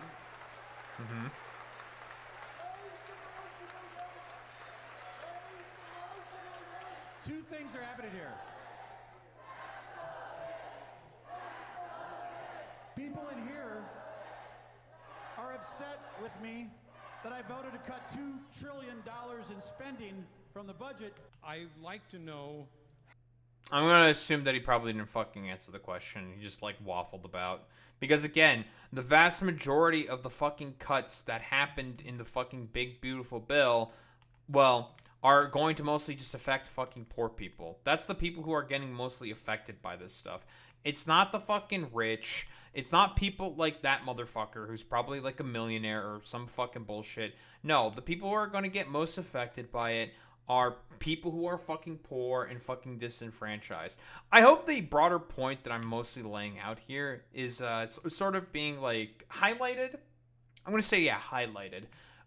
There's a reason why a lot of these motherfucking Republicans are not wanting to go ahead with a lot of their fucking town halls anymore. And it should be fairly obvious why. Because a lot of people are going to go there and they're going to be like, so why are you doing all this like clearly abhorrent fucking dog shit, like terrible, objectively horrible things constantly, and you're just making lives worse for fucking everyone? And guess what? If there's a Republican that's like, if there's one thing that a Republican is scared more than of anything, it's actual fucking accountability from people. Like, they don't give a fuck about any of that stuff. So, that's cool. So, Flood owned a ton of radio stations in the state's only 24-hour news channel. Ah, he's a radio fucking guy. Nice fucking... Every fucking time, it's always radio with these fucking freaks and charlatans. Who would have thought? But yeah, you know, as expected... People should just keep dragging this fucking dumbass's fucking ass because, like, again, the Republican Party and the fucking rich, there's a reason why they are the fucking party of the rich, and they are willing to do anything and everything possible to make your fucking material conditions worse, to make you fucking suffer for, I don't know, the crime of basically being poor in fucking America. They don't give a fuck about any of the fucking consequences of any of their fucking actions because they know that they got theirs and they're probably going to have like some stupid dumbass, I don't know, like some like stupid dumbass fucking bunker in the middle of buttfuck nowhere that they can easily retreat to when the things get a little too tough for them on the fucking surface world. Because again, like the rich are, well, I think for like lack of a better term, a complete fucking abhorrence in the current polite society that we find ourselves under. Listen, it's truly, like, this is just, I think just purely just let them eat cake kind of a moment. I think that's probably, like, the best way to sort of, like, summarize this. Let the fucking poor suffer, let them fucking eat cake. Who gives a fuck about any of them? So long as we get to pass our fucking tax cuts for the fucking rich. Meh, who cares about any of that stuff? We get our fucking tax cuts. We get our shit cut. So, meh, whatever. Who cares? If the poor are just going to be, like, left there to rot away and to suffer, that's fine. Who cares? Even though it's the poor and the fucking working class who are the main people, who are the main catalysts for building the fucking goddamn country that they fucking live in. Not these, like, stupid rich billionaire and millionaire fucking assholes. These stupid, dumb, fucking annoying pricks. Don't think there's really much else to say besides you should keep bullying the fuck out of these dumb fucking Republicans.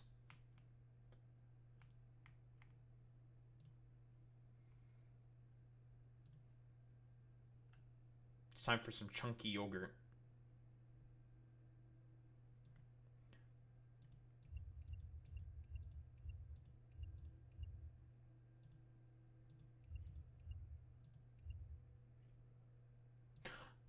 Oh yeah, and before I forget to mention with before I forget to mention with all the like stupid like actual objectives for what the Republican Party wants.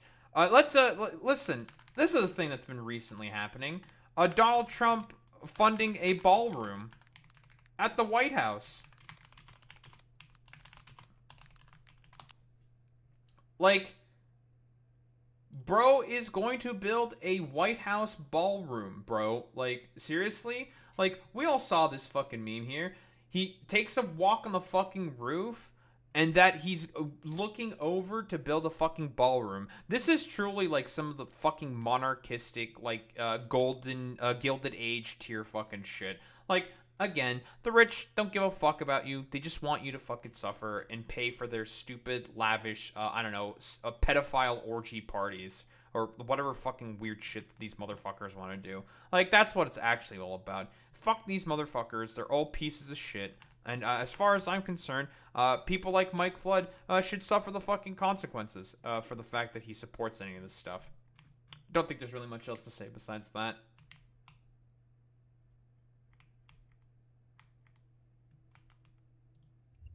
Nice.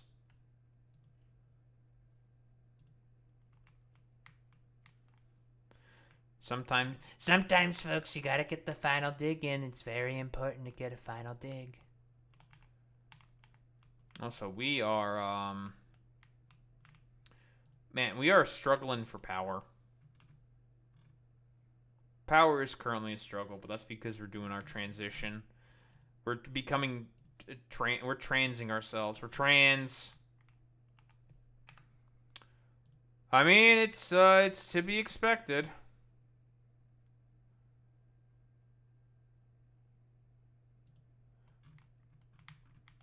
I mean, if I don't have to launch any more fucking goddamn rockets, because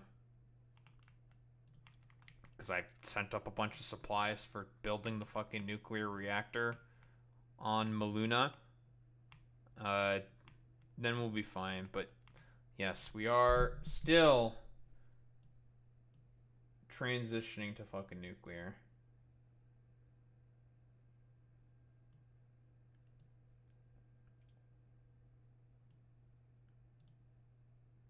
We've tried establishment. Shut up!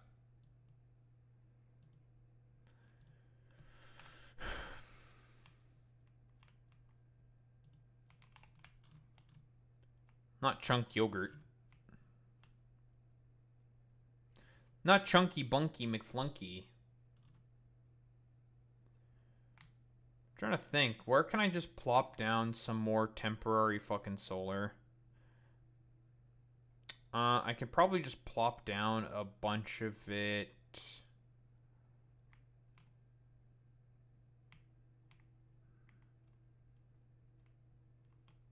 Around here. Yeah, let's plop down a bunch of cells around here.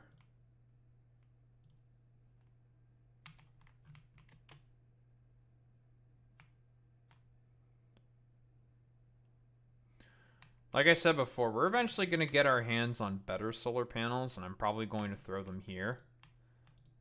Because I'm probably not going to come out here with, like, really much of anything. So let's clear the ground.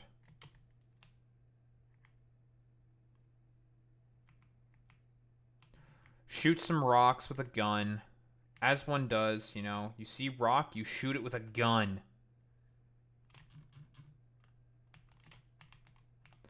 You ever just shoot a rock with a gun?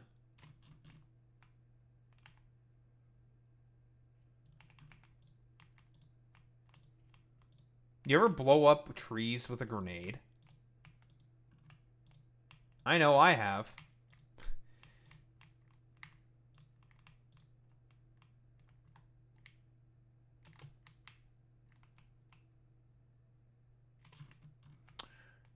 Okay, I'm just gonna slap down fuck ton of solar panels.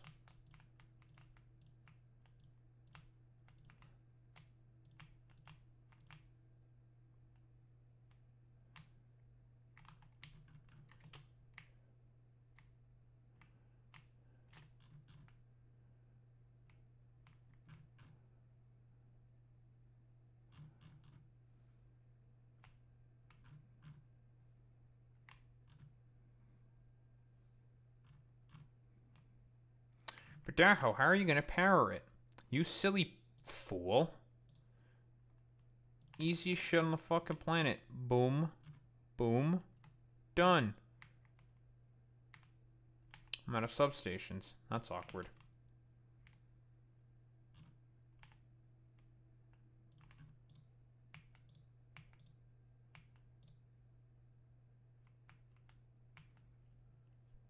Oh, the idiots are doing it for me. Lovely.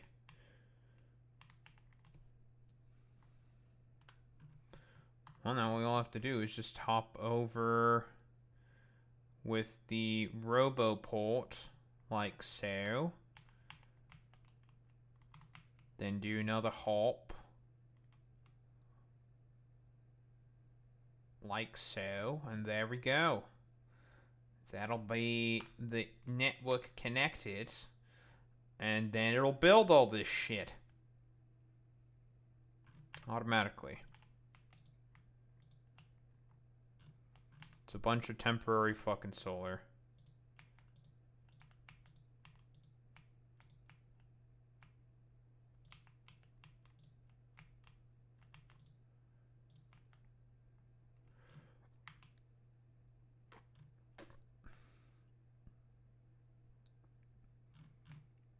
Go forth and build. In my name.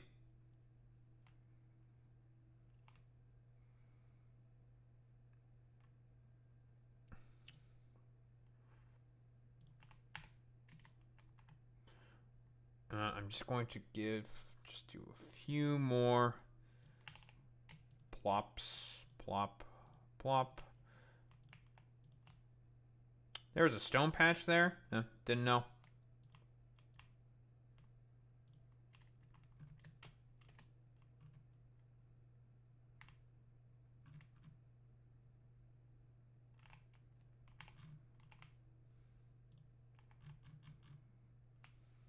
There, giant solar panel farm.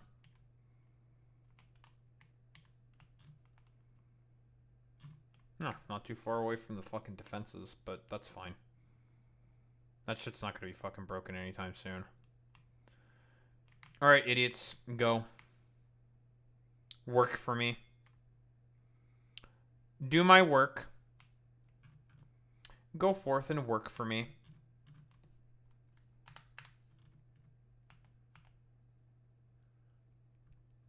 Gaze upon the robots, how they work, how they toil.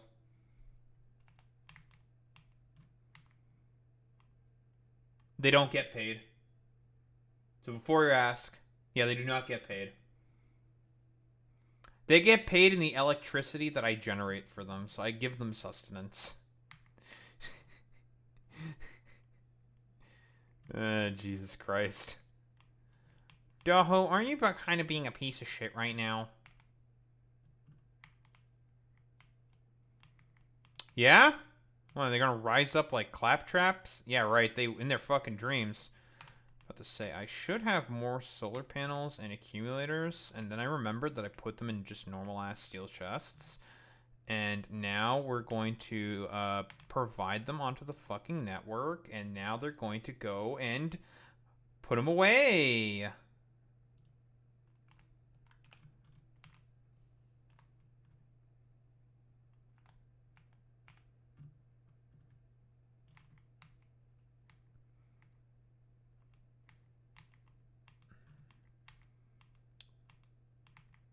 Gaze upon my army.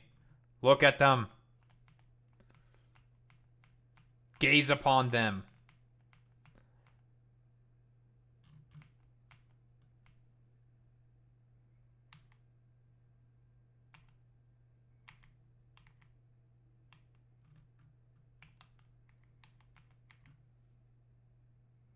Why are these fucking depleted uranium fuel cells here?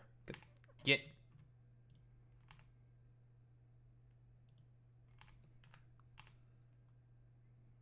Why do I have them now? I'll figure out what to do with you later.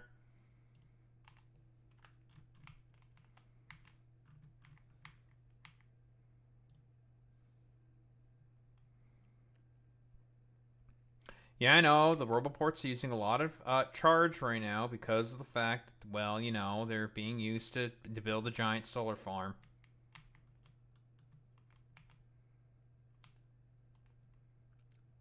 So then the transition to this can be easier, and then I can get rid of this.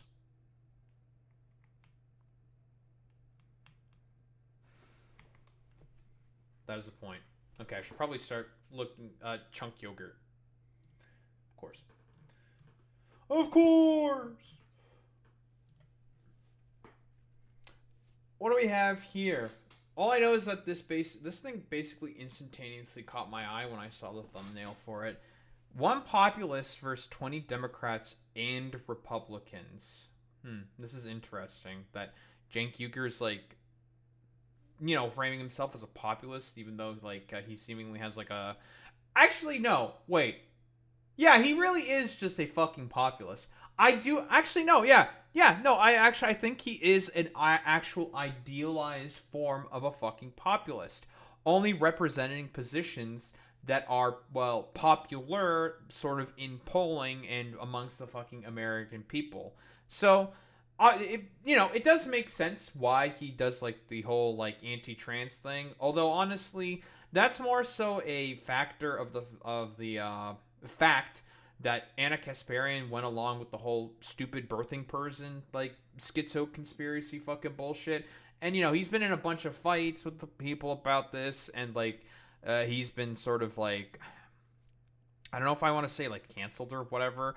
He's basically gotten a lot of flack for the fact that he's just, hardcore committing as much as possible in order to, I don't know, defend the fucking honor of Anna Kasparian, who recently did a fucking podcast episode of the Tucker Carlson show, where the two basically, like, sat there and cavorted about with, like talking about just, I don't know, like, stupid, idiotic, like, schizo conspiracy theory shit. So, like, what do we have here? We all know that, I don't know, Cenk does the sort of, like, populism fucking shtick, but, like, I don't know. He does it, like, really bad. What do we have here from Cenk Uygur? Democrats complete failures. We tried establishment. YouTube ads. Turn your pastime into your full time. We tried establishment. Wait. Democrats complete failures. We tried establishment Republicans. Wait, hold, pause. Enhance. Is that IRI? Is that I'm really important? Now, okay, keep in mind, IRI, he's basically, like, unironically, he's just a Democratic shill, right? He'll, like, well, honestly, like, IRI, he'll, like, support anything that just benefits the fucking Democratic Party, which, I don't know, fair enough, I guess, or something? I'm not really sure. Like, basically, if it's beneficial for the Democratic Party, IRI will be in fucking support of it. Like, and that's, like, pretty much his modus operandi. Nothing, like, really too crazy going on there. So, he got fucking called up for this fucking Jubilee. That's fucking crazy. Complete failures. We tried fake populism under Donald Trump. Complete failures. So the only thing we haven't tried is left-wing populism. You say, don't try it. Go back to the establishment Democrats. Are you crazy? You can't vote Democrat and then say that, well, because they still support the rich and the rich they get all tax cuts, I'm still going to cast my vote, which is the most powerful political weapon you have, to the very establishment that you're on one hand trying to tear down. That's just weird to mention guardrail against firing people when you rejected a union at your company and fired somebody for organizing. Yeah, that is absolutely not true. Ooh, someone bringing up that shit. Ooh, interesting. Yeah, because, again, Cenk Uygur had a hand in playing to stopping the fucking TYT fucking union. Ooh, someone who did their fucking research. Interesting. Because as far as I could tell, is there a fucking TYT union? Is there a union at TYT?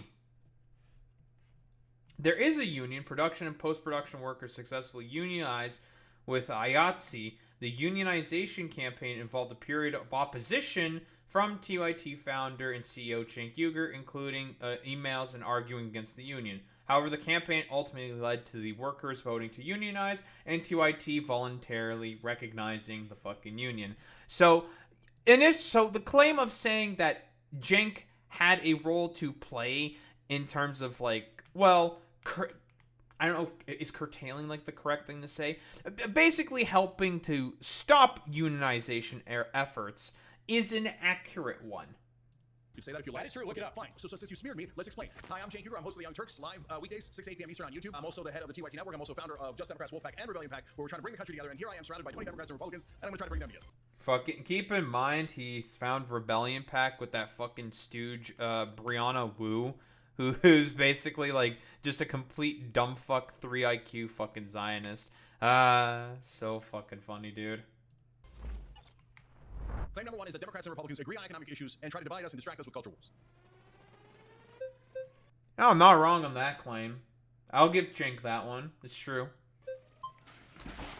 All right, Cenk. Good to meet you. Good to meet Mine's you. Oliver. Hey, Oliver. Yeah, so I guess the first place I want to start off with your claim is to first say that I think there's a grain of truth in it. I think I would largely agree that when it comes to the system of neoliberalism, the system of capitalism, I think there can be a lot of overlap. I think where I would probably push back a little bit is when we look specifically at what policy issues get passed and how they affect people, there seems to be a very big difference. So, for example, under the Biden administration, we saw with the expansion of the Affordable Care Act and Medicaid, we saw over 8 million people become eligible for Medicaid who were previously not eligible. If we contrast that right now with what's in Trump's big beautiful bill, over a 10-year period, that would make between 15 and 16 million people ineligible for Medicaid. So it seems like a crucial economic issue that affects people's ability to, survive, have quality healthcare, live quality lives. There seems to be a stark contrast. So I'm just wondering, kind of your thoughts on that. That's a pretty good point there, right? Like, again, I've mentioned this exact same point before, but the ACA was an improvement to what was before, which was basically like, from what I understand, like honestly, it was just like nothing. That like it was just like basically like, just don't get sick in America, forehead, and you'll probably be okay or some shit, right? That used to be healthcare before in America.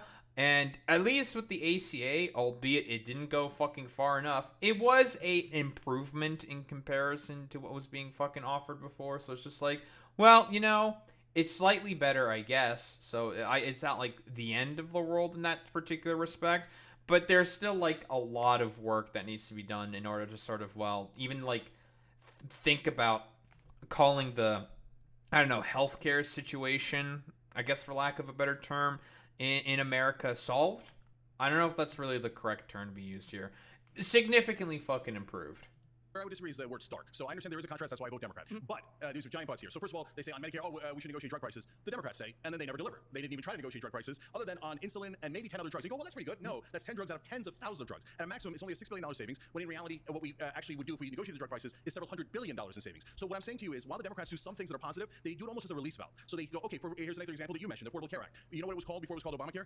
You can enlighten me. Yeah. The Romney was a plan that was tried in a Republican state. Exactly. It was called Romney Care. Yeah. And you know who came up with it? The Heritage Foundation. The same people who came up with Project 2025. Okay. That is a corporate release valve so that people don't build up too much pressure and go to a rebellion or a revolution. But the bottom line is, that was a tiny, tiny little fix thought up by a right-wing think tank. And then now when you say negotiate drug prices, Obama never did it, even though he ran an ad called Belly where he said he was going to do it. Biden does at most 6% of it. The Democrats are constantly doing 5 to 10% as a little release valve, but keep the machine going exactly as it is. And we can totally agree that there shouldn't be more that's done. I guess maybe I was taking your claim too literally, which is that Democrats and Republicans agree on economic issues. And maybe you qualify in there. Is it largely agree? Is it mainly agree? Oh, it's definitely large. Yeah, okay. It's not 100% agree, otherwise it would be too obvious. But is it true that they largely agree? Of course. So I'll give you many other examples. Okay. Paid family leaves at 84%. Yet the Democrats never seem to be able to pass it. Why do they never pass it? Because they're not trying. They said they do the public option. Joe Biden didn't even announce it. Introduce the public option. Why? Because I don't know why. Okay, so is it just gonna be like attacking the fucking Democrats? Yeah, I agree you should attack the Democrats for not fucking passing any of this stuff. But again, this fails to sort of take into the fact that there is another party that actively does everything possible to undermine those particular very popular policies, the Republican Party. So yeah, like, again, bash the fucking Democrats for being like feckless, cowardly, and ineffective, but you should still always mention the fact that there is another fucking party in play who actively does everything possible in order to, well, you know, make it such that these popular policies are never passed. We just saw the fucking Mike Flood sort of like town hall thing, and also, like, there's a reason why Republicans are constantly being told, like, to not go to their town halls and not fucking talk with their constituents. Because, again, the objective of the Republican Party and what they want to do is they don't want to fucking represent you. They want to rule over you. They want a fucking monarchy. That's what the Republican Party is looking to build. they agree with Republicans. Well, I don't think they agree with Republicans necessarily. I just think that sometimes it's hard to pass legislation in a bitterly divided Congress. Would you acknowledge that it's difficult very often in order to get things done? You don't. No, see, that's the number one excuse Democrats use. Oh, golly gee, there was nothing we could do. And they're saying there was nothing we could do. There was nothing we could do. In reality, he didn't even try for the public option. Biden, he didn't introduce it. So that pulls it over 70%. Why not try? Sure. $50 minimum wage. Republicans didn't take that out of the bill. Joe Biden took it out of the bill. You see those things where you can tell intent, and the intent is he actually agrees with the donor class and the Republicans. He doesn't want those things. And brother, if you can't pass a bill at 84%, then are you saying the Democrats are the most incompetent politicians in history? I'm not saying they're the most incompetent party. I'm also not saying they're perfect. I think. I mean, they are very incompetent. Okay, I'm agreeing with fucking Cenk here. The fucking goddamn not Republican, but the Democratic Party they're incompetent, but it's a sort of like willing incompetence, because again, I've talked about this before, but the main thing with the Democratic Party is that they also want to have a lot of the exact same fucking donors and like sort of political class donating to them that the Republicans also have. They also want to have that fucking billionaire corporate money and cash and flow and shit like that in order to be able to, well, pretty simply put, just have like, I'm trying to think of like what the best term here to use is like a sort of like valve. I don't know if valve is the correct term to use here. They basically want to make it such that it is a lot more difficult for a lot of like progressive legislation to be passed that would ostensibly be very, very good fucking legislation, because they have a lot of the exact same fucking corporate interests as the fucking Republican Party. That's not ridiculous or hyperbolic to say. They have a lot of the exact same fucking interests, and it makes it such that it is rather, well, difficult in order to be able to enact like good sort of like populist policy, right? Like that's not like ridiculous to say. that we risk running into an issue where we equate the two parties as being virtually the same, which leads people to not voting whatsoever at all. Because I think the whole class is against them, and I'm in complete agreement with you that the two-party system is fundamentally broken, and the Democrats in a lot of ways have a lot of the same issues. I guess what I predominantly have an issue with is those who maybe don't take the time to have nuance in the discussion and just say, oh, they agree on economic issues and they only want to divide us on cultural issues. So here's the difference. It's important to make that, because otherwise people stay home. They don't vote, and then we're in the situation that we're in right now, and a lot of people don't end up voting. No, but Oliver, so let me tell you my perspective on it that's really important. Okay. So Democrats always say, hey, look, there's a 5 to 10% difference, so you should vote for us. Okay. But they don't quite say it that way. You understand that, I understand that, a lot of people here understand that. Marketing's a thing. Right, no, hold on, this is super important. But they tell the voters, we're going to make a big difference. We're going to do minimum wage, we're going to do public option, we're going to do pay family leave. And when they don't, people get disappointed, and that leads them to not voting. That leads them to hating the Democratic Party. What I'm saying is go with populist left. That is the one thing that has not been tried. We would actually do the bills. We do the bills, otherwise then you're the same as the Republicans. Fair enough. All right, thank you very much. Thank you, Oliver. Okay. Great to meet you. Nice to meet you. Great to speak with you. I agree with your overall term here. I would say that at the end goal, they agree that economically we all want the same things, right? But the way we get it is two completely different economical viewpoints. We have the left that tends to be more socialist and communist, and we have the right that is more crony capitalist. Okay. The left wants to take your taxes and they want to distribute it the way they want. Yeah. Well, we got the fucking Republican. All right, we got a fucking dumbass. The right wants you to keep your taxes right now. They want you to keep your overtime taxes. They want you to keep your taxes on tips. So what is your? Yeah. So first of all. Yeah, that's not even true, by the way. Like, that's just a complete fucking farce. Like, the taxes on fucking tips things, that's not even like in the fucking big beautiful bill. It's just a lie. It's nonsense. Bro, you gotta stop saying socialism and communism. Because none of the Democratic politicians are in favor of that. They're actually Bernie's quite literally. Yeah, no. So he says he's Democratic socialist. Even he doesn't really go towards what you would consider socialism, because you're putting socialism and communism in the same bucket where they don't belong. None of them are in favor of ending corporations, ending capital, etc. In fact, Kamala Harris and Joe Biden, their number one problem is that they're corporatists, not that they're socialists or communists. No, they do whatever corporate donors tell them to do. They want to end businesses with vaccine mandates. Yeah, no, brother. No, but that's drug companies. They're doing the exact. Wait, did he say that vaccine mandates are Dude, vaccine mandates is socialism. That's what that means. Yeah. Guys, we found the fucking dipshit Republican. Dipshit Republican alert.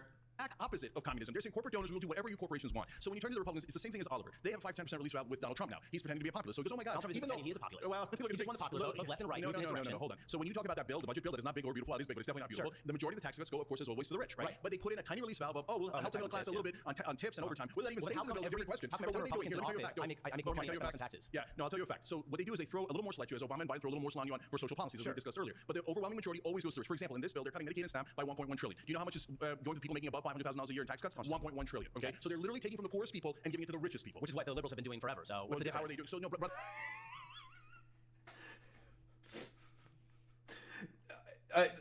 I don't know. The dude's just a fucking like. What else are you even supposed to say here? Yeah, the dude's just like a fucking brain dead fucking moron. Just like, yeah, listen, everything that's like bad that's happening is all because of the Democrats' fault.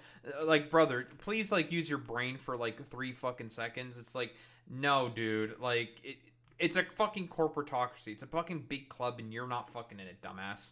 Brother, what I'm saying is you're actually proving my point. Democrats and Republicans constantly say that they have giant differences. Then what did the Republicans do? They do massive tax cuts for the rich. And then Obama, by the way, came in and actually made Bush's tax cuts permanent, which cost us even more than the original Bush tax cuts did. So there's a lot of fear about how they disagree. But at the end of the day, why do we as a business owner save more money when Republicans are in office? Why do we as a business owner save money? So you know why? So I'm a small business owner. So we save a little bit of money. The giant corporations save a ton of money. Isn't it better if everybody saves money? No, it's not. Why not? That makes no sense. No, brother. I don't know why this fucking dude is constantly swaying out about small business owners. Most people on the planet are not fucking small business. Listen, it's time for the Hitlerite fucking small business owner to get their fucking goddamn representation. I wonder if this guy owns a fucking small business. Yeah, dude. Everyone's going to be really, really fucking glad about the fact that their small business is, I don't know, getting the necessary like fucking tax cuts or whatever the fuck. Like, it's fucking stupid, man. Like, won't anyone ever think about small business owners in America? I feel like they're really important to consider in terms of all this stuff. Like, it's so fucking stupid. Yeah, it's a good point, Alex. Like, small business owners are the people who have been hit the hardest by the fucking tariffs, and they're also going to get hit the hardest from the fucking big beautiful bill. Like, this guy's a fucking moron. Like, Republicans are also not good for fucking small business owners. Small business owners don't like the Republican Party. It's easy to say, okay, then we shouldn't have any roads, bridges, cops, fire departments. Nobody's saying that. We just don't want our money going to foreign. We just don't want our money going to foreign countries. Oh, I couldn't agree more. On drag and by the way, events, that's another thing that proves my point. Republicans and Democrats always do whatever AIPAC tells them. So that is a foreign government. Different argument. No, it's not. It's the same argument. It's the donor class. Thank you, Cenk. Yeah. That guy's stupid, I guess. Nice to meet you. So when you talk about this concept of like a release valve, it seems like you're downplaying very relevant and very important differences that exist between the parties. So the Affordable Care Act, you understand that it expanded coverage to like millions of people. More people got Medicaid. Premiums are subsidized. Like this is good policy. And I agree with you. Sometimes, in many cases, Democrats lack spine. They don't push hard enough. But I think chalking it up to like they're pretty much the same. There's just a little release valve difference is a little bit reductive. Yeah, it's not at all reductive, and the Affordable Care Act is a perfect example of it. So you're right. It was better than the previous system because the previous system had pre-existing conditions, and you get blocked for that, and American people despise that. So it needed to be changed. That is part of the reason why a right-wing think tank, Heritage Foundation, came up with Romney Care. It's a release valve, and it's a Republican idea. Then Mitt Romney took it and passed it in Massachusetts. That's why it's called Romney Care. Then Obama and Romney ran a campaign where they pretended to be on exact opposite ends of the spectrum with the same exact healthcare plan, literally the same exact healthcare plan. Do you think the ACA is like a right-wing health insurance plan? It was literally created by a right-wing think tank, Heritage right Foundation. now in Congress are trying to push a reconciliation bill that literally guts Medicaid when the ACA expanded Medicaid. Yes. So they always move the goalposts. So what do? They bring in, okay, here's our release valve. Okay, now the American people are still mad. Of course they are. Because, and here, let's talk about the next steps that happened. Obama said, oh yeah, we might do the public option, which would have been not universal health care, but a good step forward. I do think that this sort of release valve rhetoric, I kind of agree, does seem a little fucking reductive, right? Because again, the improvement from what was there previously, like, I don't know, like Boy Meets Minnie or Alex, like you guys could fucking actively sort of talk about like the previous sort of healthcare plan under the United States of America. It was basically like non-existent, right? And yeah, that's a really good point there, Alex. Yeah, Romney was not even running on fucking Romney Care. Like, he wasn't running on like a fucking healthcare plan whatsoever. So to say that like, oh, it's all like a part of the fucking release valve thing, and it's all just like, the Democrats are just really, really bad and evil for like, it's not like enough to pass the fucking ACA. Like, yeah, is reductive. I agree with the fucking individual here that's fucking talking. Like, it's not. It's not just like, oh yeah, dude, totally. Like, it's all just because the Republicans and the Democrats are like totally and utterly the same. Like, literally, Trump on day one was trying to completely gut and destroy the fucking ACA. Like, he was trying to fucking get rid of that shit. So like, huh? What do you mean? Like, he was trying to destroy that stuff and make it such that, I don't know, like America in terms of the healthcare department is going back to the fucking Wild West. So a little fucking reductive to say, like, yeah, it's all about the fucking safety valves with the Democrats and the Republicans. It's all about, like, a reduction of fucking sort of differing policies and stuff. But, at least in, like, some aspects, yeah, sure, they are better. But, whatever.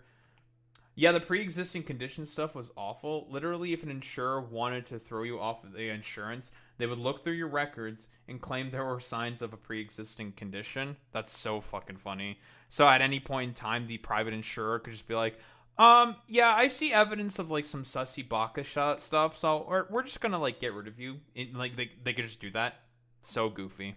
Forward. Right. I was there. Young Turk's been around forever, and I was like, yes, you got to do the public option. Then Obama says publicly, oh, I guess we can't do the public option. Wink. And they immediately took it out of the bill. What's that? That's because of Joe Lieberman, right? But 59 other Democrats would have voted for okay, see, that's exactly what I'm talking about. So that they always have an excuse. So right now, under Biden, the excuse was, oh, we don't have enough senators. Oh, golly, gee, hold on, the filibuster, the parliamentarian, and then under Obama they had 60. They could pass anything they wanted. They're like, let's take a really, really long time with Romney Care. Oh, oops, we ran out of our 60. Things changed. Okay, now the Republicans are ignoring the parliamentarian when they try to pass this bill. So the Democrats keep finding excuses. Why did they take the public option out of the bill? You think why did they never choose the public option back again? I don't think the Democrats want the public option at all. When 59 senators said we'll vote yes on this, and Lieberman that's what I'm trying to tell you, brother. They don't mean it. So let me give you two examples. Where am I getting it from? Where am I getting it from? Number one, the public option polls at over 70%. They didn't even try to pass it. Number two, when Biden came into office, said he was going to do public option, and then he lied, and he never once introduced it. He never once introduced it. Oh, now they don't have political capital. Golly, gee, oh my God, I can't. The voters are sick of I can't. Why don't you actually try? So tell me why they're such losers. They can't pass paid family leave at 84%. Are they losers, or do they actually secretly agree with the Republicans and they don't want any of this because they're corporate donors? I agree with you on policy. I want paid family without single-payer healthcare, but this is not like super easy to pass. You're like, if they just all yes, their hands I can get past in 2 weeks. 2 weeks. Okay, so here's how you do it, guys. You see, you've been taught by mainstream media and Democratic politicians to accept failure. Oh my God, there's nothing we can do to pass this.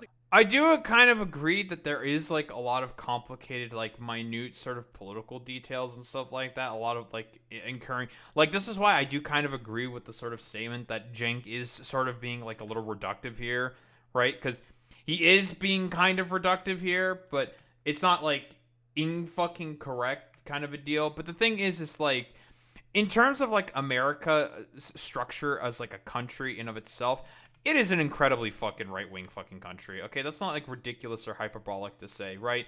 Like a lot of fucking things that are popular that I think should be fucking obviously passed are not going to, generally speaking, be fucking passed very often because there's a lot of fucking vested interests. And also people who are just willing to fucking sabotage sort of progress on a particular issue.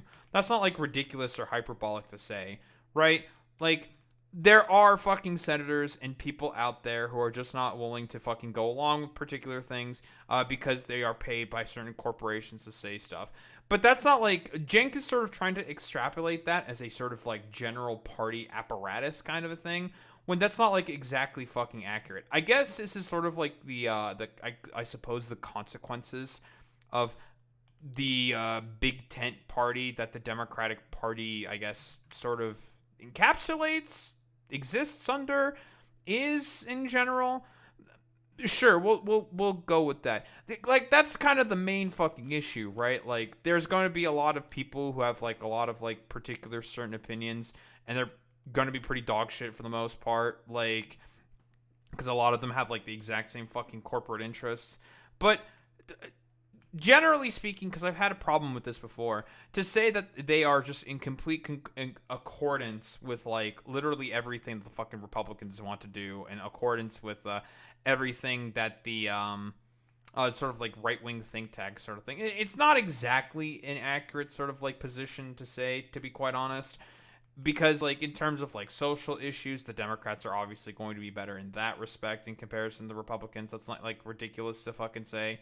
There are aspects where Democrats are fucking better, definitely in terms of the economy and everything. Which is why I'd never like really agree with like all the sort of like attempts of people to try to like quote unquote leave the Democratic Party, because I just don't think it's going to be really effective, because there's just like no other alternative at the moment, right?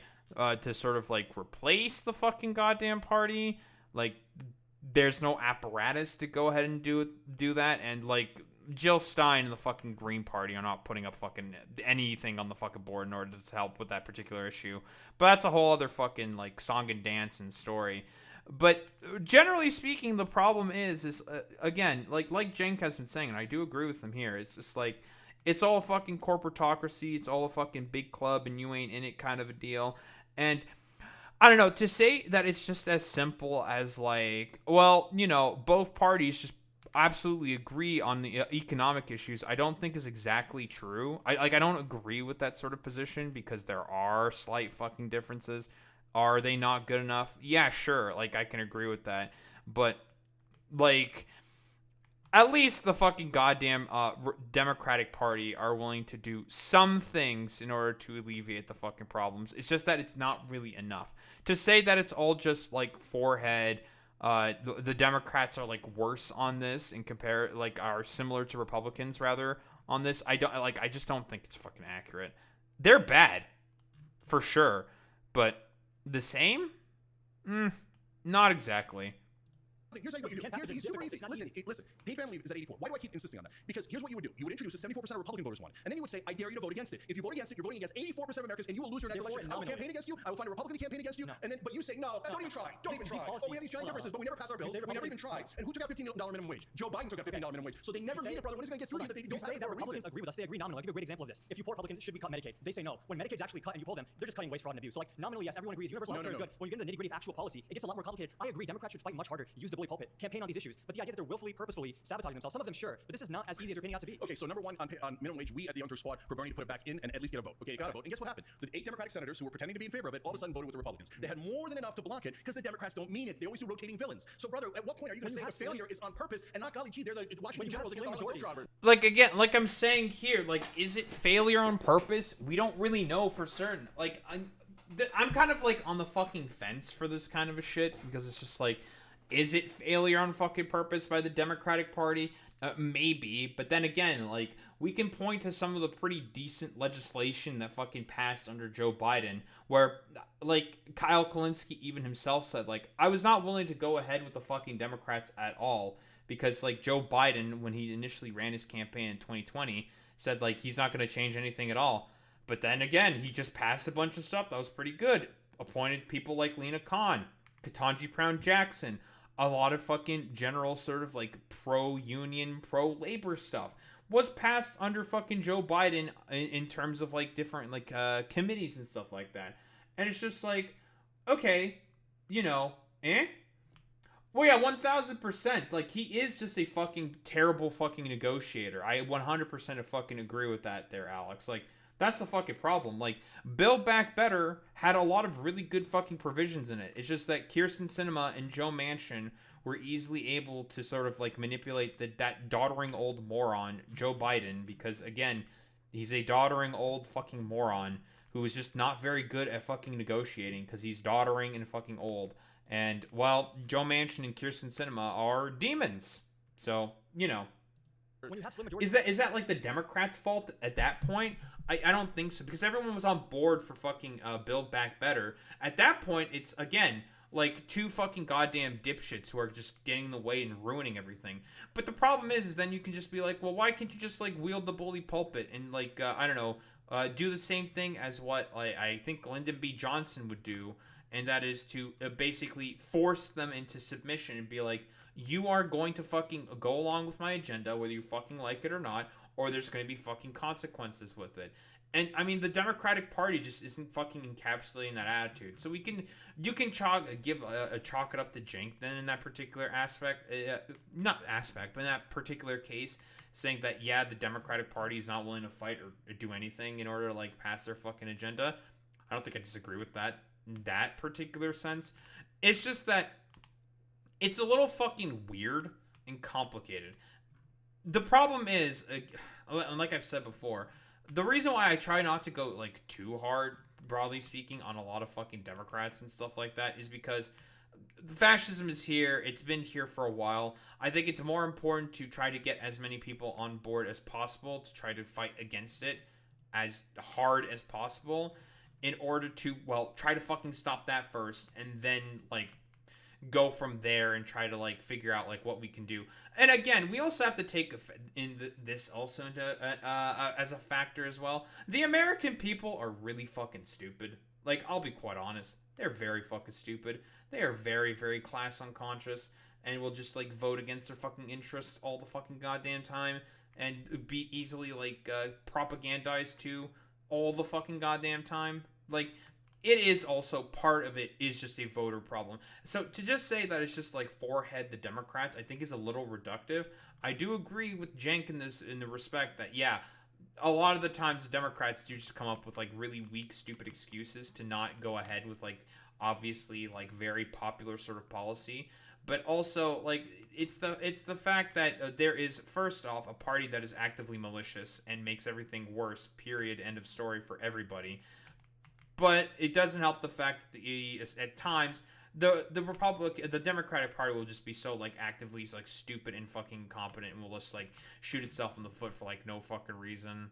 It's one of those things where I don't think like Cenk is trying to like generalize something that I think is he's trying to generalize something that I think is a little more complicated than that, which I very, very roundabout way of me saying like, yeah, it's, you know, what he's saying isn't entirely wrong. It's just, it's a little fucking trickier than that. Like, we don't know about, like, what goes on in the fucking backroom dealings constantly, right?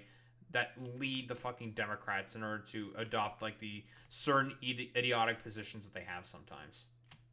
Paradigm shifting policies. But 60 is not a slim majority. You constantly have excuses. Obama had 60 and he still didn't do it. You could have 80 and you still find an excuse. was massive legislation, but he got with 60. Yes, beautiful rounding care from Heritage Foundation. Nice meeting you. Thank you, man. How are you? Hey there. Nice to meet you. Nice to meet you. So you raised a very interesting point when you said that Democrats and Republicans agree essentially on the same issues and that they want to distract us with culture wars. The question that I would raise is, why are culture wars a distraction when they are such a vital issue? It's important to myself as a conservative, and I'm quite certain every Democrat in this room, issues like abortion, social justice, or things that affect us in ways that maybe some policies only benefit the rich. Why should we not focus on things that benefit Americans every day and that can affect women's bodies or gay people's right to get married or maintain the right? Yeah. So I'm not saying that social issues are not important. That's why I vote Democrat instead of Republican, because I believe women should have the right to an abortion and many other things that are on the left. Okay. But at the same time, when you talk about trans sports, for example, do you know how many trans athletes there are in the NCAA's? No, I don't. 10 out of 500,000 athletes. Okay. So for 10 people, we had this giant debate, and the far right were like, no, that's it. This is what the Democratic Party is all about. And the far left was like, yes, that is all we're about. And this is about vulnerable communities, and you have to protect them. So this is the hill we're going to die on. And we're going to talk about this nonstop. Okay. But yeah, here's where Cenk is gonna do the, like, 3 IQ stupid idiot fucking dog shit. Like, what the fuck are you talking about? No, the left did not say that they're gonna die on the hill of fucking protecting trans people in sports. That's a delusional and complete utter fucking nonsense. This is, listen, hey Cenk, by the way, the reason why people started having fucking problems with you is because of like straw men like this. But meanwhile, we're getting robbed every single administration. Trillions of dollars in tax cuts under Republicans and under Obama. Tax cut after tax cut for rich, for the corporations, deregulation after deregulation. You know why they want to split us? They want you to fight left and right. They want you to look left and right. They don't want you to look up, okay? Well, of course, having to look up is very vital, okay? My master always tells us to look up. That's why we're the cross. But the point that I'm making is that social issues, in order to really, wouldn't it make sense to effectively mobilize people, you should start with things that can touch them every single day. Social issues impact children, women, men, all of us across all ages and across all ideologies. Shouldn't it be, for the American population whose average attention span is maybe 43 to 56 seconds at best, to influence them politically, wouldn't it be best to start with something like a social issue that would then raise their awareness to issues dealing with the rich and issues dealing with taxes? Why not? Because that splits us. It splits us on purpose. Those don't unify. I say the exact opposite. Why don't you start on bills we all agree on that have over 70% popularity, like getting money out of politics, anti-war, lowering drug prices through Medicare. Instead, you get to social issues. Here, I'll give you. I'm from a vulnerable community. I'm from a Muslim background, right? But if I told Democrats I want you to focus only on Muslim rights, that'd be mental. Don't do that. I'm not saying don't care about Muslim rights. I want you to care about that. I want everyone to have 100% same rights. What I'm saying is you build credibility by actually delivering for all of the American people. We raised all of your wages. We brought down drug prices for everyone, for Republicans and Democrats. But by your logic, that could undermine certain things like going back in history for a second here, civil rights and things like that, which were inherently social and economic issues of the combination. Why not? My question is, why not work with both of those issues side by side? Why are you deliberately attempting to prioritize? Am I fucking gonna have to agree with the fucking conservative here? I don't like this guy says he's a fucking conservative. I don't think so. He's basically making the argument of por qué no los dos? Like you can do both, right? Like you can do that. But for some reason, again, like Cenk is seemingly taking like the strange like class reductionist position for some fucking reason. Like the same shit that fucking Jimmy Dore did. Which is a little fucking weird. One over the other. No, so what I'm saying to you, brother, is two things. Number one, you can walk and chew gum at the same time. So you don't have to give up Muslim rights, you don't have to give up civil rights, you don't have to stop worrying about that, etc. You can fight on that, but don't forget, you're not supposed to hate the other side. They want you to hate the other side. Stop hating the other side. Fight on the issues you don't agree on, and then on the things you do agree on, stop listening to establishment Republicans and establishment Democrats that divide you so that you never realize, hey, why are most of the tax cuts going to the rich? Why are corporations getting every break? Why is it that in every bill, all the subsidies go to oil companies, banks, etc.? So why don't we unite on the things we agree on first? By your own logic, that does a disservice to the fact that it doesn't do a disservice. It acknowledges the fact that as you still vote Democrat, you are still in essence supporting the very system that you're at the same time talking about tearing down. So it's a lot of talk, is it not? No, what I do you can't vote Democrat and then say that, well, because they still support the rich and the rich they get all the tax cuts, I'm still going to cast my vote, which is the most powerful political weapon you have, to the very establishment that you're on one hand trying to tear down. That's why. Well, the problem is because there is no fucking other option. I don't see like the point of like bringing this up. Like, why are you bringing this up? There is currently no other fucking option besides red or blue team. Like, to pick one. You're gonna only get the other one if you don't pick the other one. If you don't pick one, like this is a problem with the fucking political system. Primaries are critical. Well, if I want one thing for you guys all to think about is you must vote in your primaries because the mainstream media doesn't want you voting in the primaries because that's where you can make real change. So that's why they love it when you go, oh, well, if you don't vote for a Democrat, Trump's going to be in office and Trump's the boogeyman, and the Republicans will say likewise, right? So go vote in your primaries so you don't have to worry about Democrats or Republicans. You're still in the same party. But get rid of the bums who are for corporate donors who always serve donors and get people that you love on both economic issues and social issues. You don't have to give up one, but you have to insist on them representing you and not the donor class. Very great conversation. Thank you, brother. Hello. Hey, nice to meet you. Nice to meet you. So I'm not going to disagree with you that in every case, Democrats don't go after the most radical economic policy. One example. Not radical, they all pull over 70%. Sure, yeah, sure. I'm a Democrat myself. I agree with a lot of what you say. One example of what you said before is that Joe Biden wants to cut raise the corporate income tax to 28% instead of back to 35%. However, I think that one point to consider would be the fact that a lot of the times Democrats are having to clean up the mess that Republicans made, and when someone like Joe Biden only has 2 years of adequate Senate support, right, it's very difficult to argue that he should be pursuing farther left tactics when we're just trying to get a reconciliation bill passed to be supported by Joe Manchin, right? The economy was completely destroyed in 2020 after COVID, was completely destroyed in 2007 after Obama, so there has to be a little give there. So on economic issues, what I'm telling you, brothers, is they're playing good cop, back up. On you, on all of us, okay? So the tax cuts is a perfect example. So you're right, Donald Trump takes it from 35 to 21. It's a massive corporate tax cut. That's on Trump, that's on the Republicans. Then Joe Biden says, well, I'm going to fight that, and he gets a lot of votes to go fight that. And he says, I'm going to bring it back up to 28%. I'm like, wait, it was at 35. So already he's conceding, yeah, I love corporate tax, corporate tax cuts. Hold on. Then he says, oh, well, Joe Manchin wants to make it 25. So golly gee, I don't have a choice, 25. Then did he fight for 25? No, he never introduced it. Never fought for 25. So you tell me, Joe Biden had 4 years and kept it at 21% and never even tried. Well, realistically, he had 2 years to get a bill passed. It's the truth. At the end of the day, right, if Joe Manchin sticks it somewhere and he says, well, okay, maybe I'll let you have an extension of the child tax credit, for example, to keep it 20. We don't know all the backdoor negotiations that happened between Joe Biden and Joe Manchin. At the end of the day, right, you can't have everything you want, whether Joe Manchin or Joe Biden. Did you ever consider that they don't mean it? The reason that Joe Biden never tried to raise corporate taxes is because he doesn't want corporate taxes to go up. It was all a trick. It was all a game played on all of us. No, I know. I don't buy that either, by the way, because again, like, why would he put people like Lena Khan into power at the FTC? Why would he pass stuff, for example, like the Respect for Fucking Marriage Act, right? Like, I personally, like, I'm not trying to be like a fucking Democrat shill here or like whatever the fuck. I just do not buy the fact that it's just like willful sort of like ignorance or incompetence being done by the fucking Democratic Party, saying like, nah, they just don't want to pass any of this like good legislation, but they've passed some like good fucking legislation while Joe Biden was in office. Here's another example, just for Cenk, for example, right? Like, the drone war under Joe Biden was basically like over. There was like no one getting fucking bombed by fucking drones during the tenure of Joe Biden, and under Trump, it went up by 432% from fucking Obama. Like, Obama is probably like acknowledged as like the drone fucking pilot in chief or some shit, but under Biden, that shit was basically like non-existent. Okay, that should count for fucking something. Like, that's not meaningless. That's something, you know? Like, that's not, like, ridiculous to fucking say. But, like, Cenk doesn't fucking talk about any of that stuff. So it's just like, well, okay, this is a little fucking weird then. Like, why aren't you saying anything about this? Huh, well, that's a little strange. There was nothing they could do. That's why they didn't even bother trying. They never bothered trying on any of this, and you keep insisting, well, good enough. I'll take my 5% change. Thank you, sir. May I have another, sir? So please, for God's sake, wake up and unite to actually get economic policies that we love. The whole country wants. You can say Except that, those corrupt but, like, politicians. in West Virginia, Kamala Harris lost by 30 points, okay? If you put someone that is to the left of Kamala Harris on any economic issue, they're going to lose by the same margin. You're totally wrong. Do you know what percentage of Americans want to not cut taxes on the rich, but raise taxes on the rich? No. What do you mean? On television, they constantly say, oh, cutting taxes is popular. Raising taxes is very unpopular. That's not true. Raising taxes on the rich polls at 76%. You would win West Virginia. You would win Kentucky if you ran on populist campaign. If you said, yes, I'm going to raise taxes on the rich. Yes, I'm going to give you lower drug prices. Yes, I'm going to give you higher wages. But the Democrats don't say that. They say, oh, I'm going to try a little bit, and then I'm not even going to choose any of those bills. Seeing it through is the lens a lot of voters see it through when they're going to vote for people like Joe Manchin, people that will give us a Senate majority. All right, thank you. Well, yeah, this is not an inaccurate. I mean, God, again, like, the problem is that it's such a fucking difficult dynamic to sort of like assess because it depends on, again, the willful other half of that being the fucking goddamn Republican Party, who are going to basically do everything possible to sabotage, to sort of like come up with like particular, I don't know, sloganeering or like whatever the fuck in order to try to like sabotage any sort of like left sort of populist fucking effort. And also, again, we're dealing with a fucking neoliberal party. So how interested are they in actually like passing this particular policy? I mean, that's like also another question. Like it's a bit of a fucking shit show. Surrounded is now a podcast, available wherever you listen. Search Surrounded. Whoa, Surrounded is a podcast. Anywhere, anytime. Epic. My next claim is Democrats don't want to pass their agenda. It's a marketing ploy, not a mission. Hi, Nice to meet you, Zena. awesome. So I think that we largely agree on like kind of other. Wait, isn't this the girl who debated Jordan Peterson? I remember her. She also debated Jordan Peterson. Said. I just like want a little clarity on understanding how Democrats water down their social issues, things like DEI and other measures to kind of bridge the gap that we've seen in like racial disparity, for example. How, in your worldview, do we reconcile such issues? So in the beginning, do we need affirmative action? Definitely, because what happened before the civil rights movement was, so let's say that your firefighters or your longshoremen, those are really good jobs, they pay pretty well, they're good blue collar jobs. What do you want to do? You want to pass it on to your kids because you're normal, right? That's the type of thing that you want to do. But unfortunately, at that point, almost all the jobs are held by white people. So we do affirmative action because, guys, we got to let others in, otherwise it's not fair, right? And so that makes sense. But then over the course of decade after decade after decade, we wind up with DEI. And DEI has some good things in it, but it also has some abuses in it.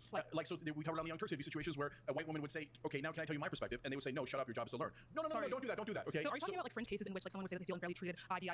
Wait, aren't the people who benefited the most from affirmative action sort of things, like, they were fucking white people? Or white women specifically were the ones who benefited the most from fucking affirmative action. Cenk, are you sure you want to go with this fucking line, buddy? Like, those are the people who benefited the most from that stuff. Like, what the fuck are you talking about?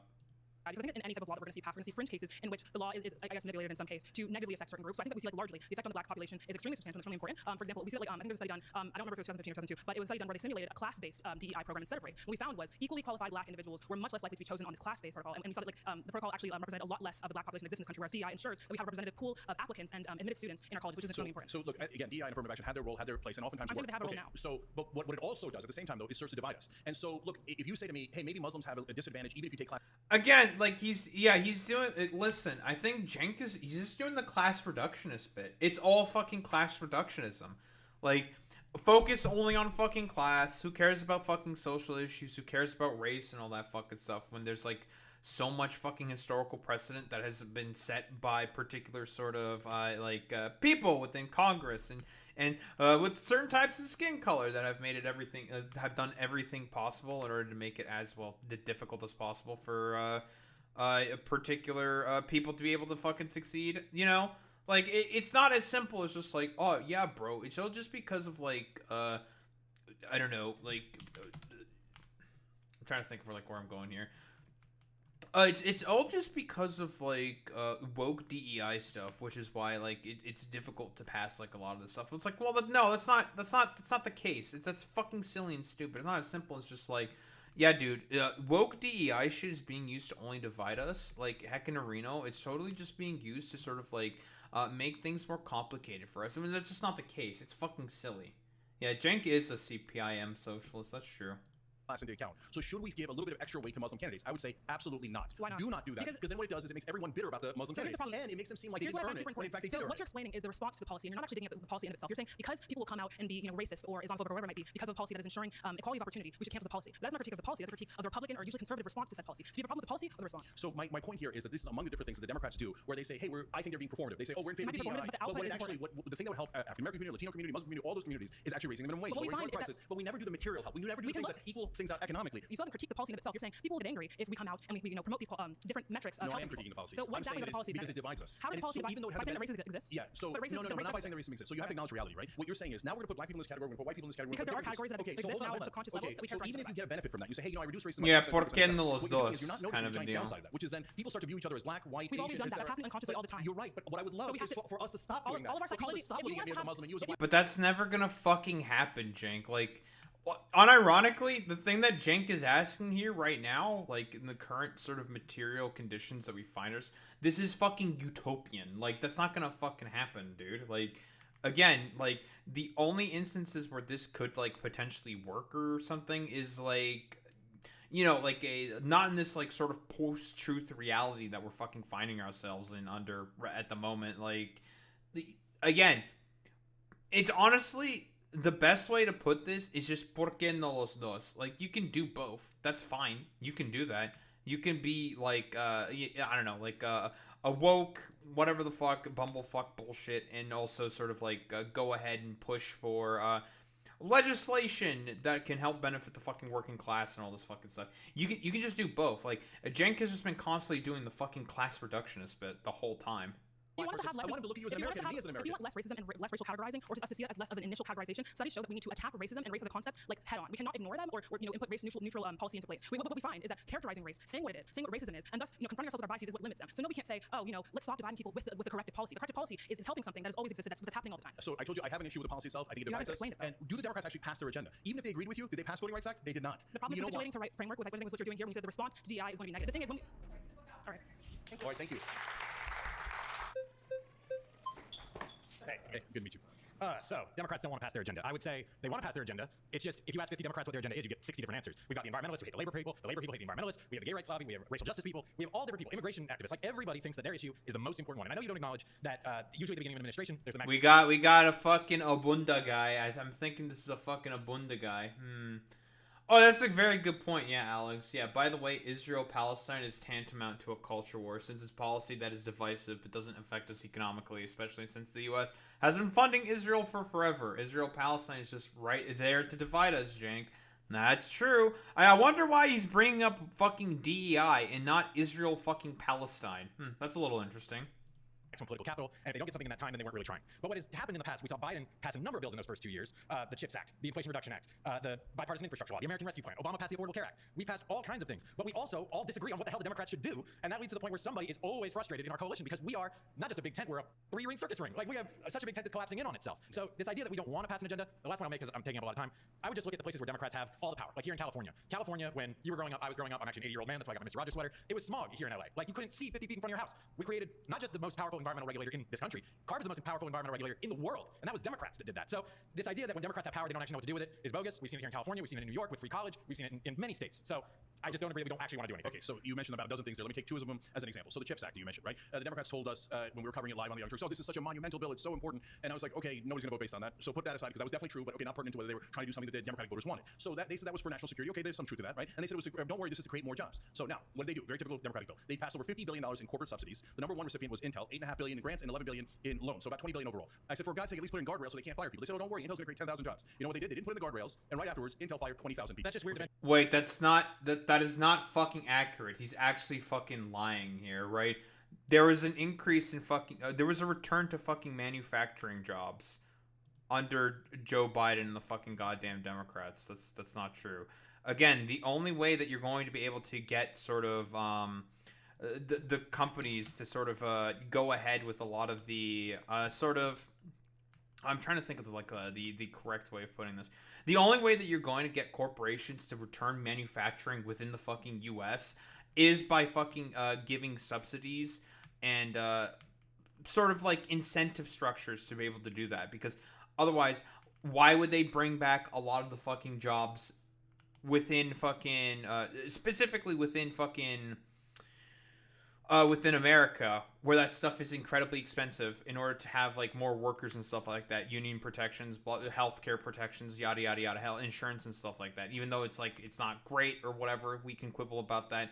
The problem is that if you do not give the incentive structures needed for a lot of different American corporations to bring back jobs to America, what are they going to do? They're just going to overship them overseas every single fucking time.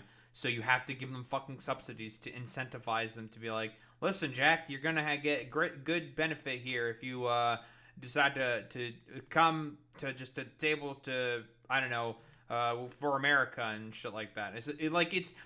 There's reasons why with the tariff policy specifically, that shit's not fucking working with Trump, okay? Because he's just trying to do the tariffs and he thinks that that's the main thing that's going to bring back jobs. When in reality, that's fucking stupid. It's not how that works. Yeah, it's you know, a bunda shit or whatever the fuck. Well, that's not actually a bunda shit there, Boy Meets Mini. It's just it's what the fucking Chips and Science Act is supposed to do. And there's a reason why Joe Biden was able to bring back a bunch of manufacturing jobs to the fucking US, specifically in chip manufacturing. Well, it was because of that fucking the subsidies and the tariffs as well. Like, it's a little more fucking complicated than just saying, oh, well, Intel just got a bunch of fucking subsidies, which Cenk seems to be doing here. Well, no, that's a little fucking reductive. Like, unfortunately, fucking companies need to be given incentives in order to be able to bring back manufacturing to a particular fucking goddamn, like, place within the fucking United States of America. Mentioned guardrails against firing people when you rejected a union at your company and fired somebody for organizing. Yeah, that is absolutely not true. You can say that if you like. That is true. Look it up. There's a union now, but you did talk to a bunch of liars, but this is a random thing that you're throwing in there, I guess, to just personally attack me. But there is a union. I'll tell you facts. You want to explain facts? So facts are, yes, IATSE is at Young Turks. It's been at Young Turks for over 5 years. Did you already not reject a card check? Yeah, I did. And so, in fact, card check, yes, that is the one thing I disagree with in the PRO Act. And yes, you are allowed to disagree with one part of the bill or 5% of a bill, right? And so, in our case, so we can compromise on my personal dealings at Young Turks. Okay, fine, we can do it. But no, okay, no problem. Okay, but let me address it. Now you got into a weirdo thing that not about policy, not about the Democrats, but about my company. Fine. So since you smeared me, let's explain. So that people come in and go, okay, surprise, we didn't ask you for anything, but we formed a union. I go, guys, great, prove it. They say, oh, we had a secret vote. And then people come up to me, other employees.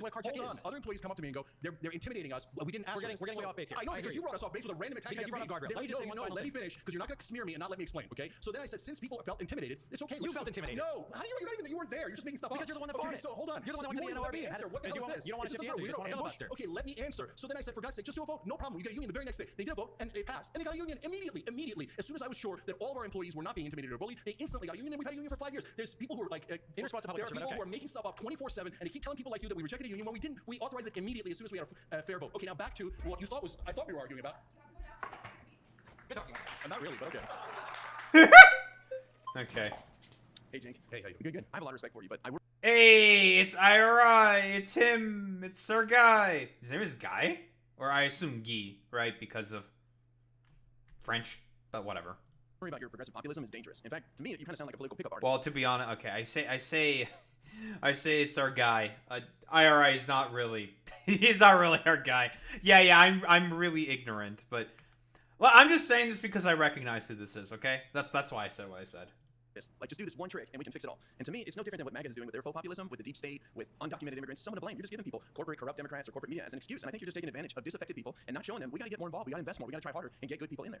So you're saying that don't even try progressive populism. Just go along with the establishment Democrats because they know how to win. That's why they beat Donald Trump twice. Oh, right. They lost to Trump twice. They don't know anything. Their number one thing was, oh, we know how to win. They were liars. They didn't know how to win at all. They got clowned by a guy who's not that bright. Now, number two, oh, we have this giant agenda, $15 minimum wage, all the things that we talked about throughout the day. Oh, golly gee, we just couldn't pass any of it. Oh, wow, okay. But hey, vote for an establishment Democrat. Don't get tricked by the left-wing populists. Brother, do we actually ever try left-wing populism? Yes. Here's the three things we've tried. We've tried establishment Democrats, complete failures. We've tried establishment Republicans, complete failures. We tried fake populism under Donald Trump, complete failures. So the only thing we haven't tried is left-wing populism. You say, don't try it. Go back to the establishment Democrats. Go back to the donor class. Are you crazy? Let's try the one thing we didn't try. You say Bernie Sanders wing, economic populism. You say the American Rescue Plan that took half the kids in poverty out of it, millions of kids who go to bed hungry. Is crumbs is doing nothing? That is a big deal. What about the millions of people?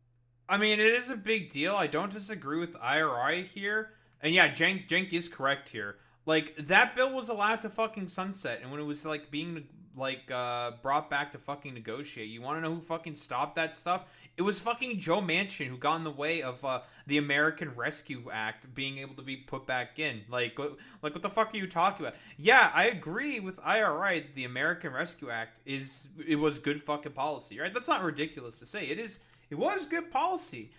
The problem is the fact that basically that shit was allowed to fucking sunset.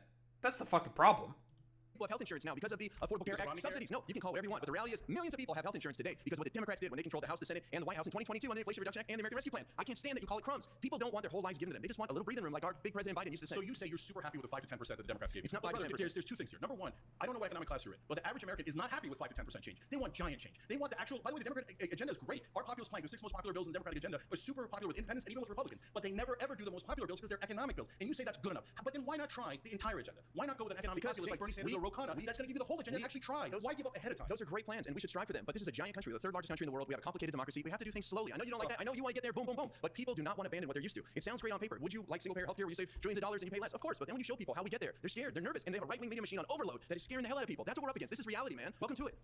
Well, IRI is not wrong when he fucking says that, but it also, yeah, this is not a very good counterpoint because, again, it depends on how the fucking question is phrased.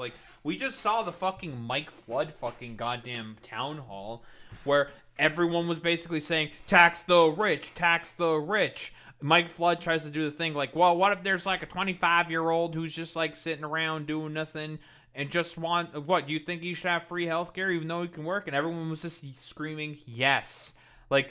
This is a really fucking bad counterpoint. Listen, as has been said before, and I would agree with Cenk if he went with this point, how the fuck are all these other countries like Europe, Canada, and, other, supposed Western democracies able to fucking do all of these, really, really good policy? Yeah. They could do that because they actually invest in, good fucking policy and programs to be able to pass that kind of stuff. That's how they're able to do it. Oh, 1,000. Yeah, I 100 fucking percent boy meets many.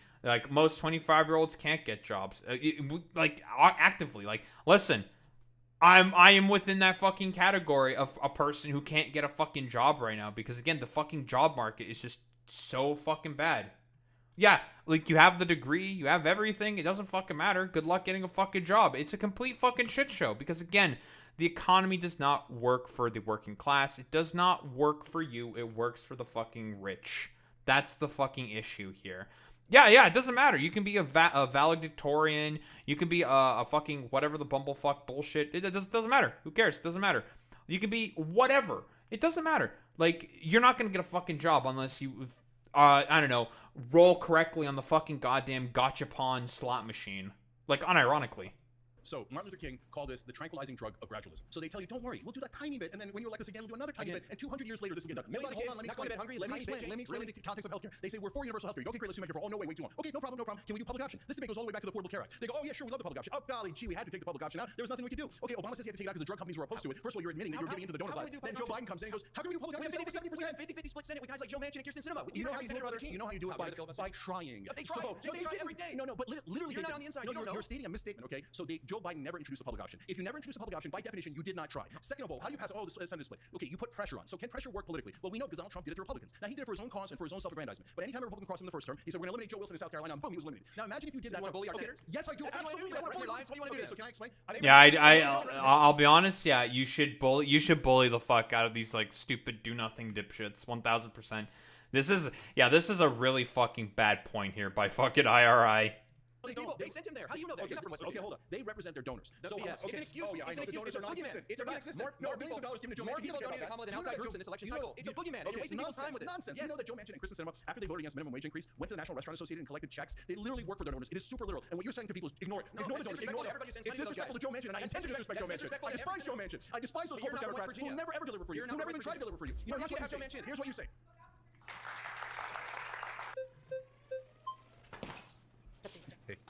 So your claim is that Democrats don't want to pass their agenda. You talked about $15 an hour minimum wage. So how can you explain then that Joe Biden did in fact increase to $15 an hour for federal contractors with an increase again this year to $17.75? Yeah. So again. Well, that's because that is something within the president's jurisdiction and the executive to fucking be able to do that. They can do that, right? Nationally, they can't. But federally, yeah, they can because that's within the jurisdiction of the fucking, federal government. That's within their purview. That's how that works. Again, it's a release valve. So why? Hold on. Yes, because it affects a tiny percentage of Americans. So 300,000 out of 330 million people. So that's why if you actually did a federal minimum wage, move it to $15, that would move $92 billion from corporations to the average American. Okay, so that's what we want. I assume you want it. I want it. All Democrats want it. It polls at around 67%. So what I'm saying to all of you guys is, please expect better of your politicians. So when they give you a 3%, oh hey, look, I did it for 300,000 people. Hey, look, the drug prices, I lowered it on 10 drugs out of 10,000 drugs. Don't say that's good enough. They're shielding. That's a shield so that you don't question them when they say, oh, I'm not going to do it for everyone. You just said that all Democrats want to raise it to $15 an hour. That has not been your claim this entire time. No, voters. Yeah. Right, but Democratic politicians do too. If Joe Biden didn't want to do it, why did he increase it? For federal contractors, he didn't have the votes to pass it. That's exactly what I'm telling you. So what he does is he does it for 5% of people with student debt relief. He did it for 10% of people. He didn't do it for 90%. So in the case of the federal minimum wage, let me bring it back to you. Federal minimum wage. So he says, oh, progressives, don't worry, it's bare minimum. We're definitely going to do it. So they pass it in the House. They bring it to the Senate. Joe Biden does an interview during the Super Bowl right after he's elected, and he says, oh, we're taking $15 minimum wage out of the bill. So the Republicans didn't take it out of the bill. Joe Biden took it out of the bill. Trump did get rid of it on executive order. So now they don't have it at all. So you're saying then that Trump, you're saying that Democrats and Republicans are both equal in terms. What do they mean by get rid of the for the $15 minimum wage for federal contractors? Okay, yeah, I do think that fucking Trump would be able to get rid of that by executive order. Okay, that makes sense. Of economics, right? How is that equal in terms of economics when Joe Biden raised it and then Trump took it away by executive order? So, but wait a minute. But you're saying that even though he took it out, and then when Bernie put it back in, 8 Democratic senators, including the 2 Delaware senators that are the closest allies of Biden, voted against federal minimum wage being increased to $15. So can you not see that they're literally voting against it? They're literally taking it out of the bill. They're literally tricking you. They don't actually want to pass it. They get your vote by saying, oh, I'm going to do it. And then the minute they get in office, they're like, I was just kidding, take it out of the bill. What evidence do you have that Joe Biden actually did want those senators to vote against it? What evidence? 2 pieces of evidence. Number 1, it passed in the House, and I even talked to Democratic congressmen. They assured me, don't worry, it's going to pass in the Senate. It goes to the Senate, and it's out of the bill. Schumer made that decision in conjunction with Joe Biden. So why did Schumer and Biden take it out of the bill? That's my evidence. So Cenk, is your claim then? And then secondly, by the way, when they did vote on it, his 2 biggest allies, both the Delaware senators, voted against the $15 minimum wage. That's overwhelming evidence. Do you think that they didn't ask Joe Biden? No, they called Joe Biden, and Joe Biden said vote against it because he was lying. That's not. It's just not true. But also, that is literally true. Anybody can look it up. Are you claiming then that all Democrats that take corporate money are against the people? Is that your claim? Absolutely, okay, yes. So then why did TYT take $20 million of corporate money? Here we go again with personal attacks. Okay, no problem. No problem. I want to answer it. No problem. Okay, yeah. So $20 million is an investment. Okay. It is not here, take the money and then you do what we tell you to do. Everyone has, if you're building a business, you have to take investment to get to the next level. Yeah, hold on, if you don't take the investment, you're going to be tiny. So what some leftists say is, no, don't ever build anything. Don't ever take an investment. Don't ever do anything and build a big business. So instead, is this person a fucking leftist? Huh? What? I don't think this person's a leftist. Huh? I don't think this person's a leftist, Cenk. That seems like a little bit of a straw man there, buddy. Let the right wing take not only investment money, but direct money, like Dennis Prager did $23 million, and take it from the fracking billionaires, all those guys, and serve those guys. Let the right wing grow and grow and grow. But as soon as there's a successful left wing channel, don't take an investment, don't take any money, just be super small so we can't compete with the right wing. Cenk, How does that make sense? I'm pro you taking that investment. I built a business. I understand that. I just think that it's ironic for you then to sit up here and say that everybody that takes corporate money is against the people because then you would be. No, that doesn't make that apples and oranges. Why is it apples and I can oranges? explain perfectly. So should corporations be allowed to exist? Absolutely. Should corporations be allowed to give money to our politicians so they control our government? Absolutely not. No way. So when a corporation does an investment, that's a perfectly logical and normal thing to do. When a corporation buys a politician and those politicians then vote with them, that is a terrible thing to do. I'm a capitalist. I believe in capitalism, but I believe in democratic capitalism where democracy checks capitalism. Otherwise, it becomes corporatism. It becomes a monster. But I don't want to defeat all the companies, and I certainly don't want to defeat left-wing media companies. That makes no sense at all. You see how it's apples and oranges? One is a company, another one's a politician. One is normal business, the other one is to influence our government. Let's talk about. I don't know. That was just like kind of weird. I don't really know what to say about that. It's kind of stupid, I'll be honest. The Republicans only care about the rich, and everything else is a mirage. Sure. Hey, nice to meet you. So personally, I don't like absolutes, so I try to stay away from them. When you say the Republicans, are you talking about the party establishment, or are you talking about the politicians, or are you talking about the citizens? Okay, I'm so glad you asked that. I always mean the politicians. Okay, so for all of these, don't take offense if you're a Democrat or a Republican voter. I'm talking about the politicians. Neither one. But so do you think that the Republicans care more about the rich than the Democrats? Do you think the Democratic establishment really doesn't just care about the rich? So as I said, I think that both parties are similar on economic issues, and they play good cop, bad cop on us. Do the Republicans push the tax cuts? Yes. Is it almost always under Republican administrations? Yes. Do they ever balance the budget? No, never. So do you think that like the idea that employers who have a lot of money, that they provide jobs and that's a way to give back to the poor, do you buy into any of that concept at all? No. I mean, as like entrepreneurs who are going out there, I'm a classroom teacher, so like I go out trying to build entrepreneurs, can employ people and do something like that. Isn't that something that entrepreneurial spirit can be more aligned with the conservatives, would you say? Guys, it's a fucking, we got a fucking dumbass talking about, like, dude, rise and grind. If you just rise and grind, then you'll be able to succeed, and you'll make $1 billion or some shit. Dude, rise and grind. No, I don't agree. I'm an entrepreneur. I run a small business. And so they are always talking about small businesses. And then they immediately... Is TYT a small business? Is it? How many people are hired there? Whatever. Change the goalposts to cuts on capital gains. Wait, that has nothing to do with small business. Cuts on estate tax, that's for the super rich. That has nothing to do with small businesses. So, brother, they use small business as like a marketing tool. Oh, we're for the average American, we're for small business. Then the actual tax cuts are for the mega rich and for the mega corporation. What about minimum wage? Like, as a business owner, you know, like the repercussions of minimum wage. I've been doing dollars a while. I went, it's been years I went, and it's just like, just a scream. You know, like there is that element, you know, of the minimum wage raising and that leading to more unemployment. Yeah, so I don't agree with that either. Okay. So first of all, everything it requires bounds. So you can't have $100 minimum wage. I get that, right? But having said that, are we anywhere near where we should be on minimum wage? No. We're at $7.25 federally on minimum wage. That is a disaster. And so what that is if you work every single day, 40 hours a week, 52 weeks, no vacation at all, you only make $15,000 at $7.25. No one can live on $15,000. So when you push up minimum wage, what it does is it pushes up all wages, and that is a good thing, not a bad thing. They always tell you, no, give it to the corporations, and then it'll trickle all over you decades later. No, there's an economics called mill out, and what that does is it gives directly to the middle class, and then they spend it more, and it creates a better economy, especially for small businesses like yours and mine, etc. So there's a way to do this. It gives to the average guy first, but the Republicans never do that. They always push for tax cuts for the richest people in the country. So why do you see? Do you think that the populists are helping Trump? We're allowed the working class. They're like, I know he's a Yankee with the toilet, but I'm gonna vote for him because he's not like vilifying. Do you think that they're just being manipulated by Trump? Yeah, 100%. So look, I don't want people manipulated. That's why I do things like this. I don't want you getting manipulated by politicians on either side. In a time where we have massive deficits and a $38 trillion debt, why are we giving another $1.1 trillion to people making over $500,000? It doesn't make sense. I appreciate it, man. Thank you, brother. Nothing to really say there because, like, yeah. Like, Cenk was just, like, I don't know, telling that dude is just a complete fucking dumbass. Because that dude was a fucking dumb. Like, he's like, dude, I'm a teacher that teaches fucking entrepreneurs or something. Who wants to make a bet that that dude runs, like, one of those, like, stupid self-help guru fucking university things that are just, like, complete fucking scams? I'm Elijah. Hey Elijah, nice to meet you. It's nice to meet you too. Do Republicans care about the rich? I do think they care about the rich. Coming from somebody that voted for Trump, I do believe that. But I do think that they do support middle-class Americans, especially Trump. I think this big, beautiful bill, people say it's hurting Americans. If you actually read through it, I'm getting a 3% reduction on my yearly income tax. Every single tax bracket is getting some type of reduction on their income tax or a 0% reduction, and that's for the wealthiest class. So that is helping middle class. Also, I know that deficit's going up. Think about ICE, he's putting more money into ICE. I would argue that stopping immigration actually, or enforcing it even more heavily, helps the middle-class worker in America. There's less jobs that are being taken. There is no evidence to suggest that fucking immigrants coming into America are depreciating Americans' wages. There's just no evidence to suggest that whatsoever. This is just a complete fucking farce. It is a lie.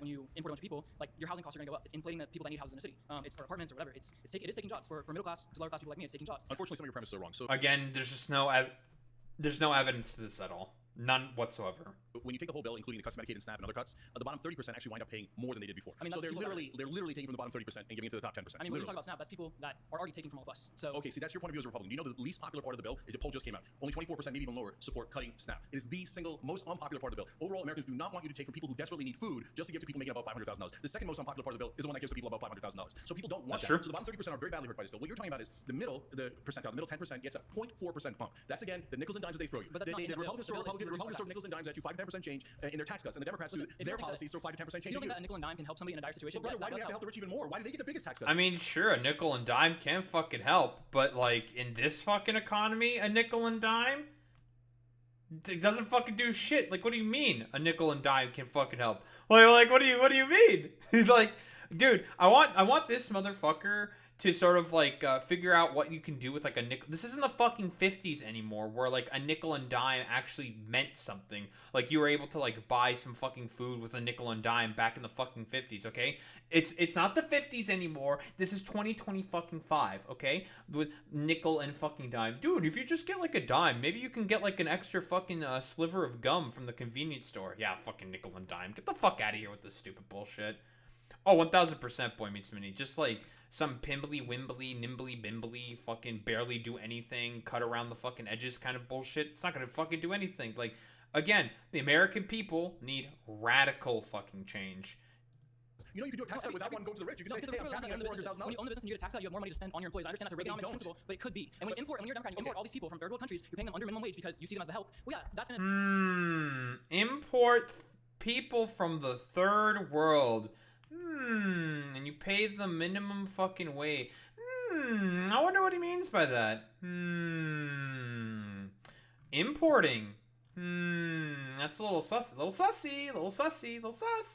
That's going to benefit you. But when Republicans stop this and they force people to, that work, like to be citizens, or they want people to be citizens, they're being forced to at least earn minimum wage. The reason why we've never fixed the immigration problem is because corporations want cheaper labor. Which is why we should fix that, but the Republicans and Democrats never fix that. And so our border crossings are almost 0% right now. The top 0.1% are going to get tens of thousands of dollars in tax breaks. They're not explaining why they need that. They don't need that. Why do you know that oil companies get about $15 to $30 billion in subsidies every year? Well, I mean, it's not because they get paid less, but it's also because it's easier to abuse fucking migrant labor. So, for example, if a bunch of migrant laborers are sort of going to try to get a fucking union, for example, or threatening to get a union. This is something that Donald Trump did to Polish migrant workers that he fucking had under his retinue. They threatened to fucking unionize him. He said he's going to fucking sick ICE on them, sick federal police on them to fucking get them deported. So, yeah, that's like, it's not as simple as just like, oh yeah, dude, like, honestly, if you just do like the forehead thing, And it's just like, you know, you just do the corporate tax cuts, and you fucking don't import the third world. That means wages are going to instantaneously fucking improve. It's like, no, that's fucking stupid. It's like, that's not how that fucking works. Okay, like what bullshit are you saying? It's not. The problem isn't fucking immigration. The problem is again, the economy fucking serves a particular subset of fucking people who are incredibly fucking rich, and honestly, they don't need the fucking help. That's the fucking issue. The Republicans ever talk about, oh, we're going to cut waste fraud, but you're not going to cut $30 billion to the richest companies in the world? How come Trump's not negotiating drug prices? How come Trump is best friends with Big Pharma and he's not touching drug prices at all? He's matching them to Europe. Yes, no, that's a perfect example. He said that as an executive order, knowing that he didn't make the same executive order the first time around, and the courts knocked it down. He knows the courts are going to do it. No, it is his fault. Because hold on, let me explain to you. So then what Ro Khanna did, he's a Democrat, he's really smart. He went and got a Republican co-sponsor, said, let's take the executive order and turn it into a bill. Verbatim, Trump's executive order. All of a sudden, Trump and the Republicans not in favor of the bill. Oh, there you go. It was a trick all along. Oh, that guy was mad, by the way. Good, how you doing? I work in Republican politics. One of the first jobs I took was in a small district, but it was in Lucas County, Ohio, and it was a poor district. And I was representing a Republican. When my candidate would go and we'd be knocking doors together talking about how he wanted to improve their lives, is he an anomaly, or are you only talking about federal? Yeah, so... Like, where do we draw the line here? So first of all, are there some good guys in politics? Very rare, but yes, I think Bernie Sanders is a good guy. I think Ro Khanna is a good guy. By the way, I think Thomas Massey is honest, and he's a Republican, right? Fair. I don't agree with his policies, but I think he's honest. But there, again, it's an exception. So if you tell me, no, trust me, the politician I worked with was great. Were you there when he was talking to the donors? He didn't have any. Okay, well, that's the problem is when we go down the ladder, where 90% of the elections that take place in this country, they're not at the federal level. They're not with politicians that are receiving hundreds of thousands, millions of dollars. Yeah, they get bought for cheaper. They get bought for $5,000. Or is it possible that they want to step in and govern? So, brother, I hear what you're saying. You're saying Nah, this guy's saying he works for fucking Republicans, and that Republicans don't want to fucking govern. That's the most delusional fucking nonsense I've ever heard of in my life. Yeah, Republicans want to fucking goddamn govern. Yeah, get the fuck out of here. Yeah, Thomas Massey isn't a fucking populist. He's a LARPer. But yeah, totally. The fucking Republican Party is so very interested in fucking governing. That's the most fucking ludicrous, idiotic bullshit I've ever heard of in my fucking life.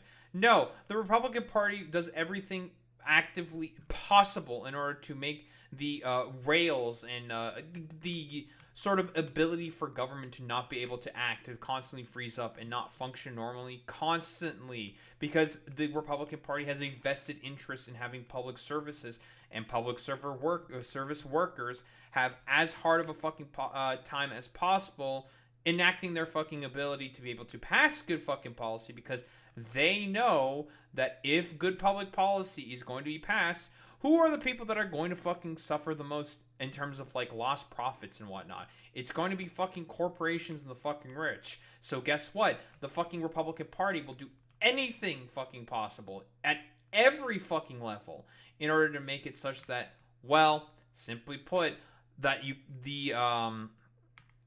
that public services are not able to fucking serve the people. That is as hard as possible in order to be able to have those fucking good services for fucking working people, because they know that corporations and the rich cannot compete in comparison to the fucking state. That's why.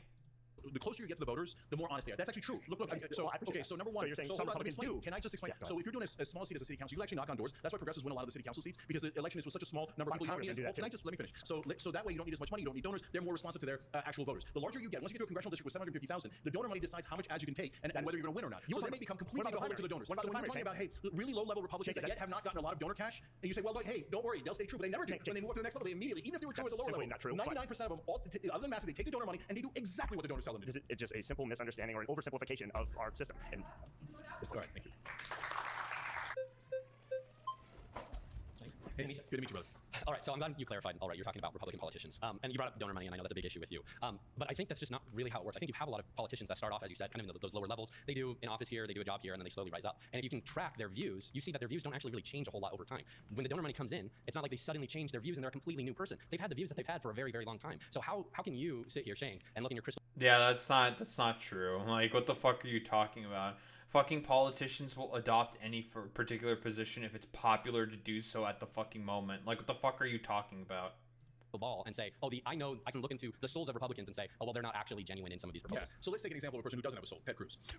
You know that? Yeah, okay. I'm kidding. Okay, I think. Okay, so listen, he says to Tucker Carlson recently, yes, I'm taking millions from AIPAC, but I just happen to have that position. I had it earlier. I mean, I know that AIPAC would give me millions of dollars if I say, let's give billions back from the American taxpayer to AIPAC. Let's make sure we support all their wars. Let's fight all their wars for them. Oh, look at that. I happen to agree with my donors. Hey, listen, when I started out, I really wanted to give $30 billion of subsidies to oil companies, and I still want to give $30 billion. How do you know Ted Cruz lying? How do you know that? Okay, but even in that scenariyo, think about it, brother. No. Hold on, I'm answering your question. Okay. You're saying, okay, So in the hypothetical where we have, first of all, in the real world, there's 230 million people in the country, right? So you're saying maybe like the oil subsidy loving guys, or all Republicans to begin with, and the Republicans all love oil subsidies, so it's just organic. No, brother, they're finding just a handful of people in the country that will raise their hand and go, yes, I will do whatever corporate donors want, I will do whatever the rich want, and they go, there's a guy who agrees with me. Let's give him money. Let's give him 5,000 in the beginning, then 50,000 later, then 500,000 later. String them along. What is the question? So how do you know that Ted Cruz is being disingenuous about his views on Israel? That's the easiest question in the world. It's so easy to answer for me. Okay, so you're saying your hypothesis, my hypothesis is Ted Cruz and the politicians take millions of dollars from donors and do exactly as they're ordered. And how do I know that? Because their voting record matches with their donors perfectly. You're saying, but maybe there's a hypothetical 1 to 2% chance that Ted Cruz just was born out of the womb loving Israel's wars. And he's like, I can't wait to give money to Israel. Whereas all of it, what a coincidence. AIPAC is giving me millions of dollars. I actually in politics try to assume good intentions on both sides. Well, sure, you can. Yeah, that's a mistake. You should never assume good intentions of people in fucking politics. What the fuck are you doing, my dude? I think I remember this Micah guy. I think he also debated Sam Cedar, and he was just like a complete fucking dumbass. So I guess it checks out that this dude's a fucking idiot. You can say that's a mistake, but I also try to make claims with evidence. And all you've said is, he gets all this money from AIPAC, therefore he's corrupt. So as opposed to, how do you know that Ted Cruz did not have these views before, and that AIPAC wanted to support him because of the views he already has? So your thesis is that all the Republicans that take hundreds... Hold on. Yeah, your thesis is all these Republicans take hundreds of millions of dollars from donors, they do exactly what the donors say, but they already believed in all of the things that the donors wanted earlier, so it's just a happy coincidence. No, it makes perfect sense. It makes perfect sense in my mind that these organizations would only be giving money to people that they know support the cause. That's not a crazy, wild thing to say. No, can you please answer my question? So what evidence do you have? I don't have evidence of Ted. I can't read Ted Cruz's mind. Yes, okay, so brother, by your thesis, you can't read Joe Biden's mind. You can't read Kamala Harris's mind. So they're all innocent. They're all angels. Oh my God, their mind doesn't affect any of them. Because I can't read their mind. I can read their voting record. I can read their voting record. I can read their donations. No Open evidence. Secrets tells you. You sound exactly like major media. These politicians are honorable. You're operating based off feelings alone. The donors that gave hundreds of millions of dollars. All right.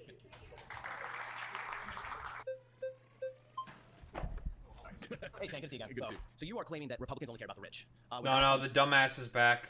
Whatever we're gonna do. Yeah, apparently that's supposed to be a fucking good thing. Yeah, whatever. It's just so stupid.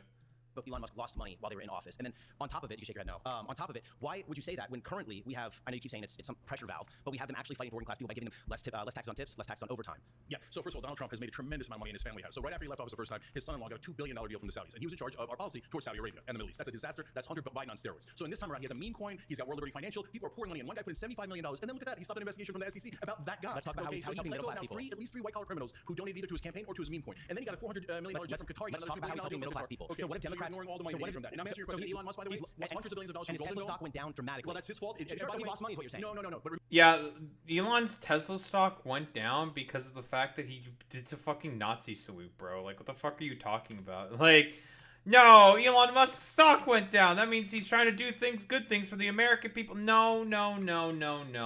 That's not the reason why. It's because he was doing fucking stuff that everyone fucking hated, and he became a fucking toxic brand, generally speaking, that no one wanted to fucking associate with. What the fuck are you talking about?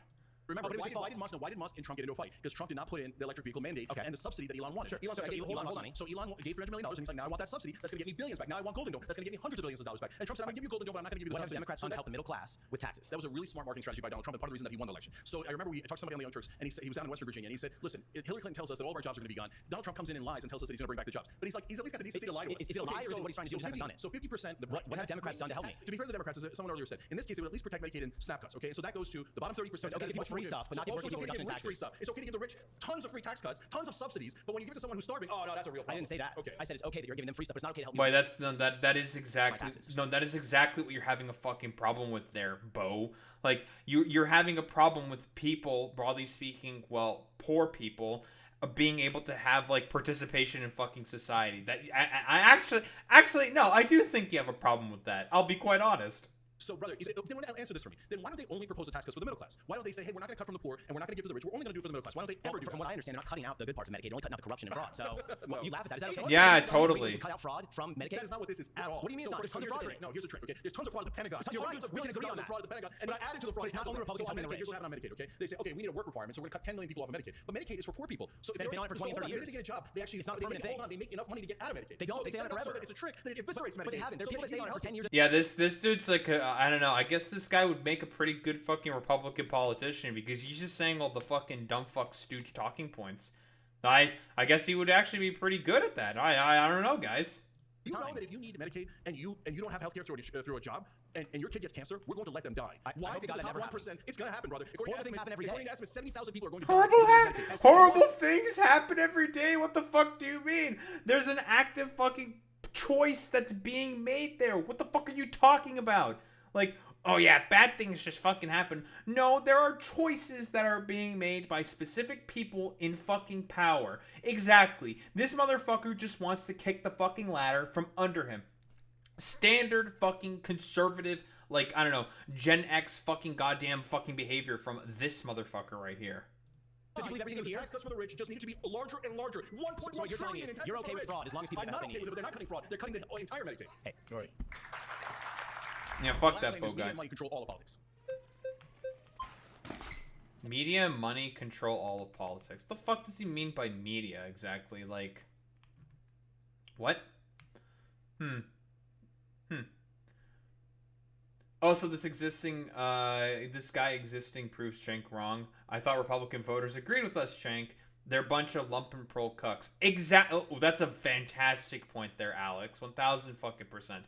Like, Cenk has been kind of trying to do the whole fucking stupid song and dance talk about like, oh wait, no, Republicans actually totally agree with us. They totally agree with us. In fact, this is the exact same thing that he had an argument with Kyle Kalinske about, right? Their whole giant fucking spat where Kyle Kalinske was talking about like, dude, what are you talking about? Republican voters do not fucking agree with like most of us. And Cenk was like trying to like do everything possible to try to convince Kyle that like, no, they actually do fucking agree with us on like a lot of the fucking goddamn policies and all this stuff, when that's not the fucking case. Republican voters do not fucking agree with that. A lot of them are like dipshit fucking lumpen proles, right? Like quite literally, and they don't know any fucking better. Like unironically, they're just like, I don't know, stupid, idiotic fucking morons. I don't think that's like ridiculous or fucking hyperbolic to say, but to say that basically all of them fucking agree with a lot of the positions of the fucking left is ludicrous. No, the fuck they do not. There's a reason why they are fucking conservatives. And they think that they're all unironically like temporary embarrassed millionaires. Like unironically, like there are Republicans who fucking think like that stuff. It's so fucking stupid, dude. Hey, nice to see you again. Good to see you. Okay, so we disagree on the framing, we might not disagree on the substance. So when you say they control all of politics, I feel like that breeds a lot of cynicism, which is kind of my issue with populism. Is you tell these people like it's hopeless, corporations, media control all of it. What's kind of implied in your premise, like media, for example, media is effective because it influences the people who actually vote and have a lot of power. Same thing with super PACs; they're spending advertising for all the time. So I already do not like the premise of what's being said here. Is that Cenk inspires fucking cynicism?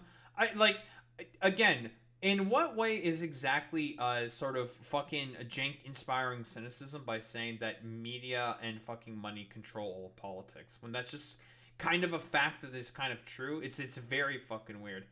Oh yeah, the lumpen proles live life as if everyone is their competition, no class solidarity. Exactly, Boy Meets Mini. I think when you paint this narrative that they control all of it, disproportionate, yes, a lot more initiative, yes, we agree, campaign finance reform, yes. I feel like a lot of people, especially my generation, just check out of politics. Like the corporations are going to do what they want to do, the media's going to do what they want to do. I'm just going to scroll on TikTok. And I feel like it's very damaging to our society. Yeah. So number one, I'm a huge believer in hope. So I would never say don't get involved in politics. In fact, that's why I started Justice Democrats to bring progressives in Congress. I started Wolfpack to take money out of politics, and Rebellion Pack is saying no, get involved. And that 2028 primary on the Democratic side is maybe the most important election of our lifetimes. We have to pick a populist so that we'll actually deliver for the American people. So if you deliver for the American people, if you stop lying to them and say you're going to do things and then never do it, if you actually do those things that are very, very popular, then you'll re-energize the entire voting base. So when you say we need to pick a populist, is your definition of populism just like when good things happen, that's populism? Like, no. Is it conceivable? I wonder what like has I assume TYT has probably talked quite a bit about Zoran Mamdani. Yeah, also yeah, Rebellion Pack is not gonna fucking pull that shit off. But you know, whatever. But it better give it the old college try, right? Like whatever. That's a whole other fucking point. Like I assume they've been sort of talking about the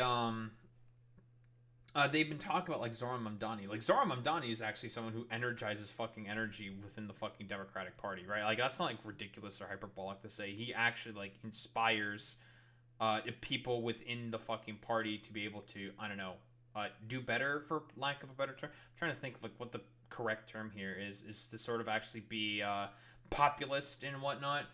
But I like the funny thing about with the PAC stuff, to be honest, and this is like a concept that I've talked about before. A lot of the issues, broadly speaking, with for example, doing PACs in order to try to fight like money in politics and stuff like that, is it's never really going to be effective because the sort of like structures and annals of Congress make it such that it is not going to be inherently fucking effective, right? Like. The issue is fundamentally the structure of fucking Congress. It's a more root, fundamental fucking issue here. The problem, like, yeah, it's good and all that Cenk is saying all this stuff about, like, I don't know, getting money out of politics and doing, like, all this fucking stuff, blah, blah, blah, blah, blah. The issue, broadly speaking, is the fact that, well, there is money in politics. This fundamental fucking system that exists within American politics is the system that fucking exists fundamentally in fucking politics. That's the real fucking issue, and I feel like Cenk would not fucking disagree with that one. I would be quite honest, because he's saying, like, yeah, I'm doing everything to, like, fight like corporate Democrats and all that stuff to try to get money out of politics.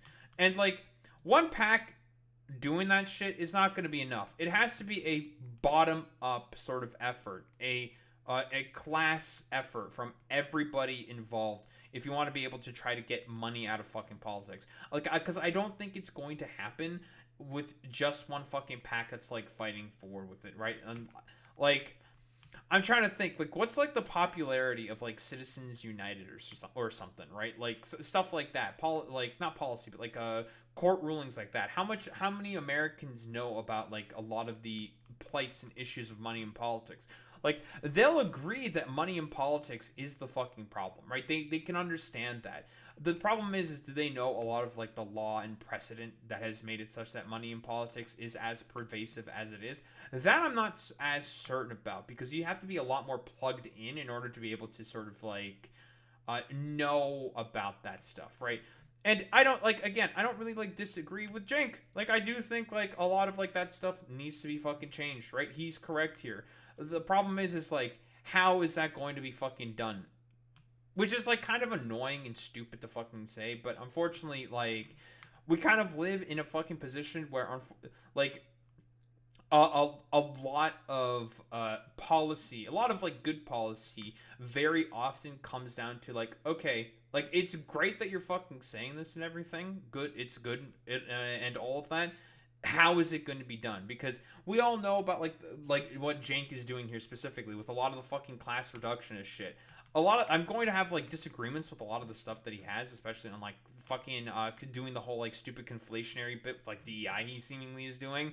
That it's going to be, like, it's not as just easy as, like, oh, forehead, like, you know, if you just get the, like, to do the thing, you get the thing out of politics, that means it's going to fix everything. It's like, well, it's not that really simple, right? And you need, like, a very bottom-up approach if you want to be able to challenge a lot of these fundamental systems of power. Does it, broadly speaking, kind of make sense what I'm sort of saying here? Like, it's not as simple as just, like, pointing at the thing and saying, like, oh, that's the thing that you have to take care of. If you take care of the thing, that means everything's going to be okay.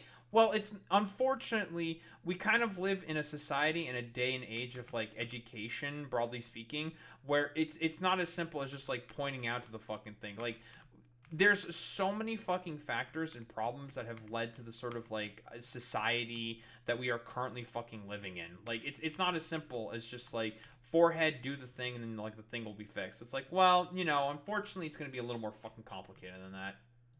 For there to be a candidate who is a great president, for example, but they're not necessarily a populist, or is that, like, necessity? So all populism means is serving the average guy as opposed to serving the corporate donors. So I'll give you, no, it's not a marketing technique. It's very, you're asking if it's vague or specific, and it couldn't be more specific. There's literally a populist plank on tyt.com, and that's the core of what our candidates run on Rebellion PAC, and those are 6 policies: money out of politics, anti-war, lower drug prices by negotiating at Medicare. By the way, lower housing prices by banning private equity from buying residential real estate. They're robbing us of our wealth creation in this country. That's going to destroy the middle class. So paid family leave, again, these are very easy to pass. If you say you can't pass at 84%, then you can't pass anything. And yes, higher wages. We don't pass things through public opinion polls. You need people to get involved on a very granular level sometimes. Like, for example, paid family leave. There's different ways to fund that. There's different amounts that can cover different amounts of months. I agree, we need it. It's a very good policy. If you advocate for it properly, it will win. But this goes back to my initial problem. Why do they never do that? Why do the Democrats never fight for ability? I think the Democrats right now are extremely spineless. We don't disagree. Okay, all right, good. But you know why they're spineless? Because their donors told them to be spineless. I think they're also very scared. They're very risk averse. That's the actual problem. No, I think that one I don't like. Again, like that's like a thing that I'm gonna have problems, like, agreeing with Cenk. Like, do the fucking donor class tell the fucking Democratic Party, like, Democratic politicians, to be fucking spineless? I don't think so. I think they probably tell them to support a certain policy because they're gonna get a fucking bunch of money for it, right? I don't think it's as simple as just saying, like, oh, you just have to be fucking spineless because I'm telling you to be spineless. It's like, I don't think, like, again, like, the same point that I've been constantly reiterating, I think, seemingly every single time when I'm talking about this, is Cenk seems to be just very, very, very reductive. The real problem is when you're at the top, you don't want anything to change. You want the status quo to remain the same. That is why mainstream media and establishment Democrats and Republicans say civility is the most important thing. Because if you're civil, you don't rock the boat. Why don't they want you to rock the boat? Because it's their boat. Okay. It's such an oversimplification. It is not an oversimplification. I'm going to show you the donors and the results every single time. You know that in legislation on the other perks, we predict ahead of time what's going to happen. We have nearly 100% track record. You know why? Not because we're geniuses, but because it's super easy. Look at where most of the money is, and that side wins 100% of the time. Legislation that's like very paradigm changing. It's just super easy. Is that your position? So things like paid family leave, but again, anything that falls over 70%. That's complicated, right? No, I don't think it's complicated at all. Where's the funding coming from? How many months are covered? Yeah, I get it. There's different issues you have to adjudicate. Yes. Well, I mean, like again, there was already the American Rescue Act that took care of that, cut child poverty in 50%, but that bill was allowed to sunset because of like dumbasses like Kirsten Sinema and Joe Manchin. Like they're the ones who allowed those bills to fucking sunset. Yeah, you can very easily pass those kinds of bills. You can. Cenk's not lying when he says stuff like that.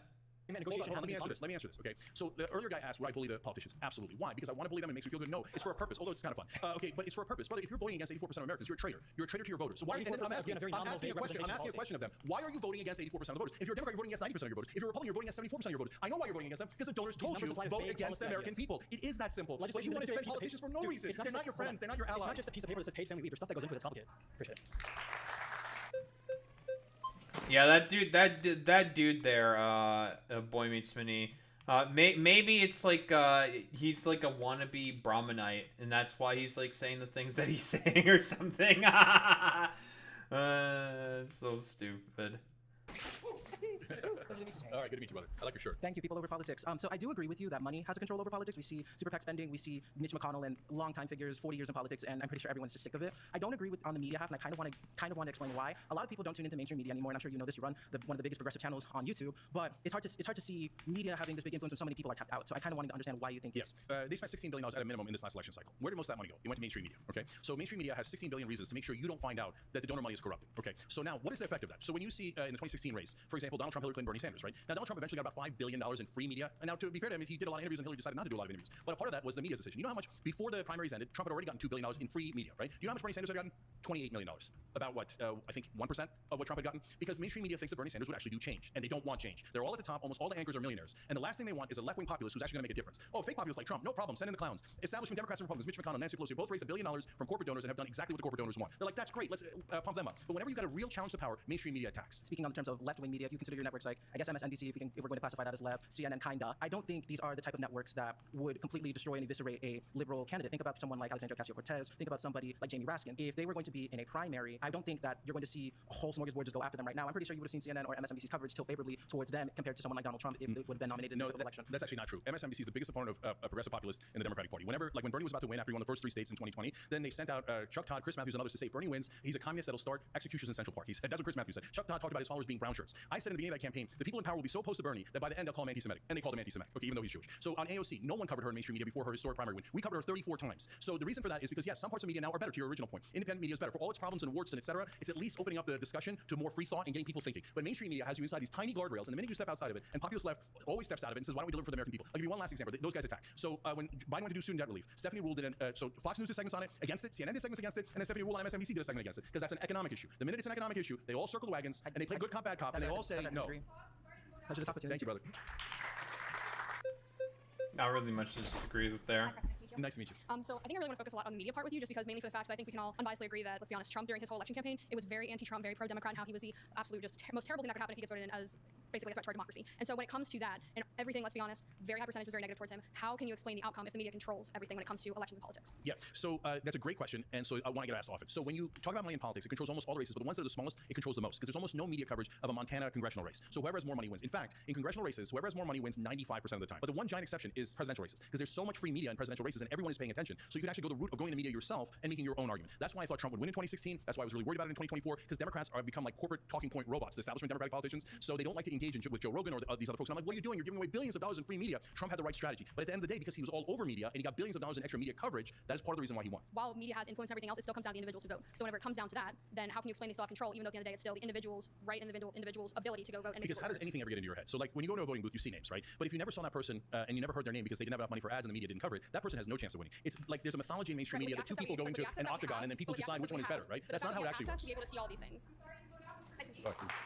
She got insta voted out. Jesus. I mean, she wasn't really saying anything Hey, that nice to was meet you. super important. Yeah, to be so I honest. think money doesn't necessarily have a mind, so I'd like to kind of take it to who's making the decisions on how to allocate the capital. And so does party loyalty here play at all, right? Like, at the end of the day, you're going to have politicians who can influence where that capital is coming from, and if you're towing the party line saying what they want you to say, that to me seems more impactful than the ability to go and find donors yourself to raise a significant capital to win a race. So let me give you a couple examples. So Ted Cruz got $13 million from the Mercer family when he was running for president in 2016. If you remember, Donald Trump insulted his wife, so at the Republican National Convention, Ted Cruz did not endorse him. So, but right afterwards, he changed his mind and started phone backing for Donald Trump. What happened in between? What happened in between is after his speech, he went up to the suites that the Mercer family had at the convention, and they slammed a door in his face. And they said, we now have a new guy that we're picking. It's like the Hunger Games. So the sponsors decided that they were going to go with Donald Trump now. So Ted Cruz, realizing I'm going to lose my donor money if I don't do as I'm told, said, I'm so sorry. And then he grabbed the phone and was like, oh yeah, Donald Trump is the best. Forget about my wife. Who cares about her? Why? Because he's going to seek the donor money. And but you can do it on both sides. Look, Mo Brooks, for example, is a Republican who was running for Senate in Alabama, and he gave a speech where he said, look, in order to become a chairman of a committee, whether you're a Democrat or Republican, you have to raise $1 million, but you cannot raise it from John and Jane Doe. So you raise it from the industry you're supposed to be regulating with the implicit promise that you do not regulate them and you give them whatever you want. So in order to be a committee chairman, whether you're a Democrat or Republican, you must take what is a campaign contribution, but really a bribe from that industry and make sure you protect that. I think it's a cynical view that the yes, it is, and it's true. Again, I think what we're talking It about is cynical, yeah, but it is political true. Structure and government structure just enable, right? Like, I don't think like a claim around Republicans only caring about the poor, or not caring about the poor, only caring about the rich. Are they just acknowledging the practical reality of in order to facilitate a successful race, you have to raise capital, so you have to please donors. So they're not so evil. When do we ever not get pleased? Like, they don't need to be evil. They don't need to be evil. They could just be like, hey, I want status. I want to be a senator. So I'm going to take 13 million here, 10 million there, et cetera, and then I'm going to serve the donors. Yeah, you could say it's necessary, but that's why the system sucks. That's why we need to change it and get money out of politics. If you get money out of politics, then they have to serve the voters and be our representatives instead of the representatives of the donors. In terms of the solutions here, the money will always play a role in politics. Is there a practical reality where you think money is not going to play a role? Yes. So between 1938 and 1978, bribery was illegal. And in that 40 years, we built the greatest middle class the world has ever seen. Was our system perfect? No. But productivity went way up, and so did wages. In 1978, the Supreme Court bribery. Yeah, campaign contributions. When you're if you're donors pissing off rich donors, they can still pour money into media campaigns to influence the outcomes of the elections. So, like money, practically speaking, I just don't see how you ever get to a point where money is not at all influential in a political race. Yeah. So don't give up hope. So can you do it? Of course you can, because we had it between 38 and 78. We did, and it led to the greatest middle class. It led to the best economy. You know what happened? So no, but social media is better than mainstream media. You're taking historical. I mean, this is like, did he say social media is better than mainstream media? What the fuck are you talking about? No, the fuck it isn't. Like, social media will put out such a deluge of just like complete utter fucking nonsense. Like, what the fuck are you talking about, Cenk? What? I like. Okay, to the idea that fucking like mainstream media and like social media, this like sort of like strange dichotomy is like so fucking weird to me, dude. Like what do you mean by that? Like what do you mean? Like are we saying like a lot of the shit on like Twitter is like an accurate sort of like portrayal of like what the fuck is going on in terms of the news? Like no. Like what the fuck are you talking about, bro? Period where today, so you say just give up, don't even try to take money. I'm saying there are things that you can make progress on today, but I'm saying practically I think speaking, you can get a constitutional amendment. You know why I think you can get a constitutional amendment to get money out of politics? Because 93% of Americans believe that politicians represent their donors and not their voters. All right, thank you. No. Hey there. We've met a long time. Yeah, I was gonna say, you look familiar. So on the local level, right? LA City Council could upzone everything. Let construction companies, property management companies come in, wholesale develop, build massive apartment buildings, run these properties, right? LA City Council has not done that. Are you saying development companies, no, we're getting companies, some property Abunda management shit. companies are not moneyed interests? No, that's amazing that you picked that example. There's two industries that are the most impactful on local and state races. It's utility companies and real estate companies. So real estate companies totally own New York and California, even though they're Democratic. So Andrew Cuomo, when he was governor, passed a whole bunch of things. There were tax breaks for real estate companies, and it didn't help the average person at all. In California, we raised $24 billion to help the homeless, and homelessness went up 53%. Why? Because they do things like, oh no, we're going to have more affordable housing, and then they build high rises that are for super rich people, and then you don't get the affordable housing, and homelessness goes up. They don't build, because if you live on a block of single family housing, okay, and city council makes it so that next to your house, some company could come in, destroy it, build a huge apartment complex on your block, people hate it. NIMBYism is real. No one wants that on their block, and city council doesn't want to freak out their voters. Like, there's this thing called we got a Bunda agenda. We're getting a Bunda is here. It's here. We got an Abunda guy. No, the main problem with fucking the abundance agenda is the fact that it does not fucking, again, and Cenk is correct here, it does not fundamentally challenge the sort of it doesn't fundamentally challenge the sort of the main annals of power that take control of or rather not take control, but have control within fucking local political scenes. That's the main fucking issue there. It's not just like, you know, as simple as just like, oh yeah, dude, you know, if I just do like the forehead good thing, you know, that means I'll totally be able to sort of have like you know, a bunch of like really good fucking housing policy and stuff like that. No. The main people who generally speaking get in the way of like a lot of like housing fucking development are the fucking real estate fucking developers, because again, for them, they will buy plots of land, right? They'll buy plots of land with the assured guarantees they're going to be able to make a fucking return on their investment. I've talked about this before. The main issue here is the fact that stuff with inelastic demand, such as housing, has the profit motive and incentive structure behind it. That's the main fucking problem. It is the fucking profit motive. Period. End of story. Stuff with inelastic demand should not be dictated by the fucking profit motive. It should be dictated by, well, it should be fairly obvious, stuff that is conducive to being able to get housing for fucking people. Not just like, oh yeah, dude, can I make like a lot of money being able to like buy this fucking high-rise apartment or whatever the fuck? It's like, no. That's not how that fucking works. You want like good fucking housing. You want like people to be able to have like a house and stuff like that. You get rid of the fucking profit motive that is incentivized within housing. Like politics, where they don't want to massively upset people, so they don't rock the boat. And the homeowners aren't giving any money. Like real estate developers are not the little guy, and they're not getting their way. Yeah, so it's interesting that you picked that example because I actually have personal experience with that through someone that works at TYT. They ran for city council. As I said earlier, it's easier for progressives to win at city council level because it's a smaller group of people and you can knock on doors, and that's what she did. So that's why sometimes the city councils are better, certainly better than the national guys, etc. But when her experience was when she went in, the real estate interests were massively powerful. She fought against them. It was in the middle of LA, and eventually they cared so much about getting her out that they started funding someone to make sure she's removed from the city council. Real estate has massive. But what's the money on the other side of not building? So no, there is no. Yeah, that's what I'm saying. That's why real estate almost always wins. You're saying no. Sometimes at the local level, real estate interests don't win. Yes, because very rarely, because it's such smaller percentage of people voting, you can get progressives in there that block that because they're not representing donor interests. But even in places like LA, they eventually get overwhelmed by the money that real estate guys bring in, and that's I literally have personal experience with what happened in LA. I want to move to media. Don't you think, especially with alternative media, people, creators like chase the audience and they try to be as outrageous as possible to like because I don't know, outrage sells and audience capture is a huge thing. So they're running around chasing audiences. It's not money coming up top down. It's like bottom up. No, I don't disagree with this. Like disagreement. Yeah, you're not wrong about that, brother. So there's a giant distinction between mainstream media and now online and independent media. So as I said earlier, online and independent media has at least got people thinking it's a wide range of opinions, and I greatly prefer it. Mainstream media does not care, and it doesn't do the thing you're talking about. What it does is it says no, Joe Manchin is a moderate, Mitch McConnell oftentimes is considered a moderate, etc. That's nonsense. They do nothing but lies to get you to vote for corporate politicians on the Democratic side. You think alternative media is helping our politics? You think alternative media is much better than mainstream media. Mainstream media says no. I'm sorry that I keep going back to it because it's such an obvious and stark case. On Paid Family Leave, the 6. I mean, it like okay, I don't disagree 100% with Cenk here, but it really fucking depends on who is fucking saying the particular things that they're saying, right? Like, if it's like right-wing alternative media, no, it actively makes everything worse. But like, I don't know, is Cenk trying to do like the whole like song and dance, be like saying like, well, no, there's actually like some good things the populace, and this is where I'm gonna fucking disagree with them. Like, oh, there's actually like some good suggestions that are being told here by the fucking populace right.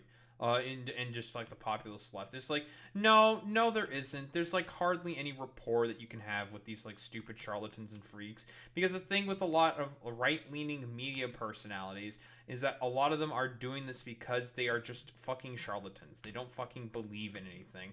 They just want to do everything possible in order to make a fucking buck. That's it. 16% they call moderates, like Manchin and the Republicans that block it. The 84% that want it, they go, oh, radicals. No, progressives like Bernie Sanders are radicals. But they're total straight liars. Who's still watching CNN to get their political opinions? A lot of people, older voters, over 70-year-olds. But you're not mostly older whole, people. There's so many people not paying attention to those channels anymore. And that's the great thing. That's why after the Trump election, I said, at least we're out of the establishment prison. We're in the populist woods, and there are things that go bump in those woods. I know, not everybody, you're not going to get all the hosts you want. You're not going to get all the opinions you want. You're not even going to get truth all the time. In fact, most of the time, you're not even going to get truth from the right and sometimes even from the left, okay? So, but what you're going to get is a wide range of opinions, and at least you get to make that decision instead of mainstream media shoving it down your throat. All right, thank you, brother. Okay, that wasn't the worst thing, yeah. Come back up. All right. So you made an interesting claim. It's very hard to disagree with media and money control all of politics. It's more so who controls the money. When President John Kennedy passed Executive Order Number 1110, which began the process of abolishing the Federal Reserve, which we know is a private institution, he was mysteriously assassinated a couple months after that. So the question is that the money powers of the world, they have a monopoly over the things that we use to transmit and receive information. So my question to you is, how exactly do you combat such a machine that has been in existence since mankind has been on the planet? Yeah, that's why I mentioned 1938 to 78, because when you make it illegal, it's much harder to do the bribes. It's not that people don't get bribed, they do, but it's more rare, right? But in 76 and 78, the Supreme Court had two decisions that basically said corporations are people and they have a right to spend unlimited money on politics. When they did that, one of the dissenting justices, Justice White, said, you just killed our democracy. And that's exactly what happened. Now, theoretically, you could overturn the Supreme Court, but you're not going to overturn the Supreme Court that is massively pro-corporate. That's why I'm saying you need to do an amendment to go above the Supreme Court, but you can. And that's why I started Wolfpack. If you get money out of politics, if you say in the Constitution in a way that the Supreme Court cannot overrule, these people cannot buy our politicians, that is the answer. We can get back to a time where we created great growth in this country, and most of the earnings went to the middle class. You know that after those Supreme Court decisions, productivity still skyrocketed, but wages flatlined. And the difference was $12 trillion that they stole from the average American. The wage productivity gap. Well, you said the wage Wait, that's my shtick. I can't believe that Cenk Uygur would bring up the precious wage productivity gap. I love this gap. Well, graph. Showing the gap. You know what I mean. Fuck you. Shut up. Yep. Cenk's fucking correct here. Yep. Wage productivity gap. Again, like, money has been going up, but, or productivity has been going up, but, you know, wages, nothing to show for it. American. When the corporate executives, instead of going to the average that sounds fantastic. I'm not disagreeing with it. What I'm asking you is, you are talking about fundamentally restructuring the entire political system, which will require, frankly, Thomas Jefferson said once that the tree of liberty has to be watered from time to time with the blood of tyrants and patriots. Money has obviously integrated itself into the Supreme Court, into the Congress houses, into the White House even. With all the money that President Trump won did lose in the election because he lost to quote him, and lost billions of dollars. But he was donating billions of dollars. If we don't have, right now, do you have a populist candidate that we as a people should be supporting? Who's the candidate? So we're going to see that through the system, the primaries, etc. But Jon Stewart's amazing, Ro Khanna's amazing. And how much money have they gotten from corporate donors? So Ro Khanna does not take any money from corporate donors. If you're going to be in Rebellion PAC, you're not allowed to take corporate PAC money. So there's a way to do it that way, get enough of the legislators that are honest. And by the way, there's some Republicans who are now not taking corporate PAC money. So true, Alex. Josh Hawley. Wait, so that's the road to redemption, etc. But an amendment fixes the entire system. But the question then goes back. Why is he specifically bringing up fucking Josh Hawley? Dude, again, this is like the main problem that I have with fucking Cenk with the new fucking shtick that he's doing. Again, like, Josh Hawley literally voted with the one big beautiful bill. He's not a fucking populist. He's a charlatan. Like, he doesn't fucking believe anything. It's just fucking stupid.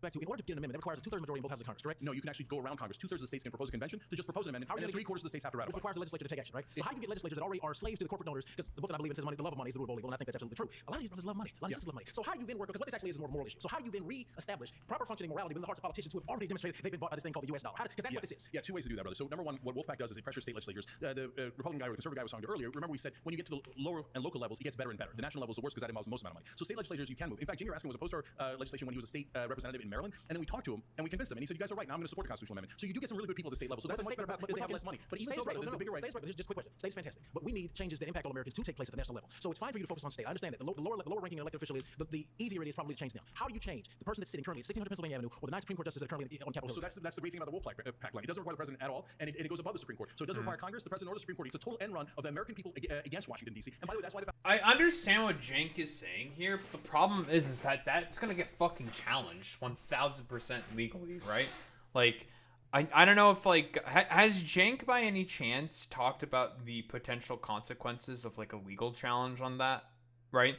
Because if what Cenk is saying is true and it happens, right, like, that is 1000% gonna get fucking challenged in the courts. Like, there's no fucking shot that that's not fucking happening, right? Like, I don't think that's, like, ridiculous to say. Founding fathers put it in there to make sure that if Washington got too corrupt, you can actually call for conventions at the state level and get it done. And how do you do that on a national scale? You need one incredible leader to, instead of worrying about himself, to worry about the American people. If anyone who gets money out of politics is going to have statues built of them all across the country. Yeah, but the problem is that, like, again, you're assuming the altruism of a fucking politician.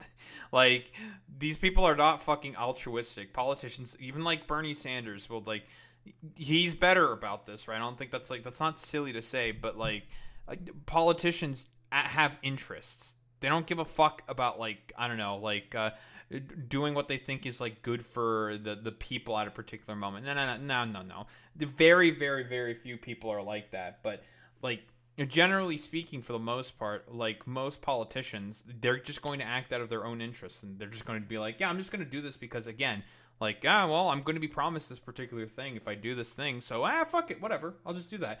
It's not as simple as just like, yeah, this one guy is just like a good guy, and he's just like a good guy. It's so, like, it's reductive.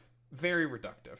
You need one brave and honest person to say, yes, I'm going to fight for all you guys, and I'm going to put a world of pressure, yes, on politicians in my own party, so to get this done. So based on that, what does that ideal politician look like? Because we haven't seen it. Trump ran, he said, we're going to drain this swamp. He hasn't drained the swamp. We're still waiting on the release of Epstein files. We're still waiting on the full unredacted release of MLK. We're still waiting on the unredacted release of JFK. What does that actual candidate look like? Because all this rhetoric is fantastic, I got to tell you. So in our lifetime, because of overwhelming money in politics, we haven't seen an ideal candidate like that, is what you're saying. Right. And I largely agree, except Bernie Sanders is super honest. He doesn't have the... So look, my problem with Bernie is that he didn't have the fight in him. Like, I love the brother, but he should have fought Hillary harder, he should have fought Biden harder, and you need strength to be able to win, right? So, but remember, FDR did it, JFK did it, LBJ did it. You mean FDR did what? What did FDR do besides steal Americans' wealth? No.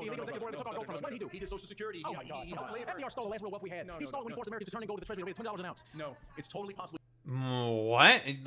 Listen, literally fucking, like, FDR was, like, the only reason that fucking American capitalism was fucking saved. Like, what the fuck are you talking about? Like, he is the reason as to why the American economy didn't fucking collapse. Like, what? Jesus Christ. All right. This dude's, I think this dude's fucking brain is completely fucking cooked. You've got to believe and you've got to have hope. No, I do believe. If I may, just real quick point. You're talking to somebody that's going to run for president in 15 years. Okay, I've already started this. I'm running for Congress in 2030. So it's not that I don't believe. But what I'm asking is, you are talking about the fundamental moral restructuring of America. Right now, 2025, there is no politician on Capitol Hill in the White House that has the sort of fire that you're describing. And what you're saying is again, it's great rhetoric. But if we don't even know what the ideal candidate looks like. So the reason I mentioned somebody like Jon Stewart is you can't know ahead of time who the ideal candidate is. Okay. They got to come through the primary and win, right? But the reason I mention him is because he can get past the Praetorian Guard of the mainstream media because he's a celebrity. So that gets him to the Trump land where they cover him because, oh my God, he's famous, right? Okay. So that allows him to get past the media, get past money in politics. And if one person like that, whether it's him or someone else, then raise their hand and goes, hey, I'm with the 90% of Americans that want to get money out of politics, and you elect me, and I'm going to fight like hell, and I'm going to make sure that we end this problem, this scourge. Yeah, the problem is like, I don't know, like, again, like, same point that I'm constantly been reiterating here.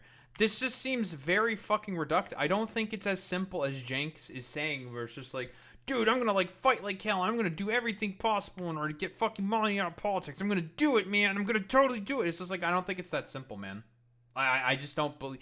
I don't believe it's just as simple as just like they're just gonna forehead fucking do it. I don't see it. Of money in politics. He will be intensely popular. He will win. He can execute that, and we can get the amendment. We've gotten so many amendments. They are definitely possible. They want you to give up hope. Don't give up hope. Wolfpack has a plan to do that. Rebellion Pack has a plan to elect a president that can do that. Let's go execute those. Let's go fight for populism and win. I got a lot more to say. That was good. Okay, thank you, brother. Okay. I'm torn on this because there's a couple people who didn't talk, but everybody made good points and was certainly sufficiently aggressive. Oliver, was it? Yeah, you made good points and you didn't come up a second time, so I'll go with you. Yeah, no problem. Look forward to this opportunity. So my general claim is that Cenk Uyghur's populism fails because it treats social issues as a distraction rather than it's essential to achieving economic justice. So kind of my claim here is that there are a lot of social issues that are really important and also really popular with American people, as you're talking about, with a lot of economic issues that are just as popular. If we look at something like the public opinion polling regarding Roe v. Wade, like 70% of Americans were against that, the overturning of that. And I think also what's important in this conversation is to say that the line between social and economic issues is not like very clear cut. If we look at something like abortion and reproductive rights, it is the case that if someone gives birth in this country, a woman gives birth, it's upwards of $18,000, which is a huge economic hit to her. And the Turnaway study found that when women get abortions, or if they're actually denied abortions, they follow up with them about 5 years later, they're 4 times as likely to either remain or have fallen below the federal poverty line. So I think just in general, I'm with you on the claim that we should focus on issues that Americans largely agree about. I just kind of have an issue with, I mean, I saw a recent appearance of yours that, culture war issues as it's framed just totally divide. I think there's a bit of a grain of truth to that, and we should focus on what unites us, but there are some cultural issues that really do unite us, even if that's not immediately clear in our media landscape. Yeah, so let me agree and disagree in part. So first of all, if you say, hey, here's a social issue that polls at 70%, should we lean into it? Of course. Okay. I'm saying don't lean into the social issues where we're in a great disadvantage. Okay, so this is simple logic and strategy. So for example, Trump again did the travel ban. Originally it was a Muslim ban. You remember that's what he promised on the campaign trail in 2016. And so he's done some variation of that. Would I tell Democrats, because it affects me and it affects vulnerable communities, you should focus on that first? No, do not focus on that first. Focus on the things that unite us first. And then you come in and you pass a public option or a paid family leave or higher wages. What you do is you earn credibility with the average American. And you go, okay, now I'm willing to listen. You delivered for me. I now have higher wages or lower drug prices. So what were you saying about the Muslim ban, or what were you saying about transports, or whatever issues that we care about and need people protected on? And I'm really sympathetic to a lot of that. I guess my major issue is a lot of the political revolutions that we see are founded on social issues. Let's take a look at something like the Civil Rights Movement, which was followed up by the Voting Rights Act and other things like that drastically improved people's economic standing because they were able to participate in the labor force without discrimination. We see that they go hand in hand. So I guess I'm just wondering, if we're fighting for women to have reproductive autonomy, which allows them to be full participants in the labor force and not be hamstrung by the fact that they're being forced to carry a pregnancy against their will, it seems like that will actually allow women to be more economically productive and contribute to our economy in ways that benefit all of us and are popular. So I mean, can we walk and chew gum at the same time? Like you talked about, like let's do both, right? Yeah, I literally said that earlier as you just referenced. And so brother, you're not wrong that they're intertwined. Yeah, again, like, Cenk is seemingly doing the fucking class reductionist fucking thing again. He's being a class reductionist, guys. Oftentimes, right? So, for example, while they were doing the civil rights campaign, one of the things they were pushing for was something called the freedom budget, which Nina Turner's trying to bring back now. And so, if you notice, by the way, Martin Luther King Jr. got assassinated once he started doing the poor people's campaign, right? And we got into issues of class. And Fred Hampton got assassinated when he tried to bring the different groups together, when he tried to unite the country, unite different races and different economic classes. So, what really puts the powerful back on their heels, what they're really worried about, is if we all unite. That's why I'm trying to tell all you guys here, please let go of the Republican politicians, the Democratic politicians that have been driving us apart. So, if they use social issues to bring us back together, great. But they almost always use the social issues to divide us, so that we're so at loggerheads that we don't go, hey, maybe we should raise our wages. I think it depends on the issue. And I think you can definitely speak to both things. I guess I'm just wondering that if we use that type of reasoning, what would be your advice during around the civil rights movement? Because, for example, racial integration was very unpopular before the Civil Rights Act was passed and the Brown v. Board of Education decision. Would you say that politicians don't lean into it? It's too controversial. You're going to alienate people. Just focus on economic issues. And if they did that, where would we be today? Yes, you're right. There has to be a moral exception from time to time. So then the question is, wait, is it a giant moral exception, or is it a relatively small issue on a hill we're choosing to die on? So let me give you the distinction. So gay marriage, I thought, was a core constitutional right. So even when it was very unpopular, I fought for it, and we fought and fought and fought until we won, and we convinced the majority of the American people. And only after we convinced the majority did we convince Democratic politicians like Obama and Biden to move. If we had just gone after the politicians, we would not have succeeded in the beginning. So now, when you get to trans women have the right, or they must be allowed to go into sports leagues like the WNBA, we're not at a core constitutional issue. And I'm not even addressing that issue. I'm talking directly. You talk about a moral issue, and I think abortion is a moral issue, and everyone in this circle will agree with that, regardless of what side they fall on it. And I think that women, so I guess just then I'm worried that when your messaging is so much cultural issues distract, cultural issues divide. What it sounds like to me is women's bodily autonomy isn't a core moral issue that is worth fighting for in the same way that gay marriage is to you. That's what it sounds like. No, I love that you're clarifying. No, that's a core constitutional right. That's your liberty that's being taken away. You want to talk about cancel culture? That's when you say, hey, you don't have the right to control your own body. We're canceling that right. We're taking that freedom away from you. Look, when you look at transgender issues, for example, so should they be allowed to serve in the military? And I know a lot of right wing will disagree with me, but yes, that's a core constitutional issue. Yes, they should have the same rights. But I don't have a right to play in the NBA. They don't have a right to play in the WNBA. That's not a constitutional right. My problem is sometimes the extreme left, they say, okay, no, you should do the maximalist approach, and that is the better strategy. Yeah, and I'm saying don't die on that hill. No one is fucking saying that, though. Like, literally, again, this is a straw man. No one fucking is saying that, though. Like, literally, nobody is fucking saying that I can't believe that the max left is trying to do everything possible in order to try to, like, push for this particular policy. It's really fucking stupid. Yeah, exactly, Boy Meets Mini. It is the fucking same shit that, like, Anna Kasparian is fucking saying. It's like, no. Like, nobody on the fucking left is saying, like, you have to die on the fucking hill of, like, trans issues or some shit. Like, nobody is fucking saying it. That's, like, literally everybody is saying, like, honestly, the fucking exact opposite. Like, nobody is saying that you have to die on the fucking hill of like, oh yeah, you need to do like literally everything to push like for trans people. Like that's actually what you need to do. It's like, no, nobody has said that. No one on the fucking left fucking agrees with that. That's fucking stupid and ridiculous. I'll give you an example again from my own community. I'm desperate to get the Palestinians peace. I'm desperate to get Israel to stop the genocide and their attacking, etc. So they do a protest in Washington, D.C. They burn the American flag and write Hamas on a statue. No, don't do that. I'm agree with right? you. Because if you burn the American flag, you're saying you want to drive Americans away from it. No, invite Americans. Bring American flags to that protest. Could not agree more. I think then I just don't see then how that comes back to the claim that culture wars kind of divide us. And if they do, right, you should not see the trans issue divide the hell out of us. 100%. You are using one issue to describe all of the culture. But then you got DEI. Okay, well, we can talk about that. But one, I mean, you would then have to specify and be a bit more clear. Because look, I understand that we're on YouTube and the goal is to get clicks. And when you make kind of very like absolute statements, like all Democrats and Republicans are the same. What I'm saying? You see what I'm saying? I see what I'm saying. I probably agree a lot with you on a lot of stuff. I think that when you sideline social issues and make it seem like social issues are secondary, to me, like I think that there are some things that shouldn't be secondary. All I'm trying to get people to realize is that, first of all, in my opinion, the right wing is the one that brings up all these issues. They went looking for a fight on critical race theory. They went looking for a fight on DEI. They went looking for a fight on trans sports. When they get you in a situation where they've got you on an unpopular policy, stop fighting, stop falling into that trap and that ambush. And I agree with you. I definitely agree with you in part. I think the problem as well with how the prompt is framed is it treats right-wing fake culture war issues that they make up with real actual issues. Like I'm kind of agreeing here mostly with Oliver's position because again, like it's a lot of the time when right-wingers talk about the fucking culture war fucking issue, it's bunk bullshit, right? Like the reason why the right wing brings up culture war issues consistently is because they are not interested in fucking addressing policy, right? Because they know that what they believe in fundamentally is unpopular, is not fucking conducive for good outcomes for the fucking American people, right? Like they are not interested in those fucking popular fucking positions, right? Because they don't actually want to fucking address any of that stuff. Like that's not ridiculous or hyperbolic to fucking say, to be quite honest. But yeah, like it's not just as simple as a forehead. Just like if you just like stop talking about them, you dig your fucking head in the sand, and you do like a little fucking funny song and dance. Well, therefore, like you know, the issue's just gonna disappear and it's just gonna totally not have to be as big of a concern. It's like no, it's not. It's not as simple as that, to be honest. Like it's a little bit more fucking complicated than that. Women's bodily autonomy. So like, I think we're just your distinction is no problem at all. Okay. It's just what I've lived in the real world is that when I say, hey, maybe we shouldn't go maximalist on every issue, all the other left-wing hosts attack me and go, you're not pure enough. I'm going to get more clicks than you by being even more pure. And I'm the first person to stand and agree with you that maximalism might not be the correct solution. Often isn't. I just think. But again, nobody like some people may be doing that, and that's like a tiny percentage of people on fucking Twitter who are like really stupid and fucking annoying. Oh yeah, Americans and their dumb obsession with sports fairness. Again, yeah, I know it's so fucking stupid. It's not about like.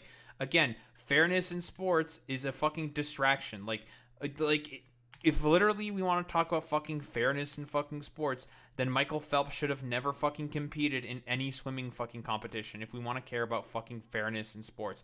It's not about fucking fairness in sports for these people. That's a fucking talking point. Cenk is falling into the thing that he says he has a really, really big fucking problem with. Like, the fucking distractions, because that's a fucking distraction. For winding down, it's just really important to not neglect social issues such as women's access to their own bodies, such as LGBTQ rights. Okay, good. Then I guess then asking you moving forward, maybe make an emphasis that your populism doesn't neglect the very groups that you claim to want to fight for. You got to do. Awesome. Right. Thank you so much. Okay.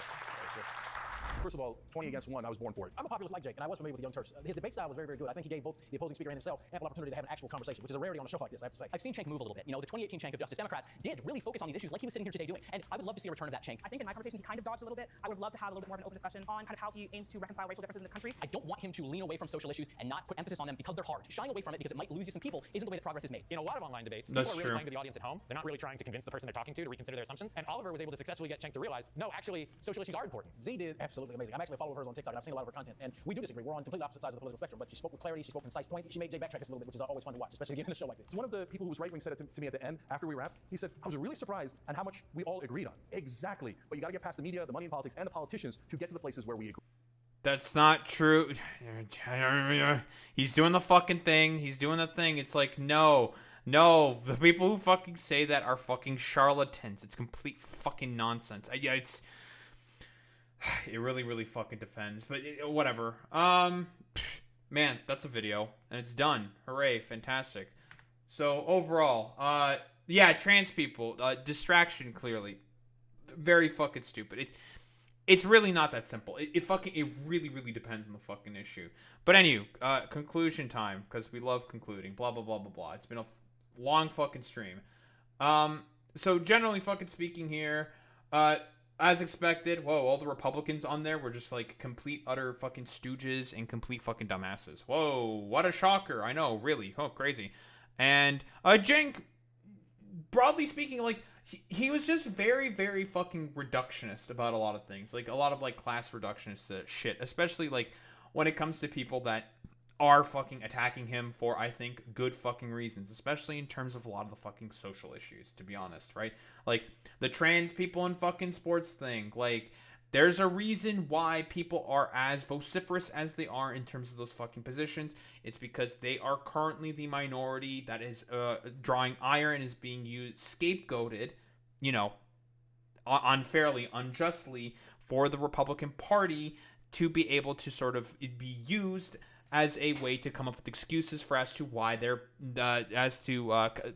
not why for their bad policy is failing, but as a sort of screen for their fucking bad policy, which is something that Cenk should be able to fucking realize, being in fucking goddamn politics for as long as he has. Is very often politicians will put up like certain fucking smoke screens all the fucking time in order to distract people from particular issues. That's a very, very common thing that happens in fucking politics.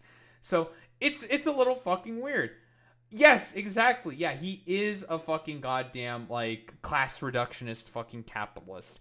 And that's mainly the biggest issue that I have specifically with Cenk. He made a lot of the really fucking stupid class reductionist fucking positions and is just falling for a lot of the stupid propaganda on a bunch of Republican sort of culture war fucking talking points. That's the main issue. I mean, in terms of the economic policy and all this other stuff, yeah, I'm probably not really going to disagree with much of Cenk on, and I'm just probably going to, like, attack other people for that. I did generally fucking attack other people for that shit, and Cenk was pretty much on the money there. Like, no notes on that stuff. But, again, it's not just as simple as, like, forehead, like, dude, if we just, like, stop talking about fucking trans people, then therefore everything's going to be okay. It's just like, okay, whatever. It's really fucking dumb. Yeah, I don't know, like, Zoran Mamdani went to that fucking Pride Parade and in New York, and he was holding a fucking trans flag. No one gave a fuck about any of that shit, because, again, it's just a fucking scapegoat that the Republican Party is fucking using. That's the fucking issue. So, anywho, yeah, overall, like, Cenk, I don't know, class reductionist for the most part.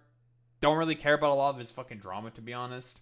That was also brought up. And in terms of, like, the populist positions, the left-leaning positions, not really going to have much of a problem with Cenk there. Like, I'm more or less going to agree with most of his stuff. So, yeah, otherwise, like, yeah, it's just the fucking weird class reductionist stuff that he's, like, adopting from fucking Anna for, like, whatever fucking reason. Don't think there's really much else to say besides that. Oh, it's 3 in the morning.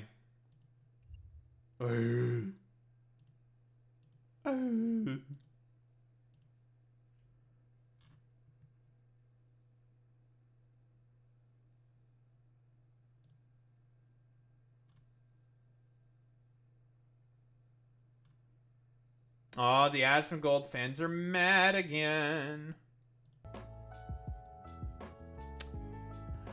You need to listen to the whole context. Listen to the whole And then post it. Post it. I'll watch it. Post it. Post the fucking context. They never post the context. Yeah, you need to post the context. Post it. Post it. Okay, post it. Post it. Fuck, post it. Post it. I'll be the judge of that. I think they're just mad about the fact that I'm saying that he's Hitler. Again.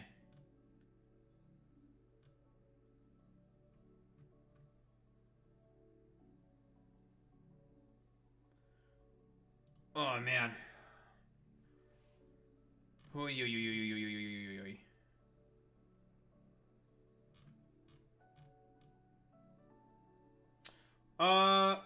Let's raid out to our boy, Jason Society. Oh, it's been a long one today. Holy fuck.